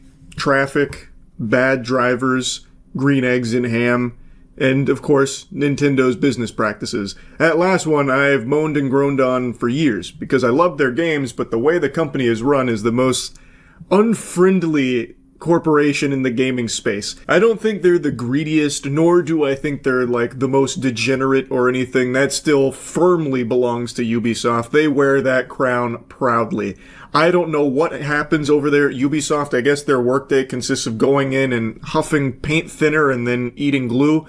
But it is crazy how out of touch that company is, and everything you could possibly do wrong as a business, they do with a smile on their face. Nintendo is nowhere near that level, but I think Nintendo is just so anti-consumer and very aggressive to the people that love their games. They make incredible games, but they make it abundantly clear they really don't like you to enjoy their products in ways that they don't intend for it to be used. And they are not afraid to bring that fucking hammer down. They throw their meat on the table and say, suck or else. They have many times over the years shut down community events for a variety of reasons. And recently they've put their peepers on a speedrunning charity event called RTA, where they gave them a warning that unauthorized use of the Nintendo games would no longer be permissible by this event. They need Nintendo's permission for them, but they gave them that warning way too late, thus they couldn't get that permission in time. Now, this is an event that's been run for almost a decade now without hiccups. They've run Nintendo games for all these years, and now all of a sudden, Nintendo puts up a big stink about it saying, whoa, whoa, whoa, scoundrels, you can't do that, you fucking hooligans, you need our permission for each game here. I guess they just had the itch. They were scratching at their neck looking for something else to shut down from people that love their games, so they went out of their way to target this charity event. And while they're not shutting it down per se, they did just put a big damper on it by forcing the event to have to omit Nintendo games because they didn't get enough time to get Nintendo's permission after receiving their notice. This event's been run for the past 9 years, and then suddenly this time around they received a warning from Nintendo about using games without permission. They do still have hopes that they'll be able to bring Nintendo titles back into this event in the future, but this came so suddenly, way too quickly, that there's no way they can get permission in time for it. Thus, they've had to pull the titles from this upcoming RTA, which starts today. RTA in Japan made the announcement on their website explaining the absence of the titles. Apparently, Nintendo pointed out to the nonprofit on June 13th that organizations require prior permission to use Nintendo games, adding that RTA in Japan's previous use of Nintendo titles was unauthorized, as permission was not obtained in advance. Oh no! That's a big-time crime right there. Unauthorized playing of a Nintendo game. Oh boy. That's some big potatoes right there. But anyway, immediately upon receiving the notification, RTA in Japan began negotiations in the hopes that they could use the titles again for future events, but as of right now, it hasn't really gone anywhere. It's been decided that RTA in Japan will apply for permission on a per-event, per-game basis, basically having to ask Nintendo every single time one of their contestants wants to play through a game, even if it has been featured at previous RTA in Japan event. In their announcement, RTA in Japan revealed that they were unable to establish clear guidelines on this process in time for 2025, hence the omission. They also apologized to everyone who had applied to speedrun Nintendo games for the event. This article then goes on to explain the reaction to this. So at first glance, this seems like overprotective Nintendo picking on a small charity event. However, the majority of Japanese-speaking users commenting on the matter took a balanced view of the situation, or even sided with Nintendo, with many saying they understood why Nintendo had taken this action now. RTA in Japan started off as a small volunteer-run effort. However, over the past few years, it has grown into a large public event with major sponsors, and the organizers now registered as a general incorporation association with all the bureaucracy and responsibility that brings. The event's growing prominence is likely what made Nintendo sit up and take notice. Some commenters even said RTA in Japan should have been more responsible and proactively taken measures to ensure that they had Nintendo's permission to avoid disruption to speedrun events. Oh my god. I hate this corporate dick sucking. This should be a positive thing. That this small volunteer-run effort has grown into something that generates real meaningful change and help to charitable organizations. This should be a celebration, not like a, well, you got too big, you should have known, you should have went and sucked on Nintendo's titties over there. Should have begged to be able to play those games there. You should have known. You're not allowed to just play games on the big screen and try and raise money for charity. That's illegal. And you know what? If Nintendo wants you to ask permission, fine. Why couldn't they have told you that months in advance so that way they could actually go through this process and have them present at the RTA in Japan as they have been for so many years previously? Clearly, June 13th wasn't enough time here. This is apparently a pretty long process. Why did they wait so long? Why not give them this notice at the start of the year or something? Why did they wait until there was no time left to possibly get the negotiations settled and get permission to have them played? Why did they wait so long? Why didn't they make that clear explicitly earlier? If this has become so big and it is already so known that Nintendo games are integral and have been woven deeply into the event, why wouldn't that have been made more clear to the organizers way before it was like at the deadline? It doesn't make sense. It's just so unnecessary to begin with, by the way. I don't think there's any justification or excuse for it. Like, it's not that big of a deal. They are playing your games because they love them and they want to use them as a way of generating positive change in the world. I will never be able to wrap my noodle around the Nintendo perception of every player being an enemy. They treat everyone that touches their game as a threat to their company somehow. Unless you are playing that game privately in your own home at all times, you are viewed as like an actual adversary to them. If you play this game in like a public manner in any way, they will put you under the microscope. It doesn't make sense to me. This is a fucking charity event. Again, if Nintendo wants them to ask permission, fine, but maybe just have that be more of like a collaborative effort at that point. Like, hey, we'd really love if you asked us permission so that way we can be like a big part of this. We love what you're doing with this charity speedrunning event. We love that you love our games. Let us be a part of it. Just talk to us first. As opposed to be like, you need our permission for each individual game, and if not, you cannot have us there. We will come after you. Like, that is such a different tone. If they want this to be more collaborative with permission, fine. But give them that warning sooner. And then also, maybe, like, for this one, they could have been like, hey, I know we didn't tell you this in time. You can still play our games this time around. You'll get, like, our expedited permission for this. But just know, for the following event next year, we would like to go through, like, a deeper negotiation and work more together in order to ensure everything is fully authorized. Like, you didn't need to come in here with the fucking sledgehammer. It's a charity event. It should be something to be celebrated. And overall, it's just so pathetic from Nintendo here. Again, it's your games, sure, you can legally do this, but why do you want to be the biggest douchebag on the planet? They're just a bully. They are now bullying a non-profit charity speedrunning event. Unauthorized use of their games. They're just playing them. They are just playing your games while trying to raise money for a really good cause. What kind of company has an issue with that? They're not stepping on your toes or anything. They just love your games and want to play them, speedrun them, and raise money for a good cause. How does that not fit in line with the Nintendo MO of bringing positivity through this art? It's just crazy to me. And unsurprisingly, I've seen a lot of Nintendo drones defending this, as there always will be. There are people that will fight tooth and nail for the honor of Nintendo as they continuously get spit upon by the company, but they love that spit in their mouth. They live for that shit. They do all their PR for free. So there are people saying that it's not that big of a deal. This is a legal thing, and, they gotta ask permission if they want Nintendo games. They're not shutting them down. They're just saying, you need our permission to play those games. And I know I'm about to repeat myself, but it is just a point that needs to be made, like, strongly. There's, like, no real way to wiggle out of this checkmate here. if it isn't that big of a deal of like asking permission from Nintendo to play these games, why did they wait until there was no time left for RTA in Japan to get that permission? Why wouldn't they have given them this warning, this notice much sooner, so that way they could go through this entire process, go through this whole song and dance that Nintendo requires them to do? It does seem like there's a lot of moving parts to it. Why wouldn't they tell them this and get this going many months ago? This event has become big enough that clearly Nintendo is aware. They could have easily reached out to them and let them know much earlier this year. So that way they would have had time and they would have gotten the permission to be here. Instead, they waited until there was absolutely no time on the clock. They couldn't get the buzzer beater negotiations over the finish line. Thus, they just had to remove the Nintendo games or else face potential punishment. Like, I don't understand how anyone could look at this and think Nintendo's in the right here. Like, if they want you to have to ask permission, fine. But make that clear way in advance so that way they can do that. I don't think there's a strong defense for it. Now, I've made it clear I have no plans of buying Nintendo property again until this company has a drastic overhaul. I know, what a brave hero. But I keep getting asked, like, what do I think of DK Bonanza and all that? I think the game looks great.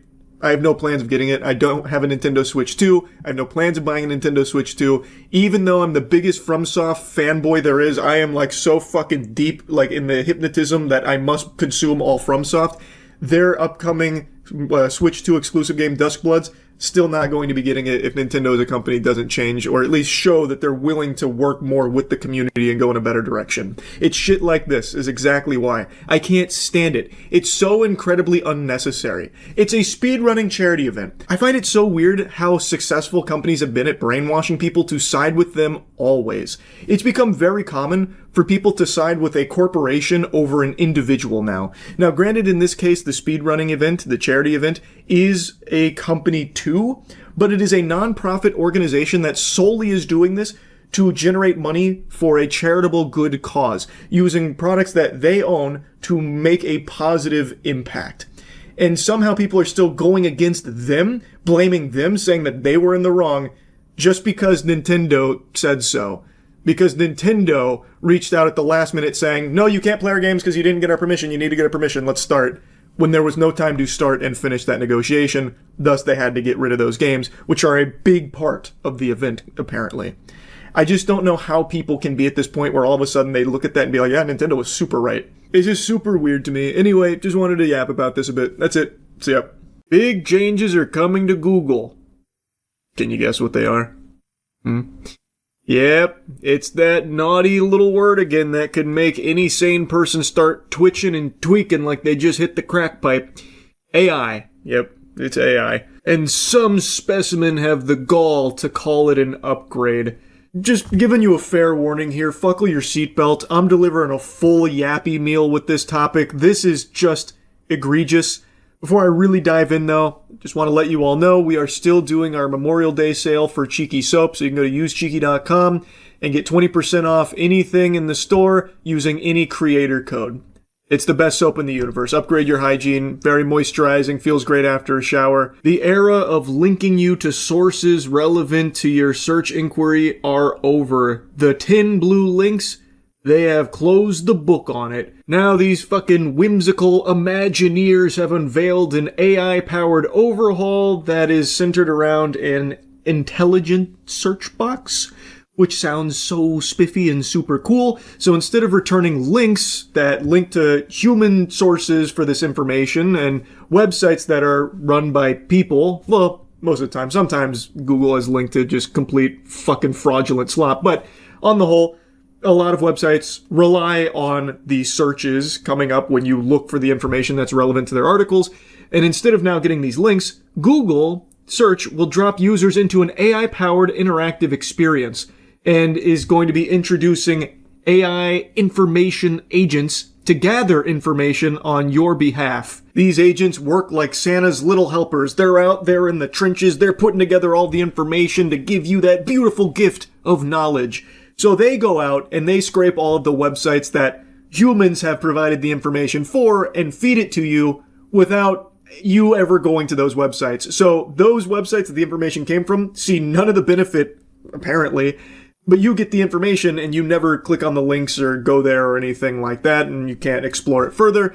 The information agent has gathered it for you. So links are an afterthought. They will still be existing in some capacity, as I understand it, but it is primarily focused now on AI basically taking all of that and baby birding it into your mouth, just vomiting it into your mouth, and take them at their word that the AI is not hallucinating at the time and the information's not just completely fucking bogus. But as you can imagine, this isn't exactly going over swimmingly because so many people and businesses rely on Google search actually searching and linking the people that are looking for this information to their sites, because that's how they're able to survive and continue to provide that information, is people going to the site and exploring it there and engaging with it. If that doesn't happen, well, site probably won't exist anymore. So now that information won't exist anymore. So where the fuck is the information agent going to even grab it from? I don't know. It feels like a really wacky and shitification. It doesn't do anything better. It just feels like it's more convoluted and just, again, a symptom of this disease that the world is inflicted with, where AI has to be ham-fisted into every single facet of life now to justify the trillions of dollars that are getting pulled into it, and it is fucking puddle of filth. Personally, I just don't see how this is yee-haw worthy. A search engine is supposed to search things for you, the human being, but now this is a lack of search engine at this point. The AI is just doing it. But historically, what would happen is you would type in a question, you would get your links, and you would go through these and look at all the relevant pieces there. And sometimes there's even a little bit of thought that goes into it, where maybe there's like a website that you know has a poor reputation and provides like some bad information. Like for me, that's Fextra Life. If I'm ever looking up video game related shit and Fextra Life pops up as a link, I know to avoid it, because a lot of times they're just blatantly wrong. So I know when I'm looking at video game things, I can just immediately filter that out when the link pops up and go to another more trustworthy source. And sometimes when you're looking up other things, you'll go to a website that maybe looks a little bit fishy and you start to question if the information's accurate. So then you'll check a couple other websites against that information to see if it was accurate, and maybe it wasn't. That is you as the human being having to use a little neuron activation up here to get the correct information. But an information agent here, maybe they don't do that. Maybe they just scrape the information from those links. Like Fextra Life is usually at the top of video game searches, so maybe they just scrape the information there, and then when you search it through this new system here, they just give you the Fextra Life information that could just be entirely incorrect, and you would have no idea, of course, until you try to do it in the game and it just left with your dick in your hand, I guess. But like, there are just so many times where maybe it doesn't check if the information's accurate. It was just one of the pieces of information that it scraped and fed to you. It's just, I don't see how this is an improvement. I really don't. It feels like they want you to think as little as possible, which is a bad thing, and don't let anyone convince you otherwise. They want you to do as little as possible and activate your brain as little as possible. Let information agents do this for you. Let us guide you through your questions. That's another thing we'll get into in a moment. Let us do all of the thinking for you. You asked a question, yeah, but let us be the one to do all of the work and the actual like gathering and thinking of it for you. That's bad. With the revamped search experience, also side note, I hate that they are now slapping that label with anything AI to try and like, make it a little more palatable. Oh, it's a AI experience. But really, it's actually the lack of an experience and taking experience away from you. It's so fucking slimy. The new search box simply expands to accommodate longer, more conversational queries rather than making you decide what type of search experience or mode you want to choose at the start, and it'll have a new AI-powered suggestion system that goes beyond autocomplete to help people craft more complex and nuanced queries, Google says. And Google's AI overviews will also allow users to ask follow-up questions in AI mode, which begins on Tuesday. So yeah, now you can enter Dicko mode if you like, and also starting in the summer, you can create, customize, and manage multiple new information agents within Google Search that work in the background 24/7 to track changes on the web and alert you to new information. For instance, you can have them track market movements and stuff like that. The shift means that searching the web will increasingly be performed by AI agents rather than humans. Instead, people will focus more on acting on the information those agents provide instead of manually clicking links.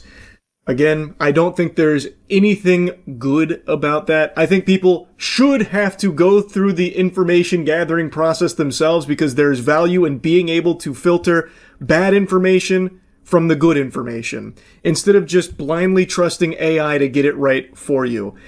I think the more we go down this path of like, don't do anything, don't worry about doing anything, don't think, just sit there fucking drooling and let AI do it for you, the worse humanity gets. Now, of course, the argument always goes, well, this helps, combat misinformation because, maybe people don't develop the ability to figure out what's real and what's fake when it comes to the information that's provided through their search inquiries. And fair enough, yeah, there are plenty of people that fall victim to just, consuming just dog shit. That happens, yeah. But AI doesn't fix it either. Look at Twitter right now. Look at how people utilize Grok.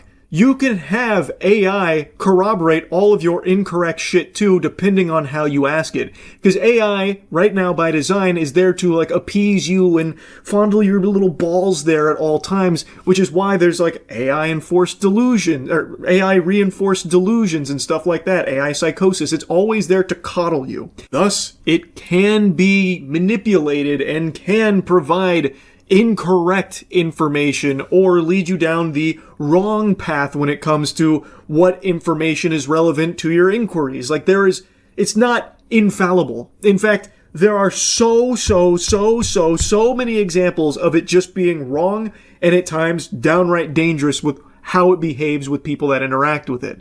So I don't think that this is a good change here. I don't think it's an upgrade by any means. I think search engines should always remain just this search engine. You type your question into it, it provides all of the relevant links, and you as the human being are in the driver's seat figuring out what's relevant to what you asked and learn that way. So I'm not a big fan of this, and I obviously agree with the take a lot of people have about how this is really bad for the actual websites that the information is being scraped from, because the people that are using this are never going to go to that website, and that hurts the website. They need visitors to survive. So as that dries up, those websites will probably vanish over time. So where are they even going to start sourcing the information from at that point? It just feels like a fucking sloppy mess to me. Search can build custom experiences just for your individual questions, from dynamic layouts, interactive visuals, to persistent and stateful project spaces that you can return to again and again. One of the ways Google's integrating these new capabilities is with generative UI, where it builds custom widgets and visualizations on the fly in answer to users' search questions. You can imagine, for example, how a question about black holes in space could lead to an interactive visual that brings the concept to life, adding that users can then ask follow-up questions and see Google respond with brand new visuals in real time. So basically, jingling keys. Hey, wait, you asked this question? Visual learner, aren't you? Here, look at all this. And maybe that could be helpful to some people if the information is accurate, but counterpoint, you could also find that exact same shit on websites. Do you know how many websites have visual representations for the information they're providing? It's a very common thing. Like those exist, and they're made by humans as opposed to being generated by AI, where again, it could get it totally fucking wrong, and you as the person who asked the question wouldn't know that. And you're probably not going to go search, ancillary links outside of this conversational mode and this like interactive custom experience AI has built. So then you will just have incorrect information. But again, I don't view this as a good change. Now, this article covering it concludes by mentioning the likely impact this will have on Google referrals to publishers, noting that they've already been declining just from the AI overviews that currently exist. This has put some ad-dependent media operations out of business, and now things will likely get worse, which I agree. They most certainly will with this change being implemented. There's little time left for publishers to adapt. The new search box is arriving this week, and generative UI is arriving this summer. Both are free. The mini app building feature and information agents will roll out first to Google AI Pro and Ultra subscribers this summer, but Google's long-term plan is to make its AI technology more broadly accessible, including its personal AI agent Spark, which will eventually be free, as well as will many of the AI features. Part of the reason we focus on delivering frontier models, highly capable but also very efficient, fast, and at a lower price, is because we want to bring it to as many people as possible, and so I think that's an area where we will shine, the CEO stated. And that's a bunch of baloney. That's actually not at all the reason behind it. It's money. It's solely for money. If they can have a stranglehold on information like this and all of this AI technology and have people reliant and constantly suckling from their bosom, then they're going to stand to make tons and tons and tons of money. They already have basically a monopoly on search engines. They are the de facto search engine people use. So if they can convert into something like this, they will make even more money off being not just a search engine. And in fact, I would argue they would stop being a search engine almost entirely after this. I would think this is more akin to like a chat bot with a bunch of bells and whistles that'll make little custom things for you with their generative UI and stuff. But it feels like it's more of a chat bot that you're getting information from as opposed to a search engine. That's my take on it. But again, this makes them more money. That is the brass tacks of it. Like, they will make significantly more money with this pivot, and that's why they're doing it. And I don't think there's any, like, actual good things that come from it. It hurts all of the people that have websites that rely on Google indexing them and referring people to their sites, and also it makes it bad for you, the person asking questions, because, well, now you just have to take your chatbot's word that it's real and accurate and stuff like that. Like, sure, you can still probably go search yourself looking through the actual manual links, but that's really not what Google's wanting anymore. And I think very few users that are going to engage with this would be the person that would go and like try and dig in to confirm whether or not what they were fed by AI was true. They probably will just be like, ah, okay, it said so, so it must be right. And I just think that's disastrous. So yeah, saw this change. I'm not a big fan of it. That's really about it. So yeah. Okay, I'm going. This is Burger King? McDonald's. McDonald's. The Grinch will have Burger King later. That's in the next video. Okay, this is the McDonald's Grinch meal. Which, if you look at the box, it says, "This was my idea, Grinch." So he came up with this, and it says, "Festive, ew, Merry Grinchmas." The McShaker fries, all for me. It's empty. Did you ever do McShaker fries? I don't know what that is. I think actually you saying that shows no. Yeah, what is it? Let me teach you. Get your fries out. Also, our driver stole all of our fries. Yeah, I got extra ones. So, screw Take your you, bag. Mom. Okay. You're gonna open the bag. You're gonna dump your fries in. I think they still do these in Japan, if I'm not mistaken. But they stopped here years ago. Now pull out your dill pickle seasoning. My dill pickle seasoning, huh? Are you a pickle fan usually? Like I on like stuff? pickles, yeah. Perfect. No, pickles are good. You're gonna open your seasoning, and you're gonna dump it in the bag. Oh yeah. Make sure to get it all out. That's very pickly. They did a good job on that. And then I'm guessing this. You're gonna, yeah, you do that, and then you mix shake them. Is this good for the audio? Yeah. Here, I'll take the camera too. Wow. Pour, sprinkle, roll, shake. Yeah. Oh, I forgot the roll. I did that part. Yeah, I almost told you. They always said you roll it so the seasoning doesn't come in. Very cool. I can't believe you've never had I've never shaker even fries. heard of shaker fries. I don't remember the seasonings they used to have. Wow, that didn't spread very evenly. No, yours did That's not. 'cause Look you at didn't mine. roll Look it. how beautiful it is. Ah, well, a lot of good pickle coming in. Want I me to guess. shake it for you? No, I'm fine. I made my bed. I'll lie in it. Wow. Can you see that? Yeah, you got a lot on that, buddy. Alright, maybe I'm gonna mix shake that shit again. Right here. That's just an instant kidney stone. I'll try the pickle. Wow. Oh, wow. I'm saying wow for different reasons. My reason is these are good.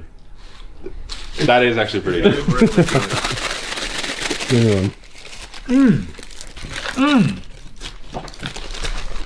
Oh yeah, those aren't Chelsea, bad. come have a pickle fry. I expect that to actually be that good. Yeah. They did well. They did really well. Oh, delightful. Oh, I thought you hated it. No, that's good. You It's a hate little it? shocking if you're not ready for it, but it actually does taste good. Except there's something else there. I should stop. That's very good. Wow, thank you, Grinch. You did a great job.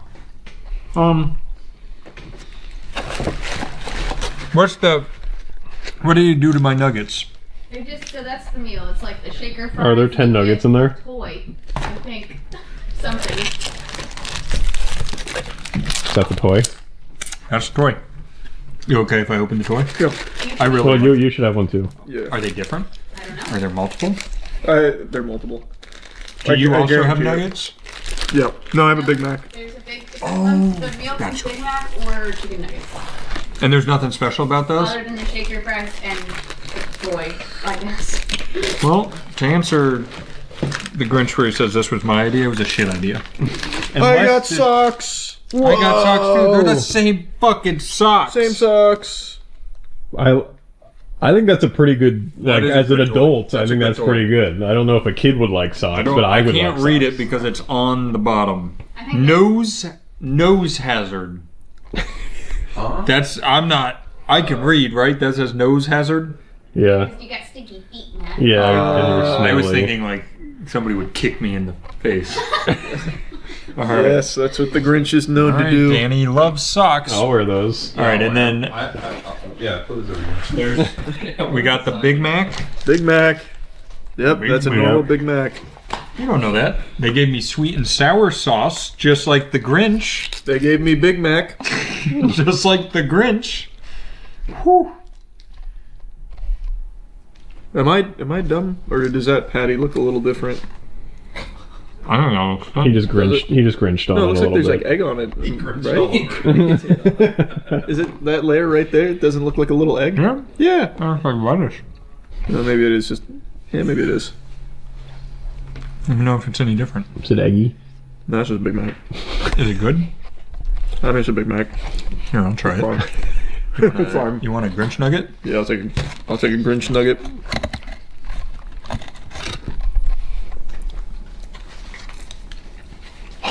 Yep, that's a nugget. That's a Big Mac. I can't believe it's exactly what Chelsea told us it was. Yeah. You got any more Grinch salt to put on the nuggets? Oh, good idea. There's none. Wait, let me have a plain one before you Grinch it up. Here, I'll take one too. I don't need sauce. It's like Skyrim. What version of the Grinch is y'all's favorite? What are my options? Do you want to know? Original or the Jim Carrey one? You The elimination one. Yeah, the ending. Oh, I forgot there was a new snack. Definitely the Jim Carrey one. Yeah, I've only ever seen the Jim Carrey one. Jim Carrey was made to play the Grinch. Yeah, have you seen the original animated? I know. Oh, wow. I've only seen the Jim Carrey one. I've seen. I read it in the book though. Yeah. I've never watched any of the animated ones. Show it to us in school. The Grinch definitely. You have to kill him. Shitty horror Christmas movie that I watched recently where they like the Grinch is the main bad guy.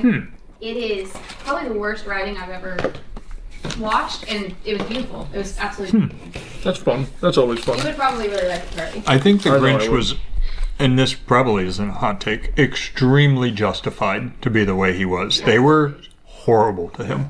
I don't remember. What did they do to him? He just was made fun of and bullied everywhere for being green. Yeah. It was just racism. Yeah, but they got over it, alright? Yeah. So what was it? Fair. So he stole Christmas and then they forgave him? I don't remember the story. He stole Christmas. No, he stole Christmas and then he realized his wrongdoings and became brought nice. Christmas back. Yeah. Made his heart Yeah. The And then- one non-racist who treated him like a human being. Yeah, but No, go ahead. essentially, beginning, the umbrellas carrying the babies accidentally blew him into the wrong town. So he was supposed to go to the Grinch land. He ended up in Whoville. Nice family accepts You see him. that? Treats him really. It is. Yeah, that's the lore. Nice family accepts him, treats him well, and then as a kid, the mayor fucking shits on him. The kids in his class shit on him. He tries shaving his face. He gets little scabs. They make fun of him.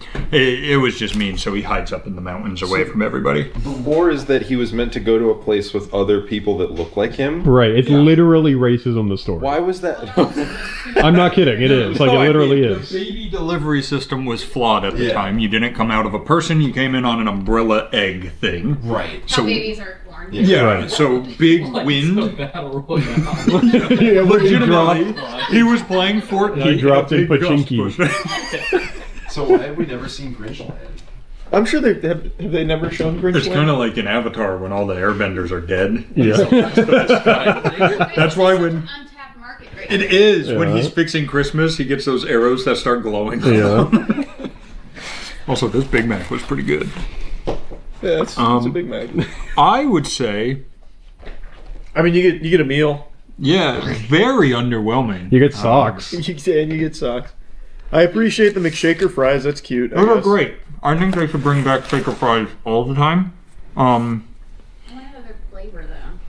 They could have done others. Yeah, like garlic parm type stuff like that. I feel like we're not used to. You don't really see McDonald's doing a shit job. They normally put their best forward, like that Saweetie meal. Yeah. Wait, wasn't that literally just the sauce? They actually just get. She was like, I like putting nuggets on my burger, so they'd give you nuggets and a burger, so you could put nuggets. But it did have sauce though, if I remember. Oh, right. that's right. The Saweetie sauce and sour sauce or something. Yeah, like that. it was something like that. Yeah, they had the BTS one too. That one was the most lazy. What was that one? That one was, I think. It was literally. Yeah, it was just chicken nuggets. I think they didn't even give you a special sauce. It was just chicken nuggets. No, They they didn't do anything They gave different. you sweet and sour sauce as well. I think. I think they were on. No, they gave you the Saweetie and sour sauce again. I think also the Jujutsu Kaisen one was really bad too. That one was just like We instantly thought of 400 better ideas with that one. Like they didn't do one thing right with that one. This one, they just needed to do more. Like at least make green mayo on the burger or something. Yeah, it's just very uninspired. No one cares anymore about these collabs from the corporate perspective. They fucked up. Good dill pickle sauce there, salt though. Yeah, I'm gonna look it up real quick because I'm pretty sure. Why is my microphone on my phone? Who's listening to me? You got a wire on you? He's trying to voice No. the voice so he never forgets. Do you think the Grinch, the Grinch saw return on this deal that they put together No with McDonald's? shot. What do they even get out of this? The Dr. Seuss estate. Yeah. What if when you finish the shaker fries at the bottom of the bag, it says the Grinch will return, and they have like a really gritty remake of the Grinch coming out? The Grinch Doomsday. Yeah. All right, here we go. They have roasted garlic butter shaker fries in Japan. That sounds much better. Ume nori, they're called shaka shaka fries. Red pepper, they have a lot of flavors there. That's cool. So, And they used to do it here? they did. When did they stop? It said the 90s when I looked at it. I was gonna say I don't remember doing them. Yeah, I don't I'm an old man. So, I guess that one was underwhelming. It was fine though. I liked it. That was a special experience. Oh, why McDonald's is permanently replacing this from November 23rd. Replacing shaker fries with. Normal fries. Okay, this was a scam site that brought me to an AI thing. Whatever. It was fine. Yeah, it was fine. I mean, it is what it is. Alright. It's fucking fries and nuggets. Or fries and a Big Mac. With one of the disappointing turnouts from McDonald's, do you think Burger King SpongeBob collab beats it or falls flatter? It can't fall flatter. This is It can two be. items. It can be bad though. It can be bad. Like, it can Right. taste bad. Yeah. But I feel like as far as, like, what you get, it can't be less than this. Well, actually, I mean, you got socks. You got socks. I did get socks. You got You are socks. right. We're discounting that because they're not edible. We got Yeah, socks that's true. and shaker fries. That's true. And a box. And a box. And a box. That's true. I didn't think of Which, remember, it's Burger King. They may not give us a bag or box. They may not do anything for it. It might just be called SpongeBob. That's true. I just feel like there's no, like, it can't go lower. It's just my hunch. Well, and as Burger King says, we can. they do typically do that, yeah. Are we doing... I know your answer based on the extent of what was in this. You want one video or two? Let's see the Burger King meal. All right, so All right. just in case. Yeah, let's just do an outro just in case. Yeah. Before the outro, I'll do a little... Are you editing this? Here's a screen wipe for Charlie. All right, do an outro. Burger King, McDonald's Grinch, fuck yeah. Love that guy. It was fine. That's the guy. Thanks for the collab, McDonald's. You did it again. You knocked it out of the park. You're sounding more and more like Rick and Morty. 2 days no sleep. You dip into Rick and Morty land. Yeah. It's the Bikini Bottom Burger King blowout. We got the Burger King SpongeBob collab. They made a box. We thought they wouldn't. They got the pineapple box. They got the Flying Dutchman brew. They got the bag also with the Flying Dutchman. This is concerning to me right off the bat. You didn't drink any of this. It just was like that. It's a slushie. So They left room for Jesus. Yeah, they left a lot of room for Jesus. I didn't know he was that big. So this definitely melted then. So there's some that's like the one that Matt has is just the slushie, and then the one that you have is the float version. So it's a slushie. It looks so good. Oh, yours has cream. Yes. All right, should we drink these before they melt even more? Yes, I would like that actually. Ah, wonderful. I'll mix it up so it's a slushy again. That actually. What flavor do you think it is? Green. 2 salads. Green apple. I think it's Diet Dr. It's Kelp. yeah, those kelp flavor. Is that what it's supposed to be? I would presume. One would presume. Yeah, let me see what it says. Frozen drink. It says frozen Fantapa. Oh yeah, Fanta Tropical. Oh, Fanta, I see. It's very sweet. Yes. Here, would you like to try it sans ice cream? Sure. I didn't taste the ice cream in mine yet, so. I guess I know what ice cream tastes like, and I know what that tastes like. So it tastes the same.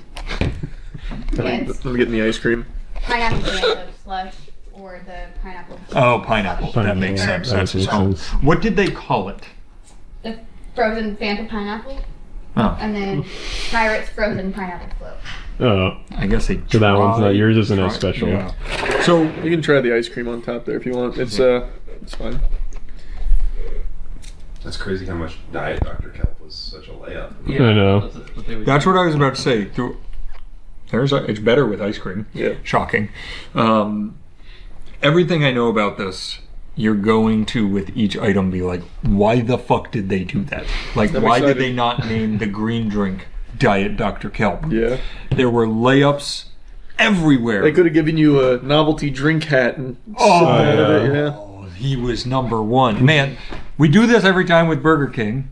We just make it better immediately. Just hire us as consultants. Restaurants that do meals like that where they have a different drink, like it's not, it is like Dr. Kelp or whatever. I don't know. How much do I you wonder if think there's some weird law around that. That's a good question. I wonder how much is like Viacom being like, no, you can't actually use that. Oh, maybe. Yeah, that's ours. We don't want you to have it. That'd be weird though to just give them nothing. I would love. Because why do it at that point? All right, what is this? These. That is Patrick Strawberry Shortcake. That's a weird word. These are cinnamon rolls. Oh, never mind. I think they messed up. They're Gary shells. It's just, yeah, it's part of the Krusty Krab craving bundle. Do you want to save the dessert? I didn't mean to go straight. All right. I don't know what else is in here. There's 2 bags. Oh, all right. What is this? That, I believe, is one of Mr. Krabs' cheesy bacon tots. This is so silly. You don't remember the episode where Mr. Krabs loved cheesy bacon tots and he talks about it all the time? SpongeBob, you're gonna have to cook up something new. Cheesy tater tots. I can see a correlation between crabs and bacon, like money, making the bacon. Isn't that a thing? Something like that. Bring home the bacon. That's it though. That's like It's the a only stretch, line but I can look at there. Crab legs in there. Oh, Crab leg? Such a layup. This is a banger item though. It is really good. This is a good item. Wait. There's that goes. Bacon pop. There were 2, but one was simply an empty bag because Burger King has done it again. No, that's the one. This is the other one. That just spilled in there. Wait, so what are those? It's also 4-piece jalapeno cheddar bites. That's That's just part of the Mr. Krabs bundle. That's good. That's a bacon tot. Let me get a bacon one if there's one left. There's one left. One in the box. Nope, that's a jalapeno popper. That's all right. that. I'll live. That's good. I'll have a jalapeno popper. Those 2 items immediately much better than everything McDonald's did. Some of the best that Burger King's ever done, to be honest. That was extraordinary. Jalapeno popper. Oh, that's We've said this before. Anytime Burger King makes something in a fry or bigger shape, it's good. Yeah, they fucking crushed this. I like that a lot. Do you think they know they're bad at burgers and they just keep making them because it's in their name? Yeah. I feel like Like, it would just be king. Yeah, we're this far. It's the sunk cost fallacy. Man, those were good. I'm sad that you didn't get a bacon cheese. Yeah. That's all right. I'll go get one myself. Well, I later. have a half-eaten one in there, but my Would you hands like were to dirty. try? No, that's all right. I'll be fine.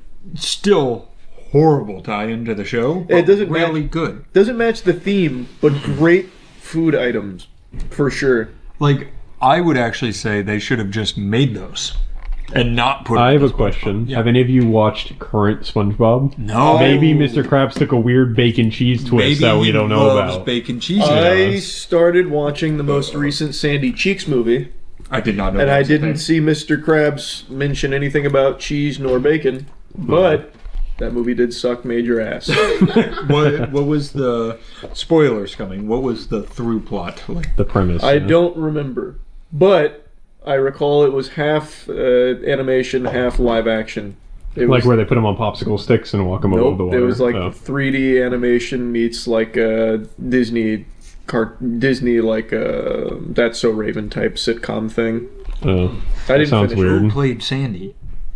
Well, Are you saying no- like an actress? No. Oh, Like it was like, still like more realism animation. yeah, they had the same 3D animation that SpongeBob has become known for now, which is awful looking. Terrible. And then they had like a live action cast that was like the bad guys.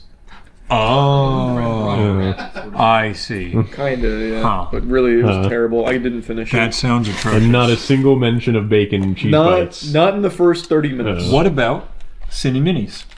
I didn't hear anything about Cine Minis in that movie. That's a weird consistency. Yeah, I like that consistency of glaze. What's that remind you of? It reminds me of the sea, me boy. This is, what are these? Just cinnamon rolls? Mm-hmm. No.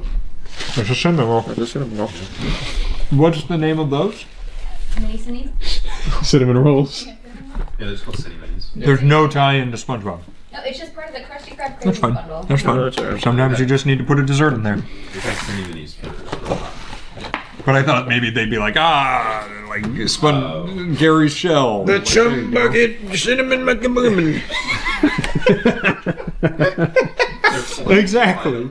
Oh, I didn't know John Daly was here. We got more. Okay, I think this one is supposed to be SpongeBob and Patrick's F.U.N. meal. Oh, okay, see, that's all much right, cooler. all right. I will say they're crushing McDonald's. Yeah. These items are so much better. I think one of those. I think one of those could be one of the bacon ones. That's what we're eating. That's good. Did it come with the pie? Oh yeah, and then with the pie.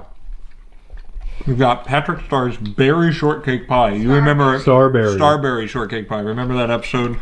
If only they had a whole episode based around them pie. having pie. Yeah. If only. That would be crazy. It'd be so convenient if they had that. Yeah, they'll get there. And then We got- the most upsetting of them all. Just a Whopper. No, it's the Krabby Whopper. It's the SpongeBob's Krabby Whopper. Oh, I only if saw Whopper. only in the show there had something to do with. I wonder if there's some burgers. reason they can't call it a Krabby Patty. I will say they did a yellow bun. They're encroaching on Wendy's territory. They are. Oh, wow. It's a pretty patty. Pretty patty. Incredible. Somebody eat it. Nasty patty.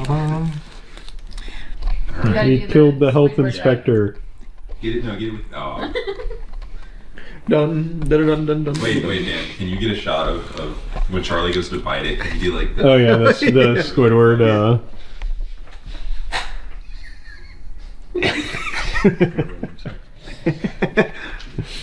A lot of lettuce. Can you taste the yellow? Can you taste the plankton? I did a little sleight of hand there. Call back to the episode. There's pickles under my tongue. Oh, nice. Got the pickles. Can I have a napkin? I made a mess. One whole pickle was too much for me. It's good. That is a Whopper. It's a Whopper. What is it? A good Whopper? No, it's a Krabby Patty. I don't like onions. It's fine. You like Krabby Patties, don't you, Charlie? I do. It's just a Whopper with a yellow bun. Yeah, that's all. I mean, at least they tried a little bit. Yeah, they did. You know what? We gotta have positive reinforcement here. it is an effort to do something new. And I'll say, effort on their part is new. Yes. They've never tried before. They're trying. You're right. You're right. That is Burger King with all neurons activated. Yeah. Keep going in that direction, and they took our advice again and made more poppable food. Yeah. Oh, there's one more in here if anyone wants it. No. They really understand poppable food. Yeah. Their chicken fries and all the other popular The bacon cheese bites. Jalapeno bites. Yeah. And then we have the real star of the show. No pun intended. That was a good one. I didn't mean to do that. That was unlucky. That was very unlucky. Let's see. Strawberry. You got this. They've bested me again. How the fuck are you supposed to Let's open see it. this? Let's see it. A pie? I have. It won't open. On the side, you have to do both sides. Matt, come on. The pies I buy only have one side. What are you talking about? One-sided pies. They're a hot commodity. Oh, that looks good. You got it there. Oh, it's pink on the bottom. Huh.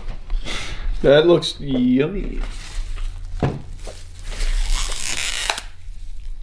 Have you guys heard the new Ice Spice SpongeBob song? Yeah, big guy. Big guy. Big guy. Big guy pants. Big guy pants. Okay. That's literally the chorus. Yep. Big guy pants okay. What's happening? Big guy pants. What is happening? It's actually unbelievable. In a good way? No. It's fucking terrible. I have Listen to it real quick. Yeah, I cannot imagine what the executives were like. Yeah, let's run it. This is the song. It's Self-produced. What do you mean? no, it is literally like what Aaron and I would do as a joke, like if we were doing like a track together. It sounds like she's reading the lyrics for the first time as she's performing. Is this it?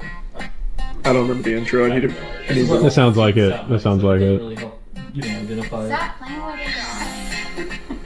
Stop playing with him, Brian. Big God. Big God. Big God. Big God. SpongeBob. It's okay. Big God. Big God. Yeah. It's so good. And then SpongeBob Big Guy the Pants. verses, man. I haven't heard They're them. something Oh else. yeah, they're pretty good. They're honestly like, she's a lyrical genius. Does she talk about shit again? No, I was very disappointed. I looked for it. That's her bread and butter. I know. No diapers, no diarrhea, no Miss Poopy Pants. Nothing. Oh, it's because it's Big Guy Pants now. Yeah, it's big guy pants. Yep. Big guys don't poop their pants. You guys are just upset you didn't think of it first. We probably did. To be fair. We probably quoted that before. This is basically whipped cream. Yeah, it's just. It is To be fundamentally honest, just whipped- there's a little bit of pink stuff at the bottom, but I think the pink stuff is pink whipped cream. I'll do one more bite. It's not the pink sauce? Pink sauce lady? No. I mean, it's there strawberry strawberry whipped adjacent? cream. Oh. Gosh. It's not bad, it's just useless. Yeah, it's just a very. It's not really a pie. Do you think they really couldn't even have made this into like a star shape? Why would they? Genuinely, why? I would wonder. Genuinely wonder how many people saw this collab coming out and be like, "Oh my god, I have to go get a fucking SpongeBob Burger King meal ASAP."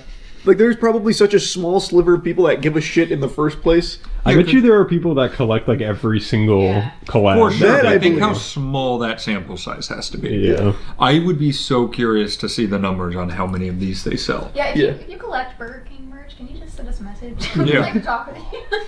And also stop that. I also wonder what it's like at the initial meeting where they're like, we got the SpongeBob collab, here's all our big ideas and everything we want to do, and then just how that like every week how that changes. The very top, they were like, "We're gonna do a Krabby Patty," and they were like, "No." Also, what was the Wendy's one? That was like 3 months ago. Yeah, in the Wendy's one, they did Pretty Patties, They did- right? I think so, Which right? is much Yeah. cooler. Hey, Zach. Yeah, they tried much harder than they normally do. Yeah, So and I props think they there. did better than McDonald's. They did. I feel you said this in the McDonald's one. which was either right before this in this video or a different video before this. They're getting so lazy. They're just it's going, so crazy. okay, Yeah. the Grinch is on this. Go buy the Grinch meal. Like, he didn't do anything special. He's just Well, called so the here's the Grinch. thing. I can almost guarantee, obviously, the market is kids. Mhm. The kids don't care. Like, they want the SpongeBob meal. Once they've got the SpongeBob meal, it doesn't really matter what the SpongeBob meal is, I think. No. No toy for this. No This toy. is not a kids meal then. There wasn't a kids meal option. I didn't see it. Oh. That's a big Whopper This is- for a kid. I guess it is. That would kill a it's kid. for big guy. For big guy. Soap solution to blow bubbles? Oh, It's a layup, guys. It's disheartening. The only one who consistently puts crazy effort in is actually Wendy's. Yeah, more or less. I feel like everything they've done, they give you 3 changed items that they try on. I will say, yeah, they changed their items, but I'd also say in the same way that Burger King did. It's not like they change it that drastically. That's a really good point. Burger King did exactly what Wendy's did. I take it back. Burger King did basically that, just only with one color. I feel like this was a good amount of effort. Yeah. They just missed, or just have never seen the show. I'm gonna try something new. I'm gonna be constructive. The food was good. Like the fucking chicken bacon busters and the I liked those. Yeah, the jalapeno poppers. Those were good. And the Whopper, if you like that, I mean that's good for you. I guess. I'm realizing something. I explained that they're good at poppers and fry shape. They're good at frying things. Yeah. When you give them something to put in a deep fryer, it's yummy. Yeah, they can fry that shit up. They should have fried this pie. They should have. Yep. Patrick Starr's fried pie. Except for their chicken sandwiches. Was not the one that you could open like a That box. one sucks. That one sucks. Yeah. All right, I go back to it's got to be handheld shape. Yeah, that was bad. Yeah. All right, I would give this better than normal. Yeah, this as far as Burger King options go, you get a lot of decent tasting stuff. And the tummy ache. Well, I don't have that yet, but it was good. I just wish if you're gonna do a collab, at least make it exciting. That's all. That's all I'm asking. The most defeated way possible. Well, I mean, I've seen companies out there doing really cool collabs, like that Cheeky Soap Company. Yeah, they do some good stuff. I think they did like Solo Leveling and Chainsaw Man, and man, they hit it out of the park. The new movie just came out. The Cheeky Soap movie? The Chainsaw Man movie. Oh, the Chainsaw Man movie, not the Cheeky to Soap celebrate movie. the Cheeky Soap collab, they released a whole movie. Yeah, that was crazy. Boy, did they have to work fast on that one. Yeah. All right. Thanks, Burger King. Thanks, but we should do a Burger King soap collab. Oh man, that'd be so cool. The This soap Whopper. tastes like shit. No, except Burger King is giving other people the soap. It's reverse of what you would think. You guys aren't doing Burger King soap. Burger King is doing cheeky collab. We should approach SpongeBob. Now I'm just riffing. Sorry. We should approach SpongeBob about doing a SpongeBob Burger King meal soap. So here's the thing. I think SpongeBob has been licensed out to so many people. It's not exciting at all. I agree. Everybody's doing it. Yeah, I literally just don't think it's exciting. I think to Aaron's point, Wendy's. I mean, I think it was a year ago. No, I was legitimately not a year ago. it was. Well, we did actually that a one at handful the of us. warehouse. No, we never did it. No, I think you guys. I remember you guys discussing if you it. wanted to do it here or at the That's warehouse. right. Oh, And we never did it. shit. Huh. Missed opportunity. Yeah, it's being with 2 major fast food chains that quickly is just insane. Can you believe there's actually a chance of snow in Tampa this weekend? Very chilly out, which is why I'm wearing my Oreo sweater. My parents got this for me for Christmas. I just saw Iron Lung. This is a passion project from Markiplier. He stars in it, he directed it, and he helped write it. I believe it was fully self-financed by him. This is not a big studio project, and this is perhaps one of the most ambitious forays of YouTuber into cinema that I've seen thus far.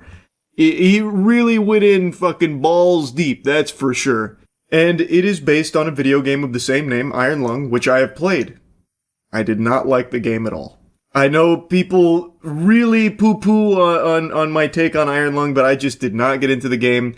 It was not for me, but I was very excited to see this film because the universe of Iron Lung, the lore of it, I do find fascinating when I went and actually gave it a chance after suffering through the game.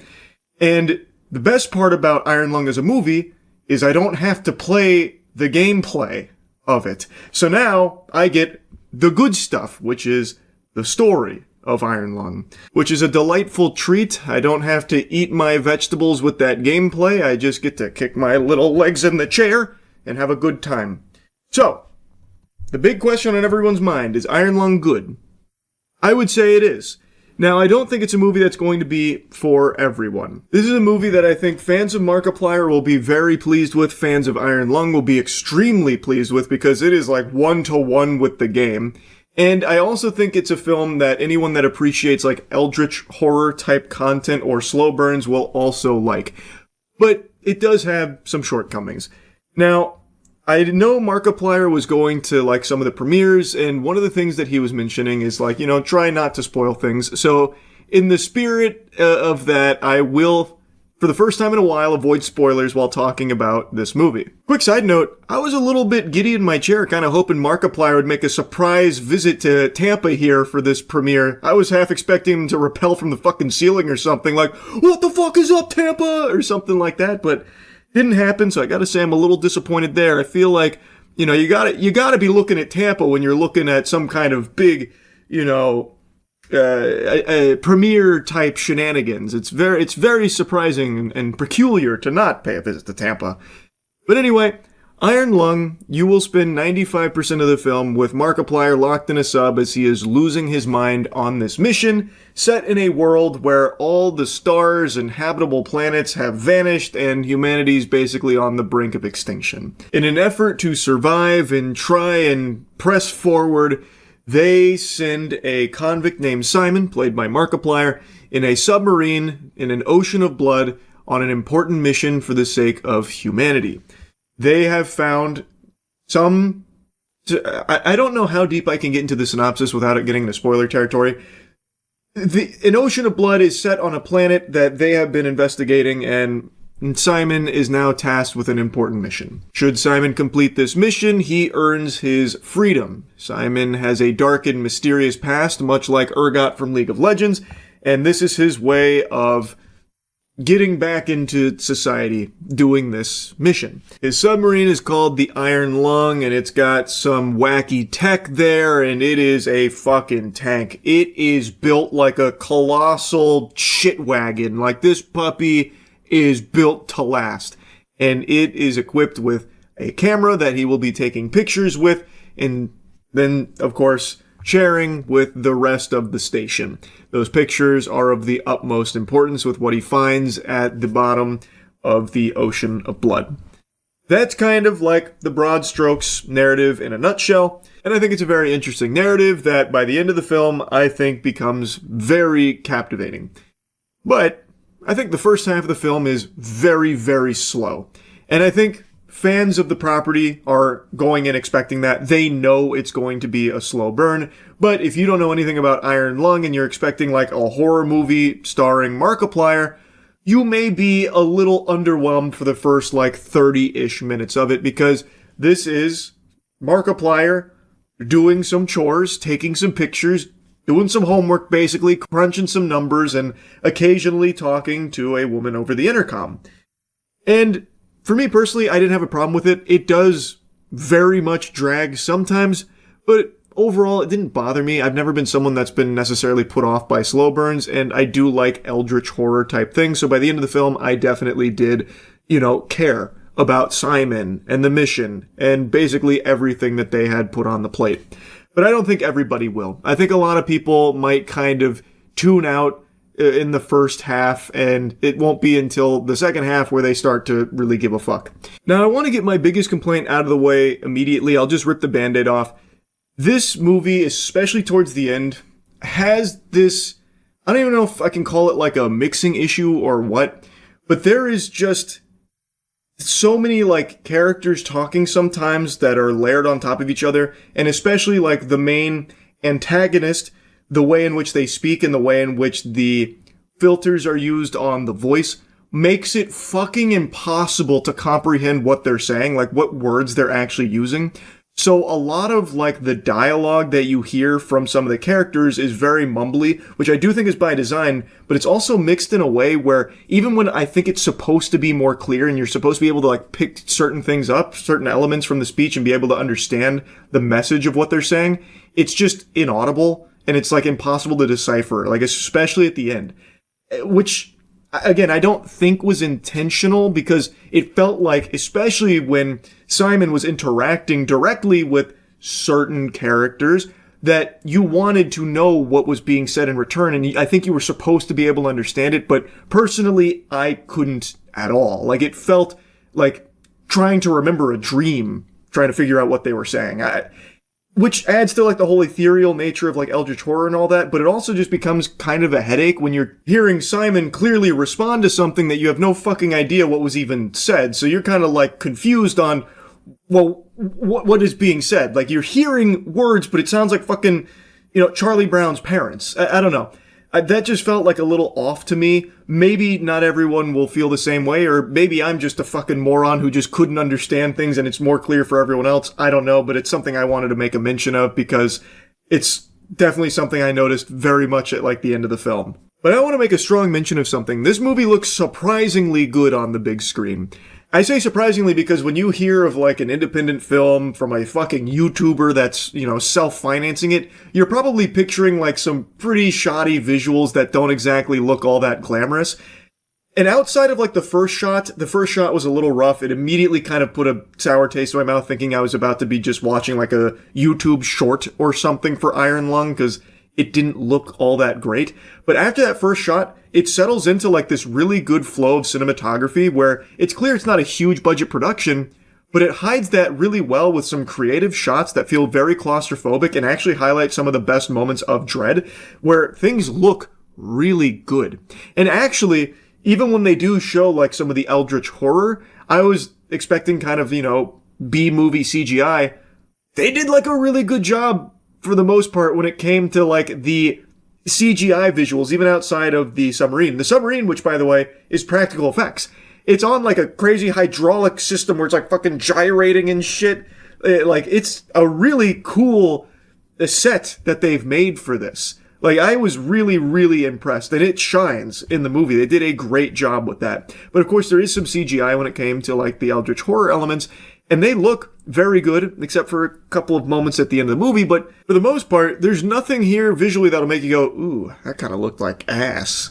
It's all very solid, like across the board. I was very impressed. And I think the way they filmed their shots, like a lot of their shots are filmed in a way that do a great job at not letting you see that maybe it's not the biggest budget that they had to work with.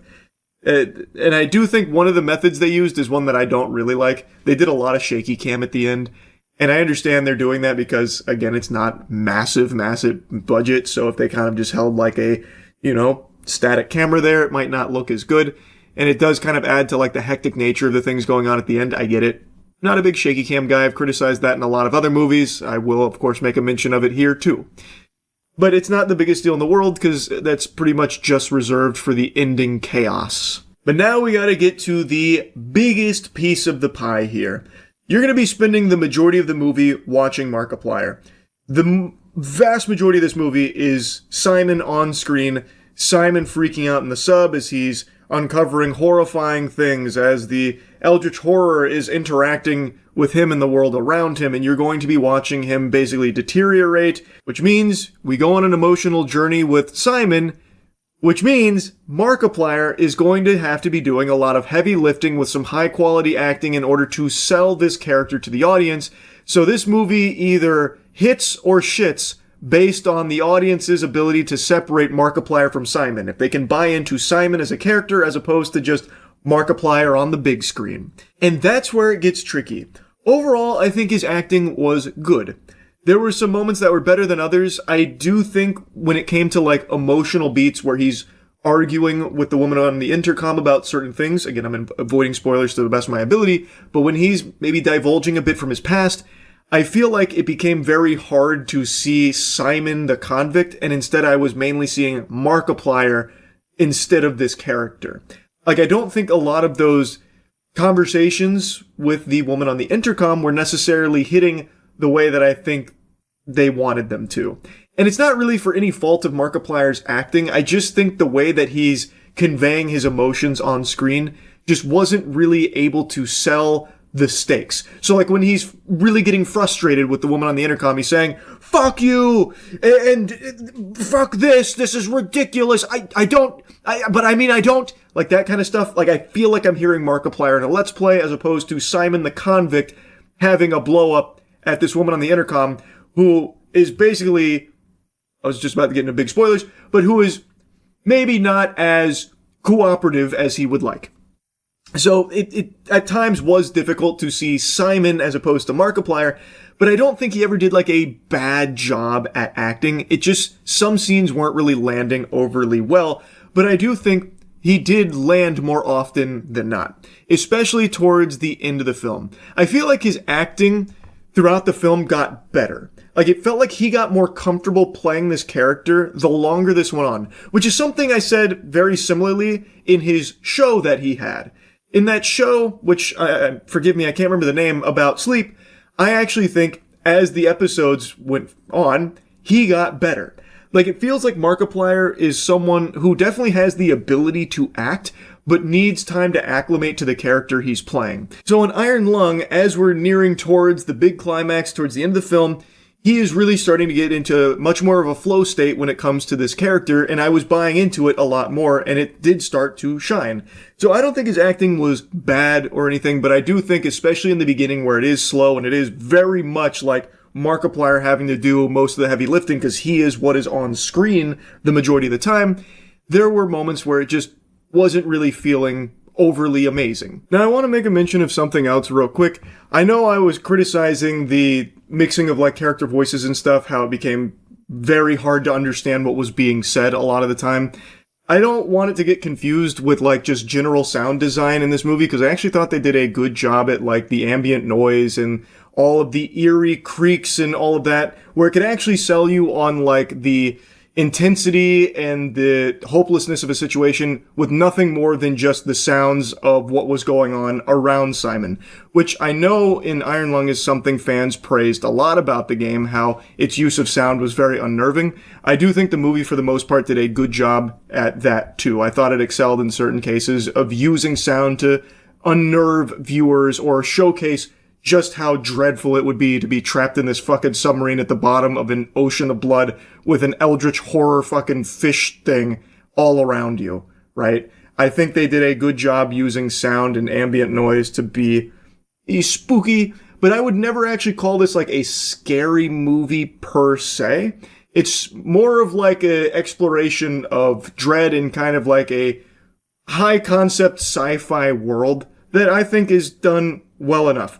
I enjoyed it. I don't think it's perfect or anything, but I do think it's a very, very strong debut here for a self-financed and distributed YouTuber movie. Like, this is just a solid movie on its own two legs, even if you don't know who Markiplier is, but I really do think it is not a movie that everyone's going to like. Mainly because I think the first act just moves very, very slow for anyone that's not already a fan of Iron Lung or watching Markiplier. But overall, I think it's solid. I was impressed, and I'm really curious to see if Markiplier will do other ventures like this going forward. I think he does have like a very strong talent for it, and I think this was a very decent showcase that makes me kind of excited to see if he'll do anything else with this going into the future. Anyway, that's really about it. See ya. Big drama with Alan Ritchson over the last couple of days, and it's one that I've actually been paying attention to. I've had my finger on the pulse of it. Most people know him as Reacher. I will always know him as Thad Castle from Blue Mountain State, baby. I still remember being in college watching that in the dorms. It's nostalgic. Unfortunately, though, he's been embroiled in controversy because some security camera footage was released that showed him beating up his neighbor. Maybe he finally located the guy who shoved his finger up his butt, Thad Castle, out for revenge, and everyone was quick to dogpile on top of him, insulting him, talking about him like he was goddamn Cobra Commander, about how he's unhinged and unsafe to be around. He's a fucking villain of the highest order, a violent, roid-raging maniac. Lock him up. He clearly started everything here on this innocent man. And then that innocent man did a little Wambulance world tour with the French cries going on about how, like, he did nothing wrong and he's just out of control. I just asked him to slow down and then he fed me knuckle sandwiches and then wedgied me and then he beat the snot out of me and I fucking drained the piss from my balls. How could Alan do this to me? I did nothing wrong besides instigate everything. Spoiler alert, Alan Richardson's body cam dropped today. And now most people are singing a different tune after actually seeing the whole thing. So, shocker, the security camera footage that only picked up right when Alan started beating his neighbor leaves off what led to it. And now that the full thing's out there, it's painting a very different picture on what unfolded during the situation. Before showing you the body cam, let me show you Ronnie Taylor's interview here, where he immediately tried to capitalize off everything that happened. It started on Saturday morning and I'm an experienced motorcycle rider. I've been riding bikes all my life. So, from dirt bikes to street bikes and etc. But I'd heard this incestuous revving and speeding through our neighborhood of the motorcycle. I eventually saw the guy on Saturday. I didn't know who it was. And I sort of flippantly said, "Guy, he was quite a way." And I said, "Can you just slow it down, please?" Everything that he's vomiting out here, all this spaghetti, turned out to be a load of hooey, which you're going to see in the body cam. The reality of the situation is far different from the fantasy that he's describing here. He then briefly drops his resume on his experience riding as well. But I have to call into question that. I have to get you with the Phoenix Wright objection there. Like, he does have a bike, and you can see it in the body cam. But I have to wonder if he ever even rides it around or if he just licks the fucking tires clean as part of a fetish or something. Like, that's his experience with motorcycles. Because, he talks about them as if he's the preeminent expert on them. Like, based on the sound and all this incessant revving, I knew that he was going extremely fast. I had seen him going extremely fast, this and that. But then in the body cam, you can see how fast he's going. It's in plain view. Alan Richardson never goes over 21 miles per hour. That's under residential speed limits in most places. Like, around me, it's 25. He's not zipping around at crazy speeds. So, does Ronnie know motorcycles at all? Or was this guy just looking for trouble and now he's out here lying? And then there are numerous people in my neighborhood who caught all of this on Ring doorbells of him speeding through the neighborhood. And on Sunday, when I was cleaning my bike outside my house, he rode past once, twice, and on the second time, I walked out in front of him and I said, "You've got to stop. Someone's going to get hurt." And it escalated quite quickly from there. I did push him because he was coming towards me on his bike. He did it again for a second time. I pushed him a second time. And I think the second time he got off his bike and it kicked the crap out of me. And you can see he hit me in the back of my head. I went to the ground and covered myself. I've had such a shitty day today, and I don't wish the guy any malice or ill will, but we just don't need people riding through neighborhoods like this. And I just decided, I'm take a stand because someone else has to, because it's going to end up way worse than it could. What a patriot. He really did take a stand. And by stand, I mean fetal position on the grass after pushing Alan Richardson multiple times after standing in front of his motorcycle while he was driving in order to cause Alan Richardson to flip over the handlebars, causing an accident. Really, what a hero, Ronnie. So now let's look at the body cam.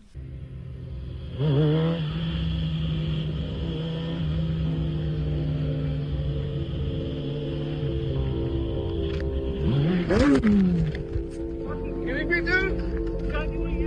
Are you fucking kidding me, bro? What? Come on. Stand in front of a fucking bike again, dude. But doing what?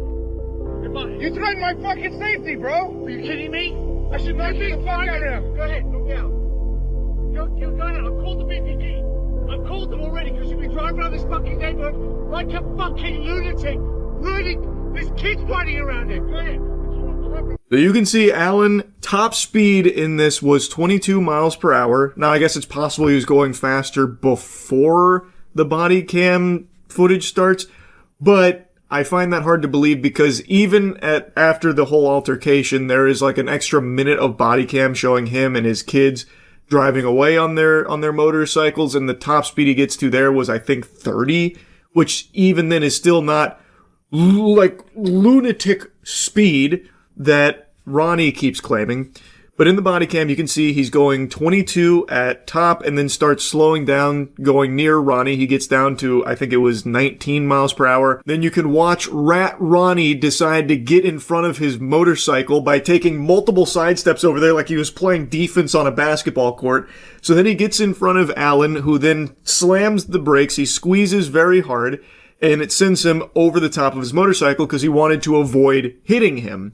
You know, he wasn't going fast enough to splatter him like it was Halo 3 or anything, but he still didn't want to cause some kind of injury to this guy who's now just fucking stood right in front of him. So I think that's very clear that Ronnie is the one that instigated this. It was not calm and collected like Ronnie seemed to indicate it was in his interview. He went in front of Alan, which could have very easily injured Alan, sending him over the handlebars there. Then that's when it gets a bit handsy. Alan and ridiculous Ronnie here kept shoving each other. It seemed like Ronnie did it first, so Alan shoved him, causing him to like ragdoll onto the driveway there. Ronnie, I think, now this is just my little game theory here, my tinfoil hat conspiracy. I think the plan was Ronnie was looking for money. I think he was trying to look for like an easy lawsuit. So he tried to position himself in a way that would have Alan Richson be the bad guy and like attacking him and shit. So he then stood in front of the motorcycle hoping that that little element of this whole thing would never see the light of day. That's just what I think, because this is just so inexplicably stupid from him. Alan doesn't appear to have been driving at lunatic speeds or driving recklessly. He's with his 2 kids and they seem to be practicing safe driving here on their motorcycles. And B, Alan immediately starts like instigating like physically with Alan afterwards too. When Alan is a big boy. That's a pretty big mammoth of a man right there. That is a mountain of meat. And Ronnie instantly is getting ragdolled, but keeps coming back like just some kind of malfunctioning Oblivion NPC that can't get enough. So the question begs to be asked, why did Ronnie do this? It wasn't to protect the neighborhood or save the world or anything, because it doesn't seem like they were in any danger. It doesn't seem like there was any dangerous driving or fucking lunatic speeds and driving like recklessly. Nothing like that. So to me, it feels like he was looking for some kind of payday out of this through like a lawsuit or something. That's my guess. Go ahead. Are you drinking? Go ahead. Call the police. Out of your fucking mind, dude. Call the police. Fucking, I'll fucking knock you out, bro. Unbelievable, dude.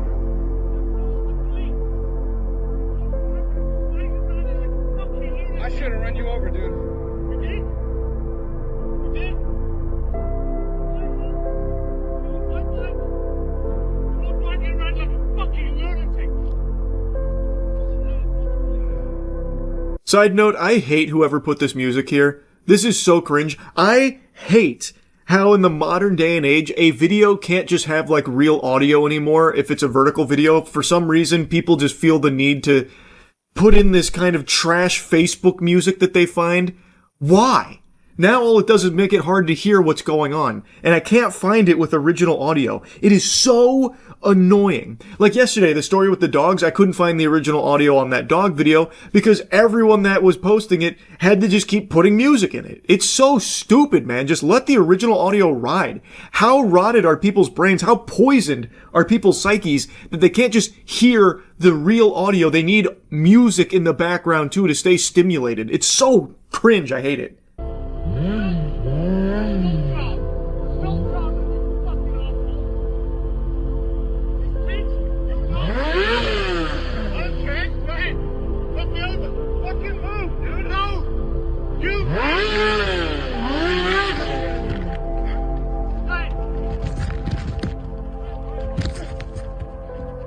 Ronnie keeps following him around saying that he's driving like a fucking lunatic. That is his only dialogue option here. This guy must have like a string on his back that you pull it and all he says is driving around like a fucking lunatic. That's his catchphrase. That is literally all he keeps doing is saying that. And then when Alan gets his bike up and is about to try and leave, Ronnie then prevents his exit. Ronnie stands in front of him again, restricting his ability to leave. Alan is trying to leave this situation. Ronnie is preventing it. And then Ronnie shoves him. It also seems like Ronnie pushed the bike over as well, but you can see Ronnie also shoved him after the bike got dumped. And that's when Alan pushes Ronnie to the ground and then beats him a bit. And that's where the security camera video starts. So you missed everything that Ronnie did to cause this altercation, and the security camera footage that was surfaced a couple days ago only showed this piece to make it seem like Alan Ritchson did everything wrong. It was all his fault. When really, the whole story, the real reality here is Ronnie. Ronnie smelt it and dealt it. He was the one that really caused all of this, and I think he was really hoping that this footage didn't exist. Get out of your goddamn mind. Stay down. Are you fucking stupid? Jesus Christ. That's where the physicality stops. Ronnie does still fling some more words towards Alan, but it ends with Alan and the kids driving off. And like I said, it's not like they start speeding off either. They stay under 30 for the most part. It's only towards like the very end of the footage that they get up to like 31 and then like reach a stop sign or something like that. But even then, there was nothing in this entire body cam that indicated to me reckless driving at dangerous speeds in this area. So I really feel like Ronnie was just fishing for confrontation as a means of trying to get some kind of payday out of it. That's what I believe. And he instantly tried to turn around and like put his name and face out there with these interviews to garner sympathy. And I think that it's been largely unsuccessful now that this body cam footage is out there. So yeah, I wanted to yap about it a little bit. That's really it. See ya. What's up everybody, it's Critical. I'm playing Bassmasters 2000 for the Nintendo 64. Let's do this shit. I'm gonna do a tournament. I think a tournament is just what I need right now. Professional difficulty. I am a professional fisherman, so that is the appropriate difficulty setting. Let's make our angler here. And I can't really tell the hats apart. Or the hair, what the fuck? This is just a silhouette of a person, I can't see the changes here. How am I supposed to design a character when the character is a fucking ghost? Alright, I'm just gonna change all these settings and then I'll see what I end up with. John Fisher, the master of the unknown. I have no fucking idea how this character looks. But I guess we'll find out. Lake conditions look optimal. Boat. Looks like a piece of shit, but good enough. Rumble pack shit sack, get off the screen. What the fuck is this? Is this where I'm fishing? It looks like the water shit itself. Did a wastewater treatment facility explode and pollute this lake? Looks like pure sewage here. Old Hickory Lake, this is just appalling. Sunny? You call this sunny weather? The sky is blocked out by dust. This is post-apocalyptic weather. Who needs rules when you're fishing? The only rule is to catch the fish. Now how do I play this? Alright. How about... Oh, what was that? Alright, here we go. We'll do a little driving here. Get to where the fish are chomping. I have no idea how to read this NASA GPS at the bottom left of my screen. Alright, I guess there's a fish in this general area. Oh, 2 fish. Now it's a party. How do I stop driving this? There we go. Alright. How do I cast? Is it in this little menu? Live well. Thank you. You too. Alright. How do I cast? Tackle, maybe? No, this is my tackle box. I don't know why the fuck I thought that'd be there. Alright, so do I just jump in the water and fish with my hands? Do I piss into the water and drink my piss? How do I cast? Oh, what was that? What did I hit? Fuck, I don't know what I hit. Shit. A new challenge has presented itself. How do I reel? Oh, is this it? Oh, there we go. Now we're reeling. Reeling and dealing. Alright. There are no fish here. They must have all died in the nuclear fallout that consumed Old Hickory Lake. Alright, now let's figure out how the fuck did I cast. Was it this right here? Oh, yep, there we go. Alright. That went about 500 million yards. Let's reel that bad boy in. Cast again. Reeling in is extremely tedious. Goodness gracious. Alright, here we go. We'll throw this one to Galaxy next door. Oh, look at that. 42.6 miles. That's a world record. Thank heavens there's no fish here. I might have been able to catch one. Could you imagine how terrible that would have been to catch a fish? Aliens must have swooped in and stolen all the Earth's fish. This is just preposterous. Why does it take half of a millennia to reel in this lure? How heavy is this lure? Is this just like a disguised cinder block? Almost to the boat, come on. Keep reeling. Keep reeling. Yeah, there we go. I must have cast all the way across the world. Check out the Game Boy screen there. Look at all those fish on it. The fish must be having some kind of homeowners meeting. Alright, let's see what we've got in the tackle box. The Quantum Spin Reel. That is the only item you will ever need to purchase right there. No more food, no more clothing. You've got the Quantum Spin Reel. You're set. Let's roll with the Berkeley 12-pound line. 5 of diamonds. Alright. Copper. That looks like a strip of bacon. That looks like a chandelier. I guess I could just throw a chandelier at the fish. Alright, these are all the same right here. Oh, here we go. A frog. Another frog. Oh, what the fuck? Is that an eel? I am no longer fishing for simple fish.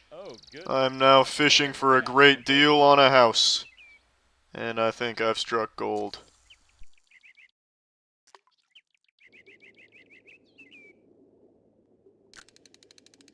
Whew, that was a close one. I was worried there'd be fish here. Oh shit! I'm reeling through this giant rock. This Berkeley 12-pound line doesn't fuck around. Holy shit. This rock wasn't gonna stop me from reeling this bitch in. I took this rock to the car wash to get its titties cleaned. There's gotta be another button to reel in. There's no reason reeling should be this slow, unless he's using a portable asshole. A fishing rod reels much faster than this.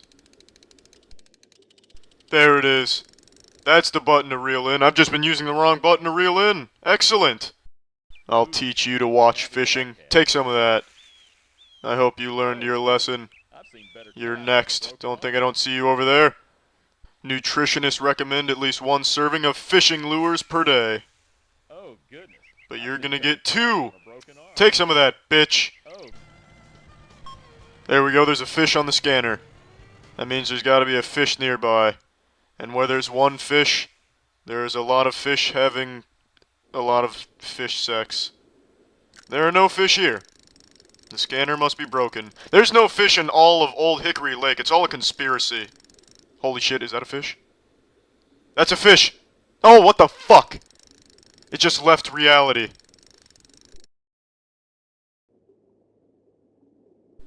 Alright, fish must be extinct except for the one lone survivor, who I'm probably never gonna catch anyway.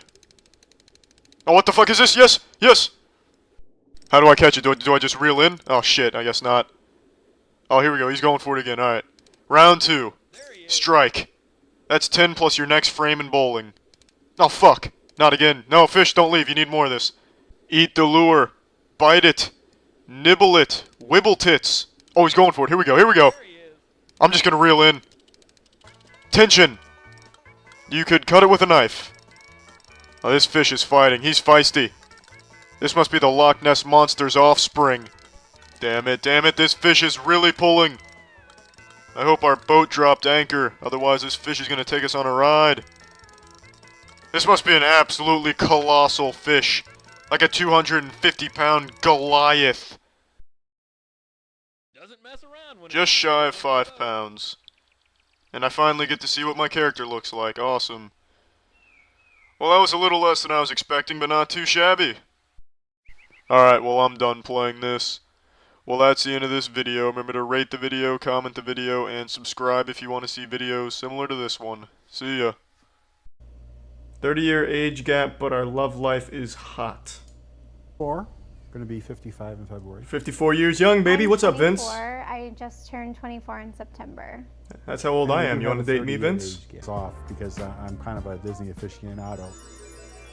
So we're entering Fantasyland. It's our last. Yeah, you know, nothing weird about that. Just 54-year-old non-married man, no kids, going to Disney for fun. It looks like I'm looking at the middle school gym teacher making out with a student. Like, I feel like I'm just looking at something frowned upon. His mom. Love you, Wes. I still remember the Prohibition. She doesn't even know what that is. I still use AOL. She We uses had anything else. unprotected sex for about 2 years, and then Vince! magically I was pregnant. So My it was more of a man. miracle thing.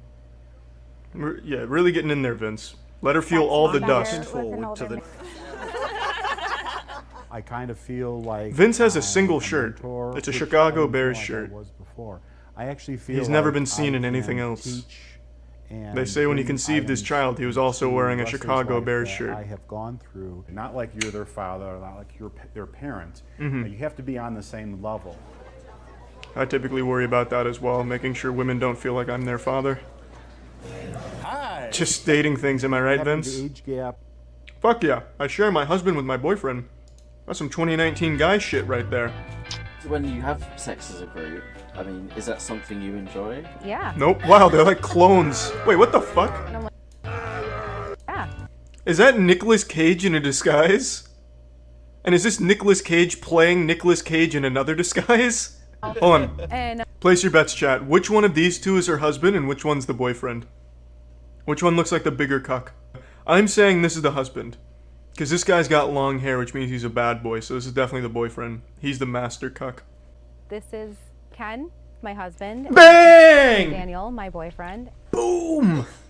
Yeah, baby, it's that goatee. That'll get you every time, Ken. Every time. Vanessa and I have been married It's like a for Boy 10 Scout years, badge for and, cuckolds. the three of- Ken can't satisfy you like, him. Thunderbeard can. I was in that really Out to leave, we were saying goodbye, and I kissed him.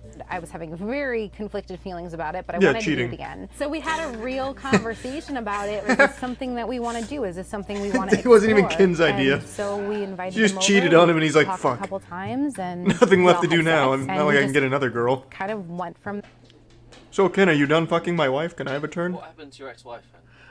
She dead died. now. No, no. I love you. Same time. Her and I were together for That's a long pretty time. cool. I'm not gonna lie. That's some pretty broy shit right there. Never mind. This is people fine by me. involved that need to know the That's information. not, that wasn't even a bad joke. Very That's pretty obvious good. That my ex. oh, well, Danny's going to live with us Oh, now. nice Ocarina of You know, Time and they're belt, like, Ken. okay. That's some real 2019 gamer The shit. girls were playing with one of their friends. Going to do Wow. a show this afternoon. Tumblr on But, ice. Is she your soulmate? No, of course, a fedora. It wouldn't be. Or is that a derby Someone hat? who's What's always the been there difference? and will always be there. Is Ken your soulmate as well? I don't know. I don't know.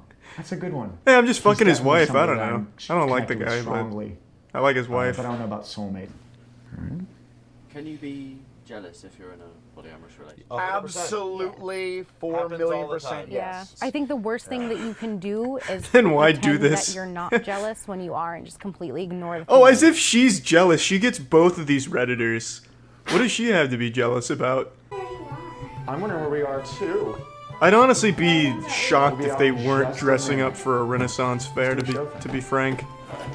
Like, this is just like the perfect Renaissance fair family. I'm a grown man performing. Oh, in it's not even a backyard in Renaissance skirt. fair. I will earn your pity, okay? Oh my god, it's a It's not traveling something magic to show. just, like, For try kids' fun because birthdays. It's people and it's and human Ken. beings and there's. And sometimes you're being the jerk. Yeah. Daniel. I know. Sometimes you are being the jerk, Kenneth. Oh man, I just want my wife back. God Listen, damn it, sometimes you're Daniel. both wrong. That's. There's got to be something else going on. You This love guy's somebody blowing you Vince love. out of the water with the age gap love. Boy over here at 69. Nice. Like we were everywhere. This 69-year-old man's like, some fresh blood. I'm gonna go try my dance moves. The Cabbage Patch. I was surprised. Hit her with the old Prohibition I shuffle. definitely don't have a problem with it. Win her over. I do. The best thing? For me, it's the sex. Maybe. Why do they always say that? Crazy.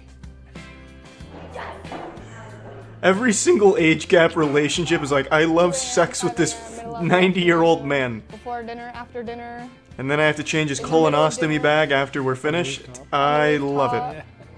On the balcony. Wherever. There was a time Dan forgot his catheter. Man, that sex was wild. Manitoba, Quebec, That's the big one. You see that one? We didn't even discover that when I was a kid. Newfoundland Labrador. I mean, No. it's just a number. I thought you were 50 when I met you.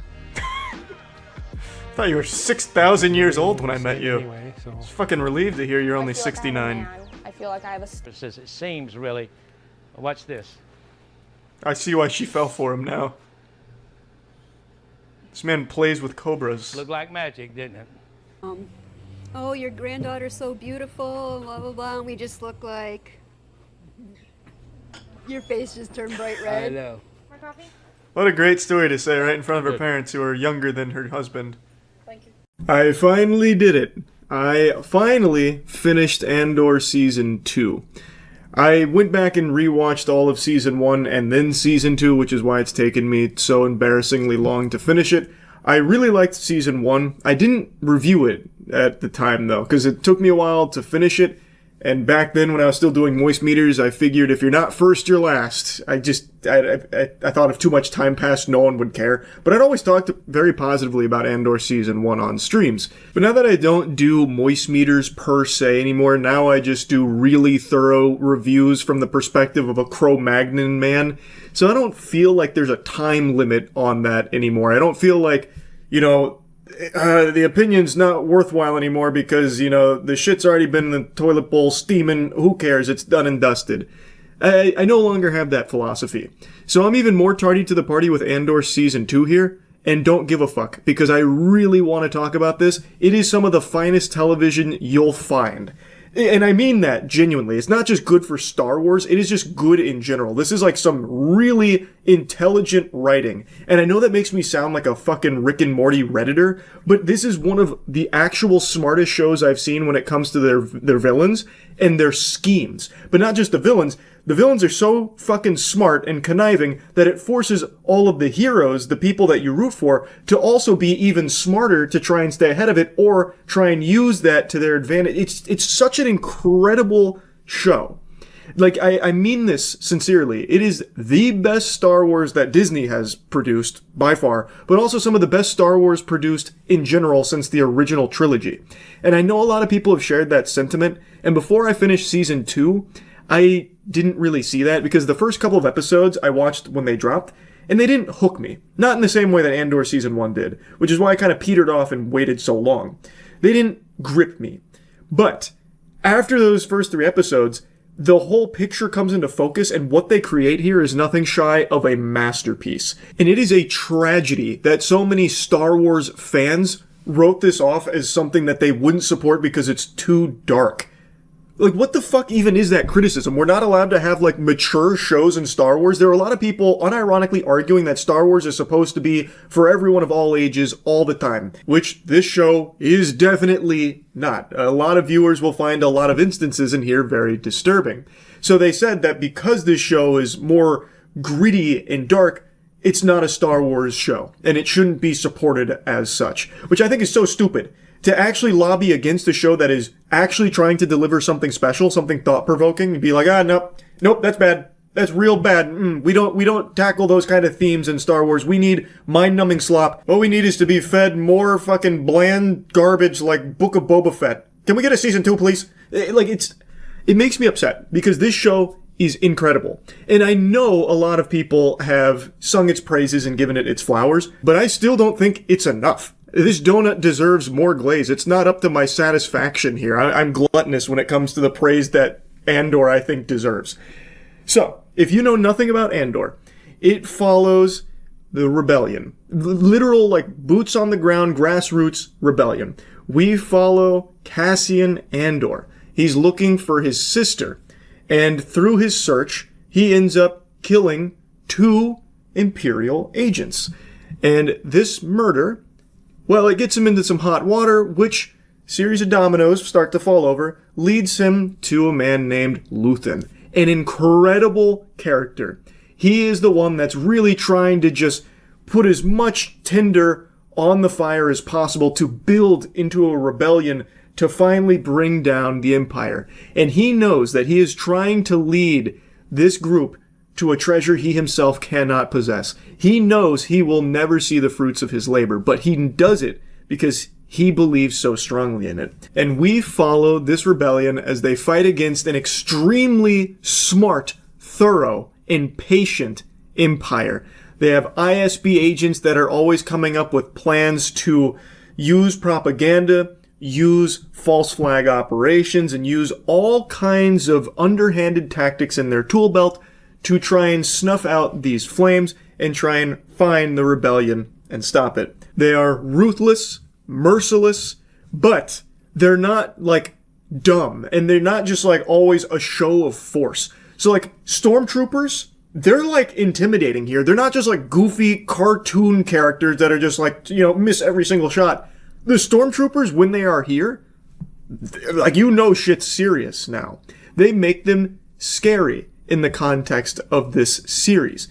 They don't always just rely on going in nuts to butts, guns blazing to just kill rebels.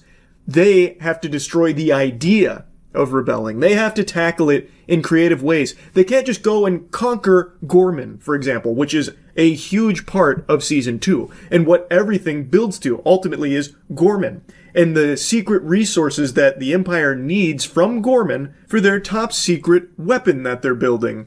If you've got your thinking caps on, you can probably wager a pretty strong guess on what that might be, Death Star. And they know they can't just go into Gorman and just like strip mine, destroy the planet, full stop, you know, caution to the wind. They can't do that. They can't just send in the droids and throw the kitchen sink at this planet. It has political power.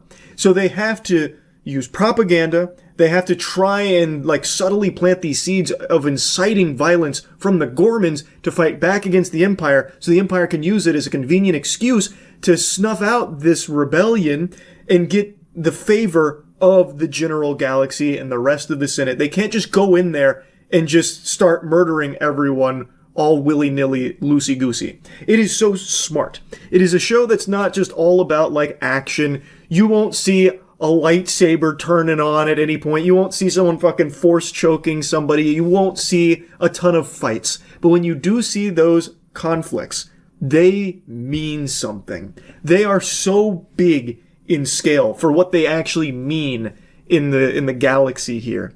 It's so good. And the character work is so amazing. So like one thing, like I mentioned, Cassian was searching for his sister. Well, I get into spoilers. I don't remember if I gave a spoiler warning. I've kind of been talking kind of broadly at the moment, but I'm going to give you the spoiler warning now, just in case. In the beginning of the show, Cassian is looking for his sister. That leads him to eventually getting down this path on the rebellion, but he never actually finds his sister.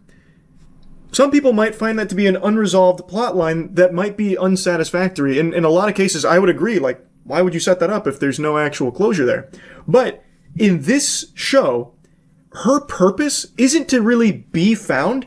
Her purpose of just like existing as this idea that Cassian chases that leads him here is far stronger than if he would have had this sibling reunion. So him never finding his sister, it didn't feel like just an oversight or something. It actually made sense. Pretty much everything gets resolved, and even the stuff that kind of doesn't, like that, there's a reason for it that fits really well in the universe there. But by far my favorite character is Luthen. Luthen, he is not a good guy per se. He operates in the morally gray for what is the greater good. So he'll do some very questionable things, and he lies to everyone, he manipulates, he uses everyone, and he's got no qualms about just executing someone he thinks might be a liability. Like if you've got Bubble Guts on a mission and he thinks you might just like break some wind, let out a little wet fart, he will just blast you and throw you into a dumpster. Like he does some things where he will just put someone down after they've outlived their usefulness, just on the slim chance that the Empire could use them against him. And that's like a bad thing he did, that was evil, but you also understand why he did it. He never compromises on his morals or anything like that. He is very upfront about who he is and why he does what he does, and god damn it is he effective at it. Without Luthen, the rebellion doesn't get to the point that it reaches. But once again, as he said, he is leading them to a sunrise he will never get to see. For all of his effort, everyone in the rebellion doesn't trust him. Pretty much everyone hates him. Even the people that owe their life to Luthen, they don't love him. Like, they appreciate what he's done, but they're not very Luthen positive.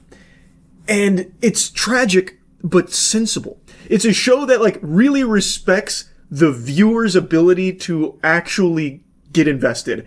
Like, it's a show that doesn't just spoon feed you everything. It's a show that respects your intelligence as a viewer. So when it's setting up all of these complex themes and all of these, like, moving parts about what the Empire is doing and why, and how the rebellion is going to try and fight against it, it does it slowly over the course of multiple episodes and then builds into a huge payoff. The best example of that is the Gorman massacre. That single episode is not only the best episode in the show, but I think it is like one of the strongest episodes I've seen in a series for a while. Like, it is up there with some of my favorite singular episodes.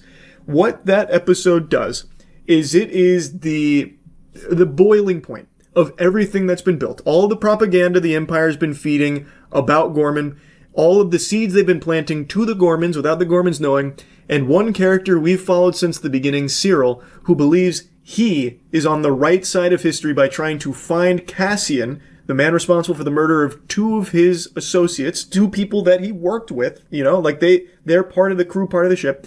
He believes from the very beginning he is on the side of justice. So he takes a position on Gorman to try and lure out lure out the big forces of the rebellion. He dedicates his life to this cause. But it turns out his presence on Gorman was not what he thought it was. The woman that he falls in love with, Dedra, she is someone that's very ambitious, but she is extremely smart in the Empire. And they know that, so they're using her to take control of Gorman through all of the propaganda, through all of the trying to spark a rebellion so they can have a convenient excuse. And she's using Cyril to get close to them. And Cyril believes he's getting close to them to try and get close to, like, the actual rebellion, not so much the Gormans themselves. He knows nothing about the actual purpose of all of this being the resource that the Empire wants. Well, in episode 8, it all becomes very clear to Cyril he's been used not just by the Empire, but by Dedra. She played his ass like a fiddle. Not in the love department. They do a really good job of establishing she does actually really care for him. And he did save her life. Like, she does really appreciate him. But she's got a job to do. And he's a really good pawn to use for this. So he sets pretty much everything in Gorman in motion without him having any idea what he was really contributing to. And then as they're funneling all of the protesters, all the Gorman protesters into the city square, they're setting up a blockade. They've got some big droids there. They've got all the pieces on the board. And Cyril starts to figure it out. Cyril really clicks all the dots in his head. He connects all the breadcrumbs, but it's too late to do anything about it. The Empire has a sniper on the roof. They shoot one of their own to make it look like the Gorman protesters have become violent. This insurrection is here.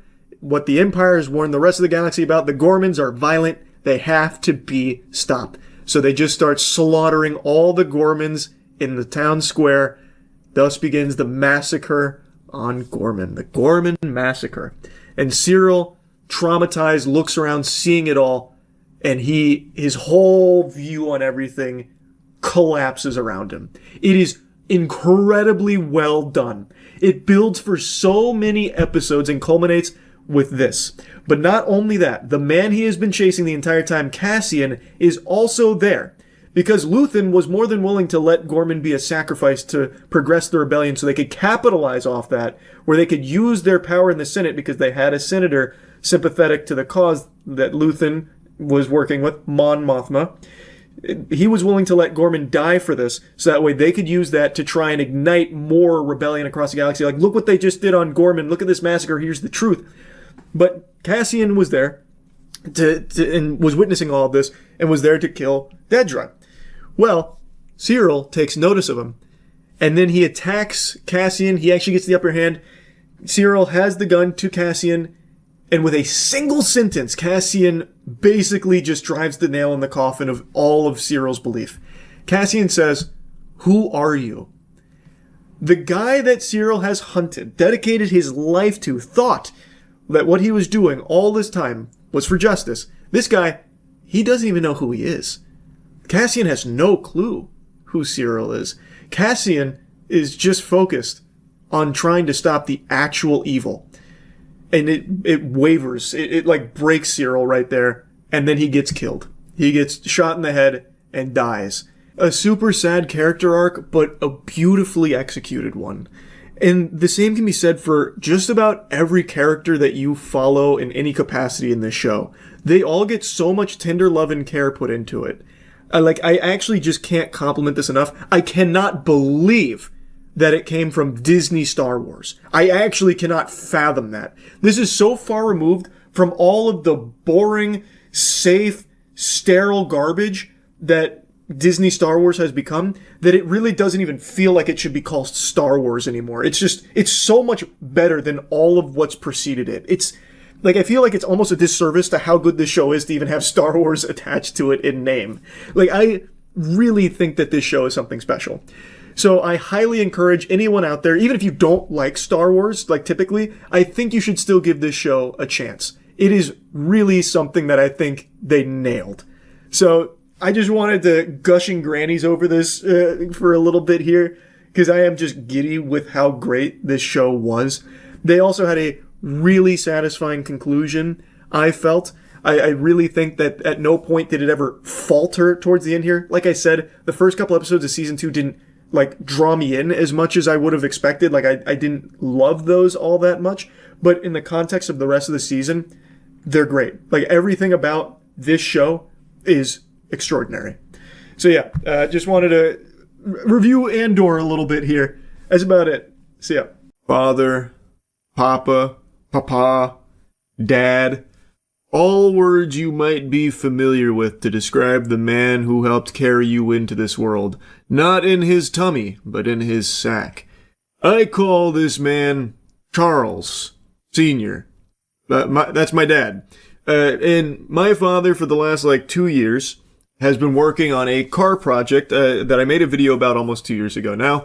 A 32 Ford, which is a very special car to him. He built it when he was 16 years old with his dad, but ended up getting an offer he couldn't refuse and sold it. Since then, he's regretted it because it's a very hard thing to find all of the components for to build it again.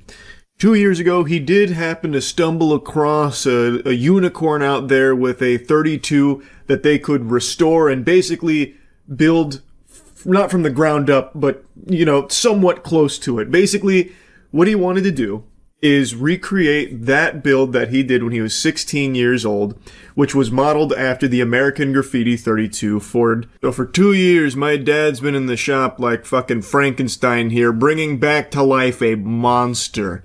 This 32 Ford Coupe. He teamed up with his buddy Joe, who has a shop in Orlando, and the two of them together have been working every single week for 2 years now to build the perfect 32 Ford Coupe from the American Graffiti movie. And it's finally complete, and they're very excited to show me, and I'm excited to show you 2 years of work with this 32 Ford.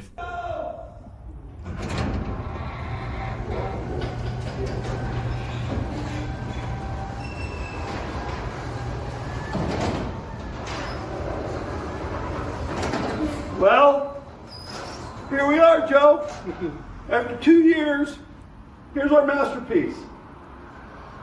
What do you think? I love it. Huh? I'm gonna take you on a tour of it in a moment, but yeah, my dad wanted the garage door reveal. I think he was probably expecting me to do some cinematic edits. He has far too much faith in my editing prowess, so the best you get is just the raw dump here.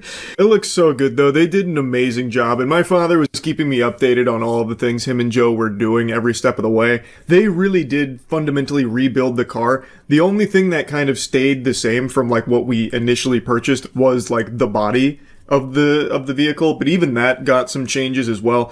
The body is one of the hardest parts to find, as I understand it. I think the body and the chassis were the two things that had the least changes to them, but this was a huge undertaking and they did an amazing job. So it's loud. This puppy zooms too. This will get you around the block, point A to point B lickety split, but it is louder than a motherfucker. And apparently In the version 1.0 they had, it was like 10 times as loud to the point where it probably wouldn't even be street legal because it'd be blowing up eardrums and assholes. So they had to change even more about it, some alterations to quiet it up a little bit so it could actually be driven without just ruining everybody else's day. I don't think I have any footage of that one, but I do have 2 quick videos of it, like zooming around and how it sounds after they've changed it.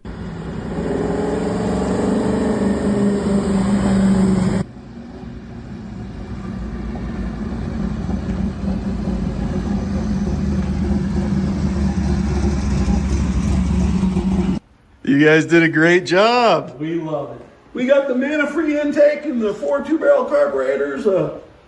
What is it, Joe? 1968, 327? 68, 327. So the only thing we didn't do to this 32 Ford, it's all original steel. The only thing we didn't do is chop the top 3 inches like the American Graffiti car, because Joe said, hell no, we ain't touching that car. That body's too nice. Isn't that right, You're Joe? too tall. Walk over here, Joe. You're too tall. My dad is too tall, it makes me sick. He kept all the height for himself and selfishly refused to share any with his only son. Isn't that fucked up? He's 6'5", and look at me.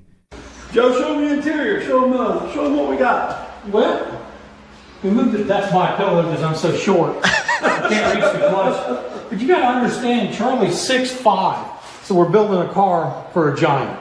And so we had to have headroom, and we have to have leg room for him. So this is I think it's an original bench seat. It's the original 1932 Ford bench seat. And we took the package tray's been removed, and we moved the seat as far back as we can get it so Charlie would feel comfortable. And then we ordered an offset shifter, so it moves the shifter towards the center of the car, basically. And we got blinkers and brake lights and stereo and electric fuel pumps. And we got a completely powder-coated undercarriage front end. We got old finned brake drums from an old 53 Buick on the front, just like old nostalgia hot rod. It's got a Ford 9-inch rear end. Ford 9-inch in it? It numbered out as a 71 station wagon, which is a heavy-duty Ford rear end. And we changed the rear gear to 373, so she's got some giddy up. Yeah. But this is the finished product right here. So we just wanted to show everybody what all the gauges work, right, Charlie? Even the fuel gauge works. Everything's new, wiring harness is new, everything in the car is brand new. And it did take us, what, 2 years? Right at 2 years. Right at 2 years. Yeah, we got a, trunk sole upholstered. We got a big old built-in fuel tank right here we made. And car's done now, we're just going to drive it, right, Joe? Mm-hmm. That's fun with it. Yeah, that's a mean-looking car right there. Tell you what. So the next project is Joe has a 1932 Ford sedan, a chopped sedan that we built.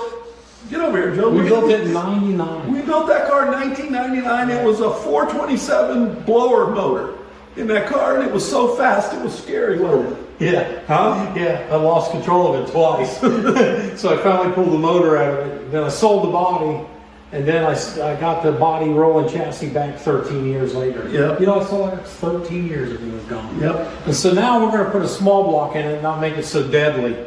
We got plans to put it back on the road. It's like this, but it's a sedan. It's a 4-seater instead of a 2-seater. Yeah, it's really cool. And it's painted purple. So that's it. The 32 project's done. That's the update. We'll move on to the next one. Well, what was the hardest part of the build? What do you think, Joe?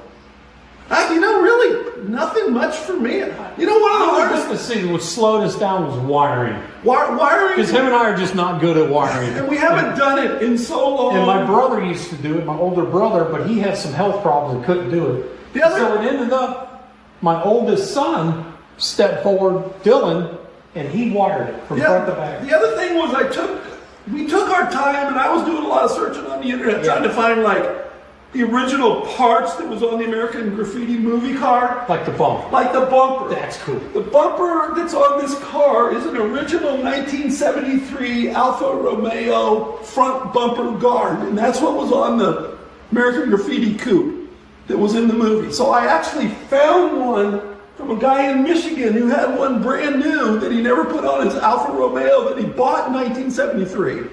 And I bought it from him and he shipped it to me. So it's just shit like that we didn't want to rush into it, and we wanted to make it, you know, as cool as we could with all the original. And then we did a few changes, like the exhaust.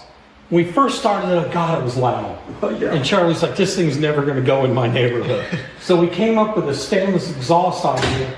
If you want to bring that over here, look. And we went through the bottom of the header and brought it in for the exhaust that goes underneath. This is underneath where his shoes are. These are actually 12-inch muffler turnouts that has a baffle in it. Yeah. But it was even so loud with the baffles exhausting right here that I said to Joe, we gotta quieten this thing up. So what we did is we cut a hole in the bottom of the header.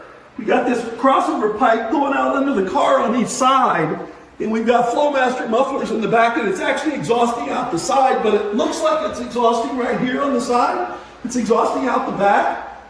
And what we did is we welded a plug inside of this muffler, so it's capped the exhaust off, so it's exhausting out the back. Now, if I ever want to really make noise and really upset everybody, we can slide them off. We just pull this exhaust piece right off, and then it's open header from here right on back. So I said 3 inches, and Charlie said 1 inch, and we settled on 2 inches. So they're 2 it's 2 inches out from there. So And we figured out we just took our time. kind of compromised and took our time. And Talked about stuff and what we wanted make to sure we do. got everything the way we wanted. Put all new glass and rubber, and everything. Sandblasted the body. But it's a real steel car. It's not a plastic car. So, and that's it. That's the update. What about the, I remember you told me American Graffiti had what was it, motorcycle fenders or some shit? In the front. Yeah. You guys did the same thing. Yeah. So we found those fenders Joe found them at a motorcycle shop. And we made brackets for them, and it's exactly the same. Yeah, we got pictures of the original car, and Charlie and I were talking about the brackets. I wanted to paint the brackets black, and Charlie's like, no, the originals were yellow. And so he sends me a picture of the original American Graffiti car, and the brackets are yellow. So we painted them yellow. You know, we're trying to. We did not cut down the grill shell. We didn't like that look. No, when they chopped the top 3 inches, they chopped the grill shell 3 inches. And this is our steel grill shell, original grill shell. We're not going to cut that either, so that's why the car's a big old height. And I'm tall, and I need the headroom anyway, so it's like it's more comfortable to drive, you know. Yeah, you wouldn't have fit in it if you chopped the top at all. No, we real tight. We built a Model A years ago, a 31, and we chopped the top on it, and it was yellow. Charlie pulls up at a car show like this. It's miserable. He's like, I hate this car. It's so small, I can't drive it. He sold it. Yeah. And so then we knew then that there's no way he can drive in a chopped top car and be comfortable. No. You know? So anyway, yeah. Well, there you go, Joe. On to the next one, brother. That's right. Okay, bye, everybody. Bye, everybody. It's really cool to see the 2 years of work paying off here with something very special and so meaningful, not only to my dad, but to Joe. As I mentioned in one of the other videos with the 32 Progress, Joe has a business called Joe's Paint and Body in Ocoee that's been there for 42 years, and he is still working every single day, hard as fuck, but would still find time every week to spend hours on this 32 with my dad. The two of them just back in the saddle again, back in the mega mix, because it is something that meant so much to them both.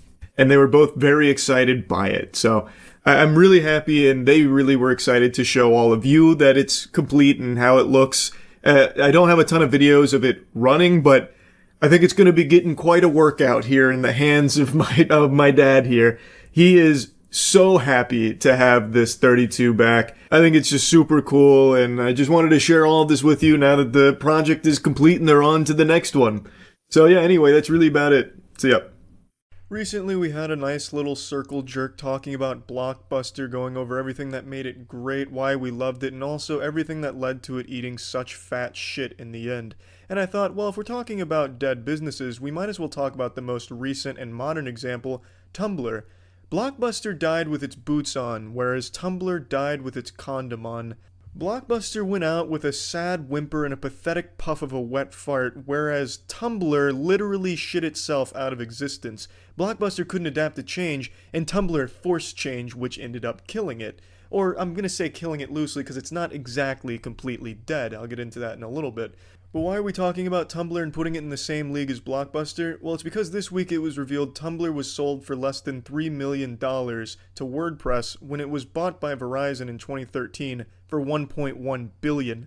That's a pretty fucking significant difference and a huge loss that they're just biting the ass on. So let's go over the entire history of Tumblr and how it got to this point. So Tumblr was founded in 2007 by David Karp, the primary purpose of the website being blogging. It wanted to be the best blogging site it could be, and during this time period, blogging was the shit. Everyone was doing it. Every middle-aged soccer mom on the planet had her own blog. 2 kids, red wine, just fine. A blog adventure by Sandy. And I'm not just saying it was only for boomers, the older generation blogging. During this time period, everyone was. Kids, teens, tweens, adults. Everyone had their own blog to put out their uniqueness, talk about their day. And David Karp envisioned a world where all of that would be on Tumblr. And to a certain extent, he was right. Tumblr became the hub for most blogs. And Tumblr had a very unique advantage over pretty much every other website in existence.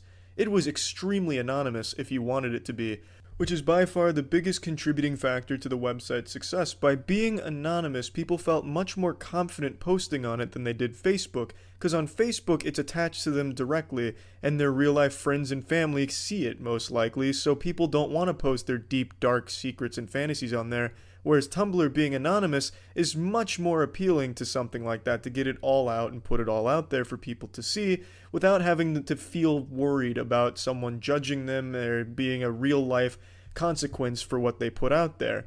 And also on Tumblr, there really wasn't a whole lot of ways for people to interact with each other directly. Commenting wasn't exactly a huge thing. The main way you'd interact with a post is through reblogging it yourself. So people would really only see the positive things where people are reblogging their stuff. The more they share, the more reblogs among the same people, then you have an entire community form around it. And there was a community for pretty much fucking everything on the planet. If you had a fetish for the Ninja Turtles fighting crime while wearing diapers, there was a Tumblr crowd for it.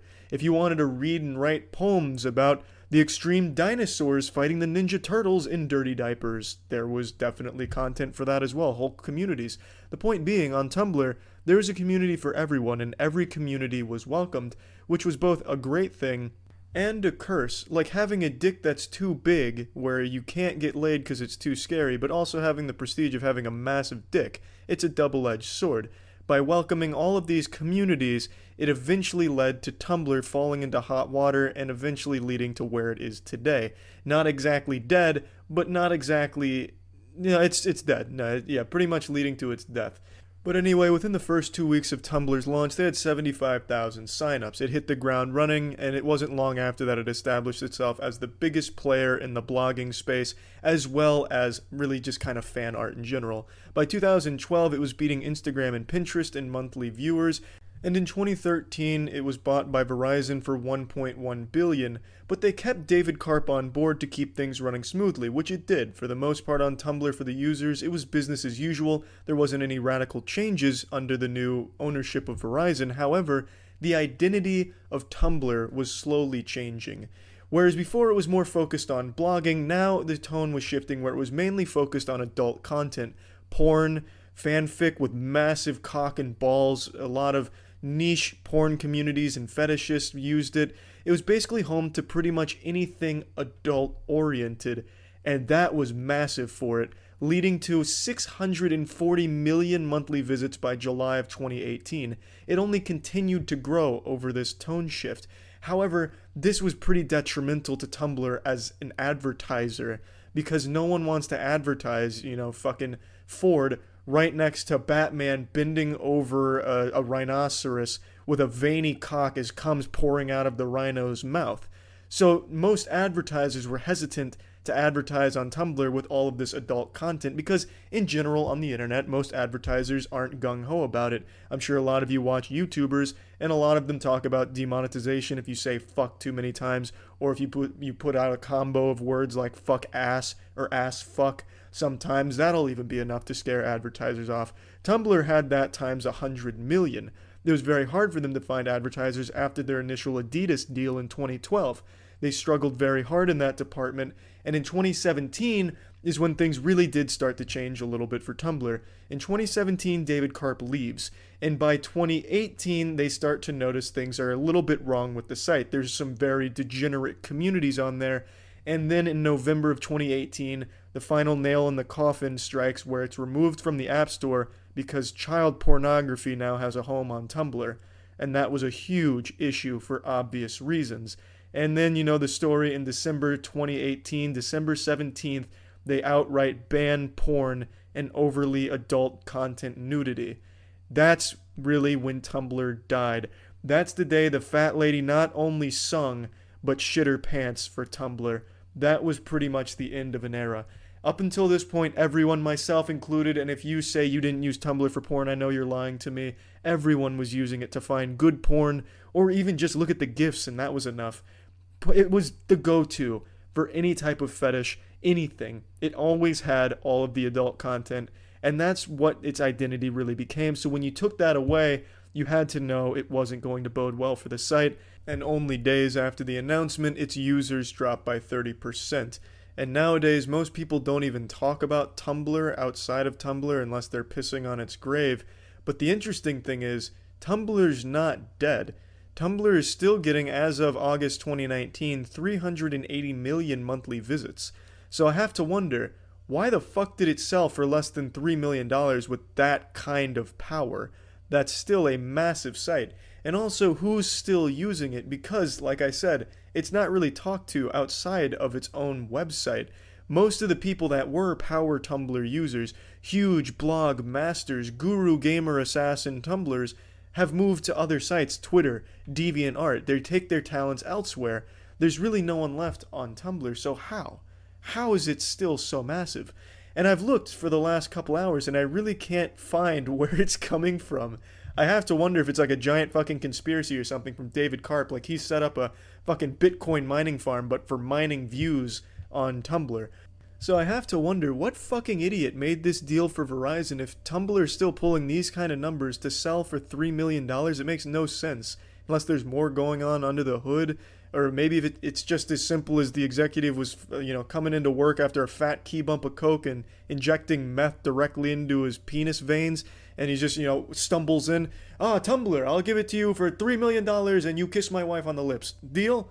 I just don't get it. Maybe it was a huge accident like in Rocco's Modern Life where Big Head accidentally bankrupts the entire company. I just don't understand why they would sell it for so low if these numbers are accurate, which multiple sites say they are. It's fucking wild to me.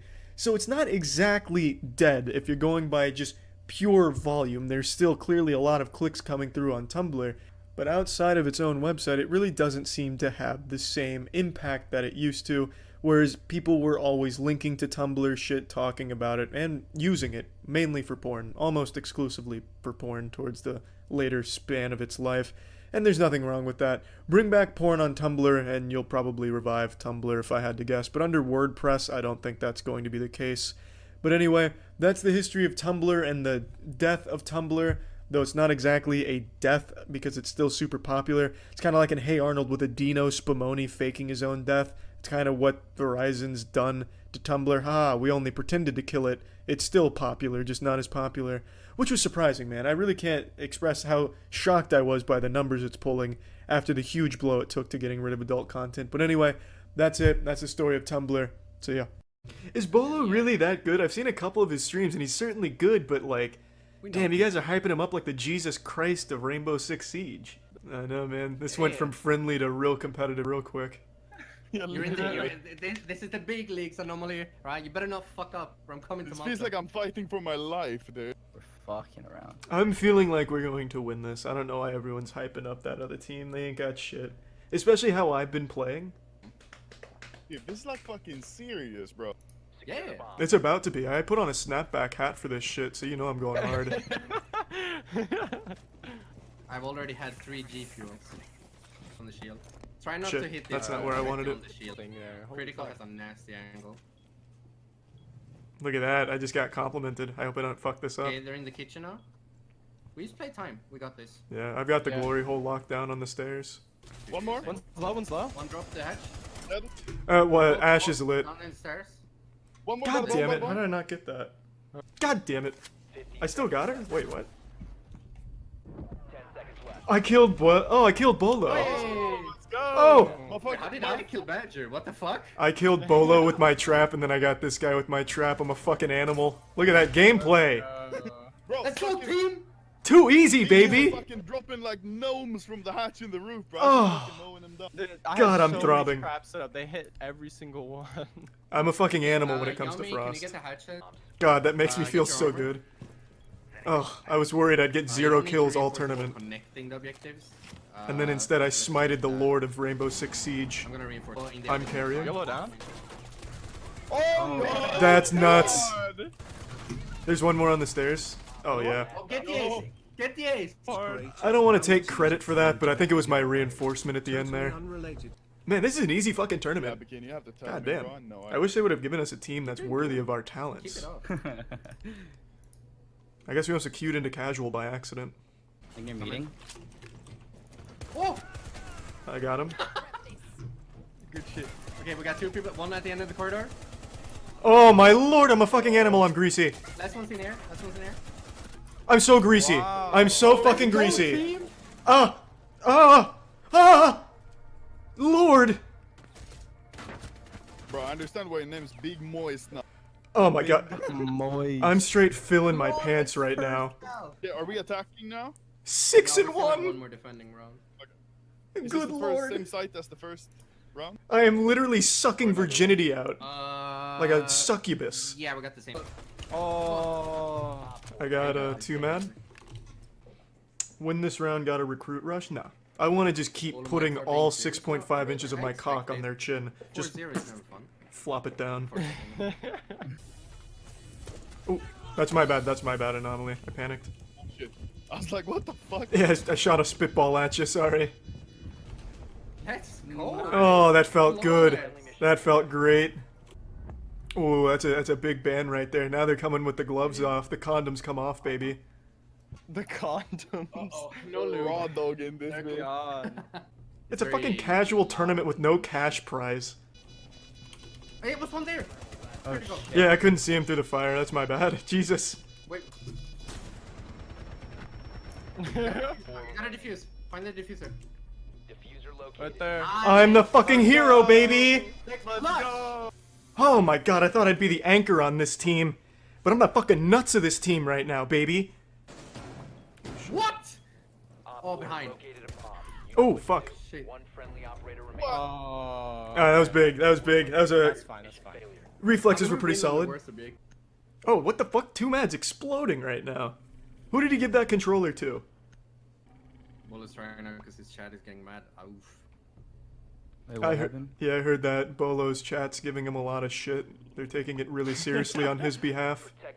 Yeah. We always had like super toxic like community. That fucking sucks, man. He seems like a decent guy, but his chat is going like full Reddit turbo virgin apparently. Yeah, like, like there's never been any. Can I plant on the... No. Oh, I can. If someone falls for that, they deserve to be kicked out of the tournament, just saying. Nice. Beautiful. I think I'm gonna just pre-fire every corner. Just because I don't know these maps well enough and these guys know the best angles, I'm just not gonna take the chance of reflex battling them. Honestly, you guys can probably go in on I B got and him. open the big door. Oh, baby! GG. Good shit. Wait, Let's we won go. like Yeah, I think we move on, right? It's best of 3 maps. Hey, we won. How the fuck did it take them 3.5 hours to finish the last one? Yeah, what the fuck, dude? That's. What kind of fucking wet noodle fights are happening for 3 goddamn hours? Yeah, it's kind of easy to be honest. Yeah, that's kind of what I was thinking. Bolo just got cancelled because of us, though. His chat's gonna go nuts. He fucking used insta quits. What the fuck? Man, that was supposed to be a friendly match, but his chat just ate him alive. And he wanted to meme and have a good time. He so only they- tried one round and he shit on us, though. I know. Yeah. Yeah, that's just so fucked up, Yeah, man. He his just chat wanted to is have really fun. toxic. Bolo punished his chat with 10 ads for being dicks. Perfect. I don't know why they have to be so fucking mean, man. It's The next game we should this be tournament doesn't even have a grand prize or a prize at gonna all. be playing. It's gonna be harder because Anthony's not gonna meme. He's gonna sweat his balls off. And he's scary. We'll fuck him up. Let's go. I remember hearing similar things about a former TSM pro named Bolo. Yeah, literally. I know, man. This has just been an absolute steamroll for this tournament. We have just been powering ass down.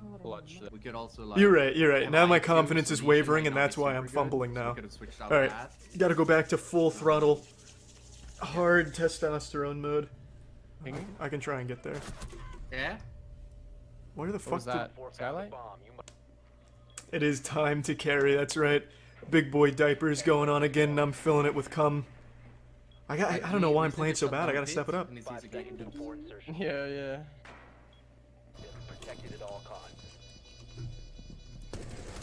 I got him. Yo. There we go, baby. Wait, we won? Oh, fuck. At least I didn't finish with a fat zero. Yeah. Thank God. If I finished with 0, I just wouldn't have been able to sleep tonight. Let's go. AK, we only have one game left. That's right, I did better than Jameski. Fuck yeah. I need someone to open. Oh, thank God. I didn't go killless. Woo! Finally. Let's go, guys. I think. See, if that's how my I kills play first best. Couple rounds would have counted. I would have dropped double digits. I really just need to stay roaming instead of plant like a little pussy boy. I'll take it, whatever, Alright, fuck so it. my normal is going. Wait, so we won everything? Yeah, we just won the We tournament. just won the tournament. Don't you feel that Literally throbbing won in the your whole shit. pants? Come on now. Fuck yes, dude. Wow. Congratulations, guys. That's my first tournament win of anything ever. Yeah, literally. You know, went out of your way to, you know, win this, and we really appreciate it. Good job, guys. Thank you, Good thank you. coming. Pretty easy to Zoom do. in. Good busting. Is that the prize? Good job. Oh, wait. I think Do Digimon cards hold any value? I don't know. I'm not in the Digimon TCG space. You still have the Digimon binder you stole? Yep. I do still have it. I don't think they're worth anything, though. See if there's any old ones up. There is a $1 million listing on eBay for the Digimon Digibattle First Edition Series Gold Stamp Uncut Sheet. I have a hunch that will never sell. Man, some of these eBay sellers are actually fucking... They're on like a different planet.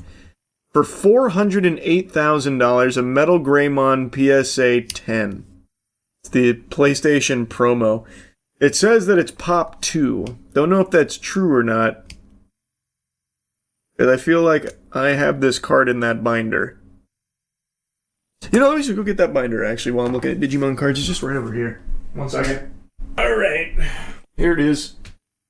I stole this in the 4th grade. Well, I didn't steal the binder. I stole the cards in the binder in 4th grade. And I thought I was going to hell for it for the longest time. His name was Bryce.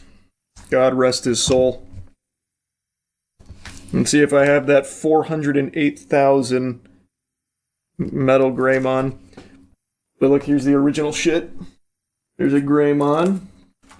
Not foil, though. Maybe I just have a bunch of garbage, actually. Looking at it now, maybe I was just trash. Maybe I stole trash from him. This is all garbage. Holy shit. Wait, here, this might be something. This might be something. No, this is nothing. That's a power-up. A power option card. That's the only, like, foil outside. Oh, wait! We got a Babamon. Foil Babamon. Hold on. Hold on. We might have something big here. Well, you can't see that at all, can you? We got any Babamon fans? Let's see. Should I get this shit graded? Am I sitting on $1 million? A foil Babamon from the 2001 first set here. Gold stamp. Babamon. Okay. Babamon. ST1... Yep. Is that mine? Yep. ST115, which tells me that's a starter deck card. Actual trash. This whole binder is nothing but actual trash. There's no way a starter deck card is going to be worth anything. But, you know what? I can't find any data on anyone grading this. So this will be legitimately a Pop 1 card. Actually, this will genuinely be the only one. I'm gonna set that aside. Shit's going right to Beckett. Oh, wait, we got another foil. This one is a, Oh, wait, I'm just now noticing I have multiple cards. It's making me cough. There must be a bunch of dust flying up from this. I just noticed I jammed a bunch of cards in the same pockets. I wonder if I've missed anything. What? Oh my god! I don't know, it's making me cough so much. Holy! It looks like there's only a few places where I put a few in the same pocket. We got the, Skull Merrimon. Skull Merrimon? Is this a big hit? This is another starter deck card. Good lord. Good lord. Not a single one of these has ever been graded, though. Pop one. Pop one on my hands. Pop one. You know, looking through this, I'm starting to think maybe I didn't have that Metal Greymon. I really thought I did. I'm losing hope. I'm thinking I didn't. I do have a Garudamon, though. Non-foil.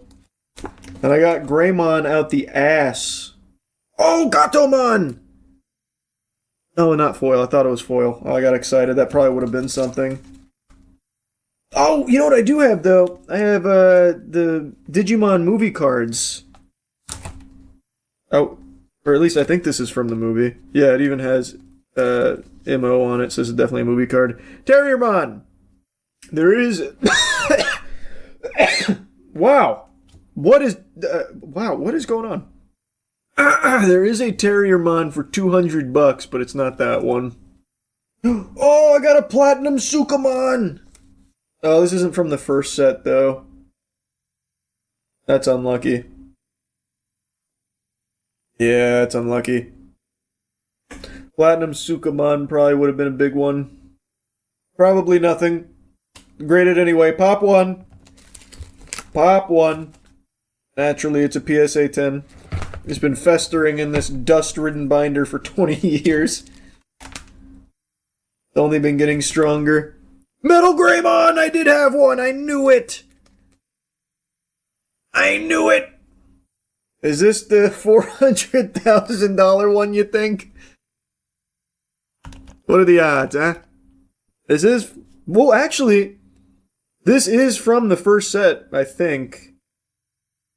Maybe there's a chance it's a little something. Maybe there's a chance. Wow, this sold for $1,200, this version. I'm in the right set, but the wrong rarity. Unlucky, man. No. The one I have isn't 1,200. Sorry. I was just looking at another Metal Greymon, a PSA 9 of the $400,000 one. The one I have, I don't even see listed. Don't nobody want this fucking thing? That's such a shame. I'm right there. I'm on the cusp. I'm tickling it. No, I think we're cooked. That's probably my only Metal Greymon. I was a trash collector back in the day. Holy, it's all garbage. Actually, all garbage. Genuinely. Nothing but poop as far as the eye can see. Maybe this is something. Metal Garurumon. That might be something. It's a foil. Maybe this is something. This is not from the first set, though. This is the second set. Ah, it's a starter deck card. Fuck! Well, what a load of trash. But I got just about every single common card from the first set. The first booster and the starter decks. You hate to see it, man. You really do. I've also got a ton of these absolutely worthless cards that they used to print all the time back in the day for Pokemon and Digimon.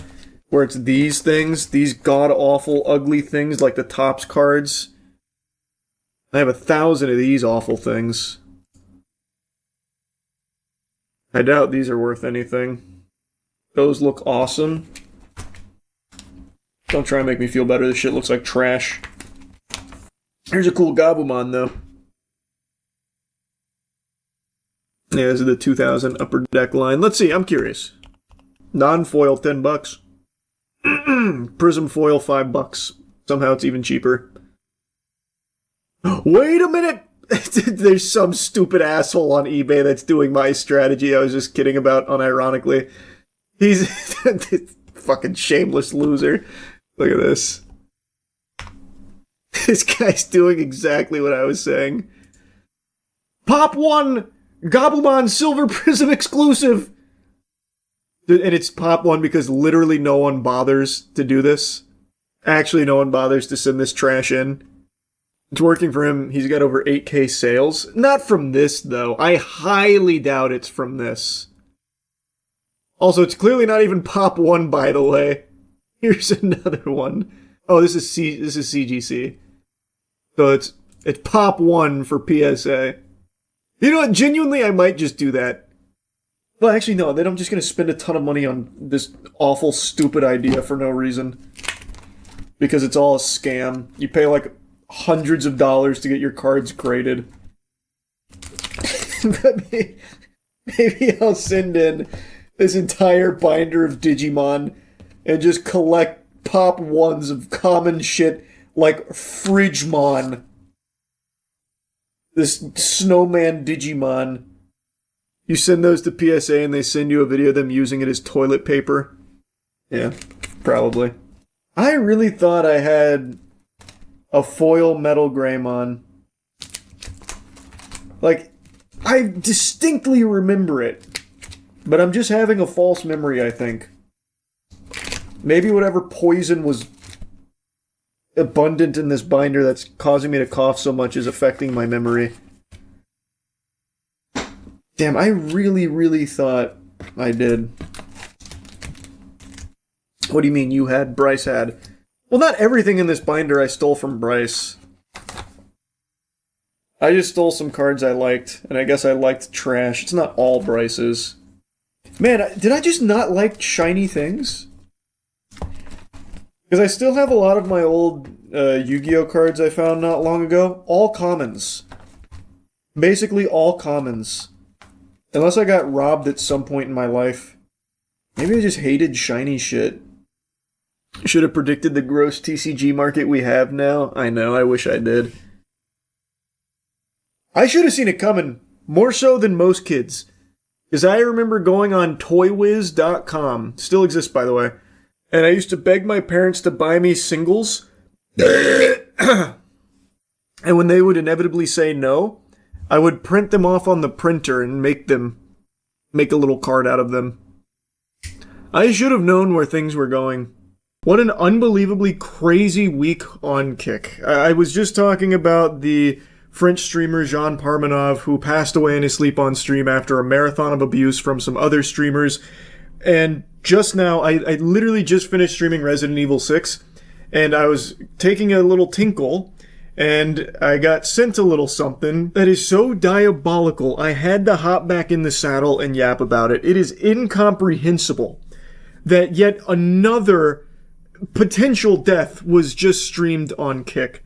I'm recording this an hour after it happened, and the victim is currently still in the ICU, so I guess by the time I post this, I'll know whether or not they passed away, but I'm going to keep this part in here right now because it's up in the air. A Kick streamer, Raja Jackson, who is the son of Rampage Jackson, and also a professional fighter, just went fucking ballistic on a wrestler during a wrestling event on stream. He picks the wrestler up, slams him on the mat, and then lays down 27 punches to the man's skull, most of which were delivered while he was unconscious. And by the end of it, he is bleeding and bloodied. They couldn't wake him up. They said he was barely breathing, and someone even used the word flatline, that he was flatlined in the ring. This is not fake. This is not scripted.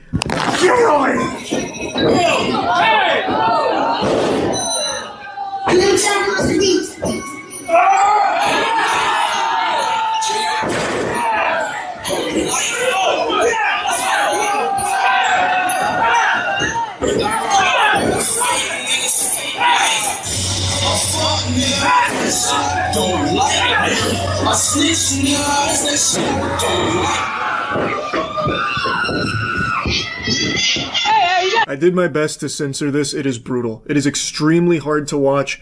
I also cut the clip short, but they pan back and he is covered in blood. Raja Jackson is a professional fighter who has unloaded, I counted 27 blows to an unconscious man. And they all are connecting. This is not like fake. It's not like he's pulling any of his punches. They are all hitting squarely on this man's skull, bouncing his head off of the mat. And I said most of them were when he was unconscious. All of them are while he's unconscious. When I watched it back, it's clear that when he slammed him on the mat, his head hit the mat and it knocked him out immediately. So all 27, potentially more, punches that he threw were on an unconscious man. That can be fatal. That is most oftentimes fatal. And he wasn't done either. It's not like he just stopped and said, okay, well, that's plenty. I've had my fill. He was still going. The only reason there weren't more punches thrown by him is because the other wrestlers were able to separate him. But he was fighting against them to go back and keep beating this unconscious man. He probably wouldn't have stopped punching him until his head popped like a balloon. It's extremely scary, and even if he does pull through, this could have life-changing repercussions with brain damage and so many other complications for the rest of his life, if he even survives, which we don't know yet. He apparently flatlined in the ring and is currently still in the ICU, and we don't have any updates. This is terrifying stuff. Hello, it's Charles, first thing in the morning here, and we don't have a ton of official updates on the condition of that wrestler, but the father of Raja Jackson, Rampage Jackson, gave an update where he is saying that Psycho Stu, that's the name of the wrestler, is alive and is stable. And he also says that he's clearing up misinformation about his son. But then in his statement, he doesn't clear up any misinformation. He just confirms what everyone already knows, that this was completely out of control, inexcusable behavior that Rampage Jackson also doesn't condone. So I don't know what misinformation he thinks he's clearing up with this. He's just agreeing with what everyone else is saying, that his son went fucking berserk. I guess maybe the misinformation demon that he was exercising here was about his son actually getting like the permission for payback on Psycho Stu for an earlier confrontation. And what he's referring to there is they had like a little beef before the event started, and someone had told Raja Jackson that he could, like, double leg take down Psycho Stu in the ring and then throw, like, a fake punch, and that would be it, to, like, settle the beef and create, like, this storyline. But Raja Jackson, on stream, on camera, says that he is going to hurt Psycho Stu. He said he will not stop punching him until people will yank him off of him. So he took that like pseudo invite, like green light to be involved in the wrestling event as a permission slip to go brutally assault this man and beat him within an inch of his life. Like, I think you could also make a case that this is attempted murder. This was premeditated assault that he planned on not stopping at any point until third parties intervened. Like, I really think you could make, like, a real argument that he had went in there with the full intentions of killing Psycho Stu. That's what it looks like to me. Tell you guys this, they told me to hit him and just leave. Somebody who pull me off of him will leave. I'm telling you, I'm gonna hit him as many times as I can. Watch. That's indefensible. You can see him literally planning it off the back of them giving him like the instructions for a work where he'd come in and he'd deliver like a hit, like a fake hit, and then he'd be pulled off and that'd be the end of it.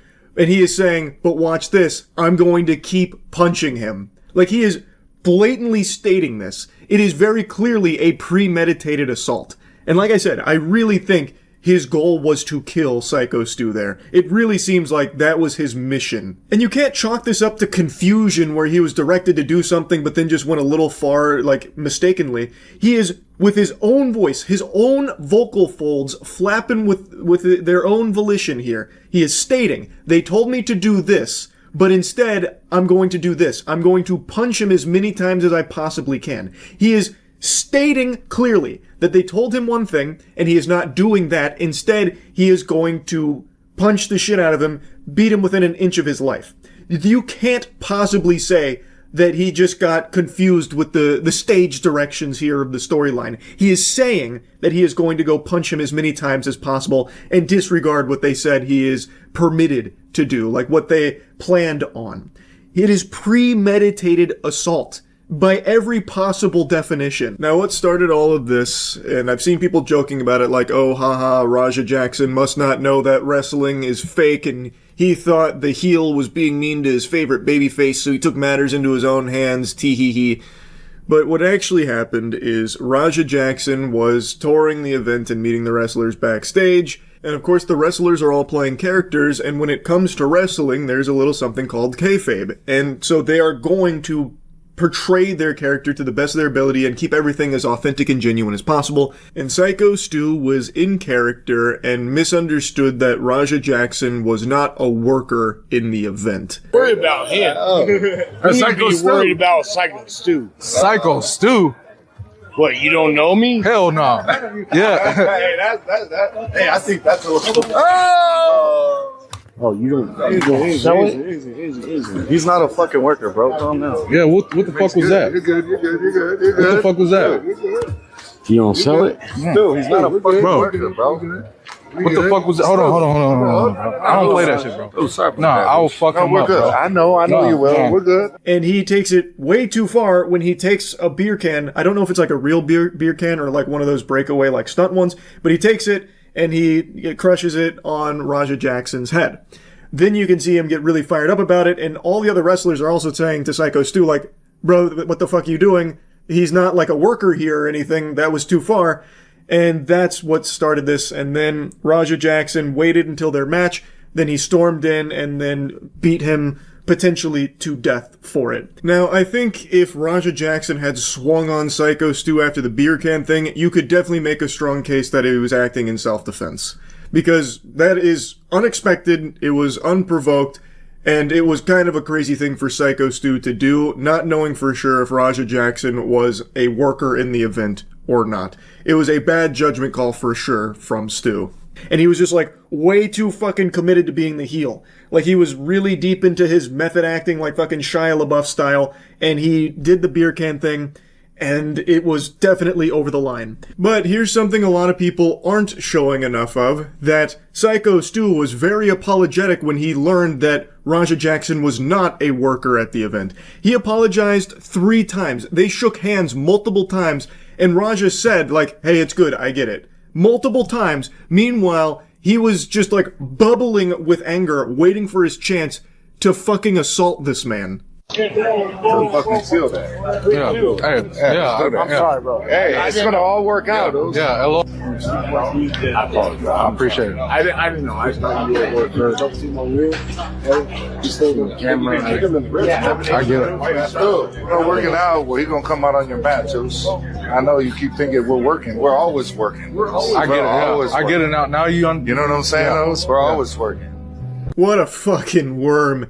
This is some slimy behavior here. This is some turbo ass. Raja Jackson is now pretending that he understands and forgives Psycho Stu, who is very apologetic, mind you, and he's explaining like, look, I saw the cameras, I thought that this was like another work, that we were building a storyline, this and that, and Raja Jackson's like, no, I get it, and he's like shaking his hand and everything. Meanwhile, he is actively planning of assaulting this man, beating him unconscious and fucking leaving him eating meals through a straw, as he is like pretending to let bygones be bygones here and that they're on good terms. That's fucking unhinged. Now, before showing you some more of the aftermath here, let me introduce you to Psycho Stu. I think you should get a little bit of the lore behind this wrestler that Raja Jackson beat so severely, hospitalizing in the ICU, and apparently caused to flatline in the ring. Pro in 2009. I had just got out of the military, probably about 6 months earlier. I got out of the military, I joined Knox Pro, because I needed something to focus on. I needed something to help me adjust back into civilian life. A lot of veterans, it's hard for them to readjust into civilian life coming from the life of the military. I'm an American soldier that suffers from PTSD. Being in front of a crowd, it doesn't give me as much anxiety and aggression as I thought it would. Yeah. Psycho Stu is a veteran who was suffering from PTSD and found wrestling as a means of escapism and fell in love with the sport. And now is currently hospitalized in the ICU, but apparently is stable, so hopefully Rampage Jackson is accurate with that claim that he is alive and stable. That would be wonderful news. but what an unbelievable set of circumstances that led to his hospitalization here. Yes, he made a mistake with Rampage Jackson's son here, not knowing whether or not he was a worker and still building the storyline anyway under the impression he was, but it's not a mistake that should have led to something like this, especially when he did everything in his power to try and rectify it and try and apologize for his mistake and explain why it happened and ensure that it was totally unintentional and there wasn't meant to be any bad blood or anything. And he thought that he did accomplish that, but clearly Raja Jackson didn't actually think so. He was just acting. Raja Jackson was flexing his thespian skills here when he was pretending that everything was okay between those two, because what he was actually doing was plotting a premeditated assault on Psycho Stu. Again, that potential argument of self-defense, that has poofed away like Timmy Turner's fairy godparents. That ship sailed a long time ago because he didn't act in response to the threat. Like, after the beer can was crushed on his head, which, again, he wasn't expecting, and that can be dangerous, but he didn't, like, act in the heat of the moment to defend himself from that or anything. Instead, he let it marinate, let his rage bubble up, and then waited for his opportunity to get revenge later. There is no longer a possible case of self-defense here. Like, yes, he was wronged, but he didn't, like, try and defend himself from that threat or anything. He pretended to, like, move on from it with the guy who did it, and then waited to attack him later. And I think you can make a very strong case that it was attempted murder. At the very least, it is a premeditated assault, and based on the things he was saying leading up to it, and based on the behavior in the ring when he was delivering 27-ish blows to an unconscious man's skull, I really think there is a strong argument to be made that he was in there doing that solely to try and kill him. All of this on stream, mind you, and you can even see him respond to the news that the guy that he just unloaded 27 punches on in the ring while he was unconscious is potentially flatlined. Hello? Hey, where the hell are you at? Who told you to double leg that motherfucker and start welding him? I just saw the video. Shit pissed me off though, Andre. I understand that, but now they can't wake the nigga up. He's fucking in the ring, fucking flatline, bro. My bad. You didn't have to do all that shit. I understand y'all had heat. You didn't have to fucking take advantage. I'll call you back later. This guy does not seem to care at all. This is a fucking monster right here. In response to hearing that the guy flatlined, he just says, "My bad." That's crazy. Kratos had more empathy for the people that he killed in very similar fashion, by the way, with like the unbelievable amount of blows to the head. But at least in Kratos' case, the people he was fighting, they were at least conscious. All of these were delivered to an unconscious man. A man who never even saw this coming, by the way, because he storms into the ring, grabs him, and then slams him. So it wasn't even a fight, but he walks away feeling so fucking tough and accomplished about it with no remorse at all for potentially killing this man. Tired of motherfuckers playing with me, bro. Real shit. One of them's a bitch and fucking bit me. I'm tired of everybody fucking playing with me and shit. Think I'm always playing and shit. Call me bitch and shit. Not no fucking bitch, bro. At the end of the day, I'ma stand up for my fucking self because I'm tired of everybody fucking playing with me, bro. Real shit. He's walking away from this with his chin held high, extremely proud of what's unfolded here. It seems like this might be the happiest moment of his life. The way that he is perceiving this is him standing up for himself. He is not able to have a grasp on the severity of what just happened here. He thinks that because the disrespect that he encountered earlier in the day, he was entirely justified to potentially murder this man. And by the way, the wrestlers that were calling him a bitch, well, I imagine they were saying that because he basically sucker punched this guy potentially to death. The guy never even had a chance to fight back because he came into the ring when his back was turned, slammed him down, immediately knocking him unconscious. It wasn't even a fight, it was a surprise attack. So I imagine that's what he's referencing when it comes to the wrestlers like insulting him and the one that bit him, with everyone that was like getting on top of Raja to get him away from Psycho Stu on the ground because he was still going back to try and make sure he was dead, it seems. Now, in the rest of the clip here, one of the wrestlers from the event starts walking towards them, talking to them, trying to get them to stay, probably until police get there would be my guess. But he is talking to them and he is shit-talking, trying to goad him into staying. And he's like talking about like, I'll fight you right now. And then it's a back and forth. But Raja Jackson reiterates that he wants to fight more of them there. He wants to continue to beat people within an inch of their life there. It's scary. I cannot imagine a world where he does not go to jail for this. I really can't. Rampage Jackson has tons and tons of money, sure, but I don't know if he's going to be able to outspend the attempted murder charges that his son just racked up here. Now, of course, I'm not a lawyer and I don't have like a magic crystal ball that I can ponder the orb of to see the future, but my guess would be that there will be attempted murder charges for this incident. Because, I mean, I really think it's like...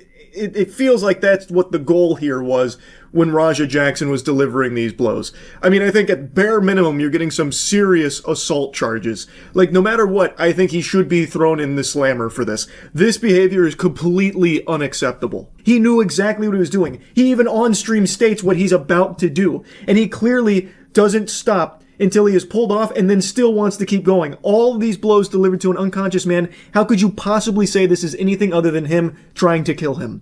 It's fucking sickening. Now, like I said at the start of the video, I've recorded all of this pretty much immediately after it happened, so we still don't know how Psycho Stu is doing, if he's going to pull through from all of this or not. But by the time I post this video, I imagine we'll have some kind of update, so I'll go ahead and put that at the beginning of the video, but as of right now, fingers crossed that he pulls through. Like, yeah, he definitely did make a big mistake with the beer can thing, but I don't think it's something that should have cost him his life here in this manner. This shit is unhinged. Anyway, that's really about it. See ya.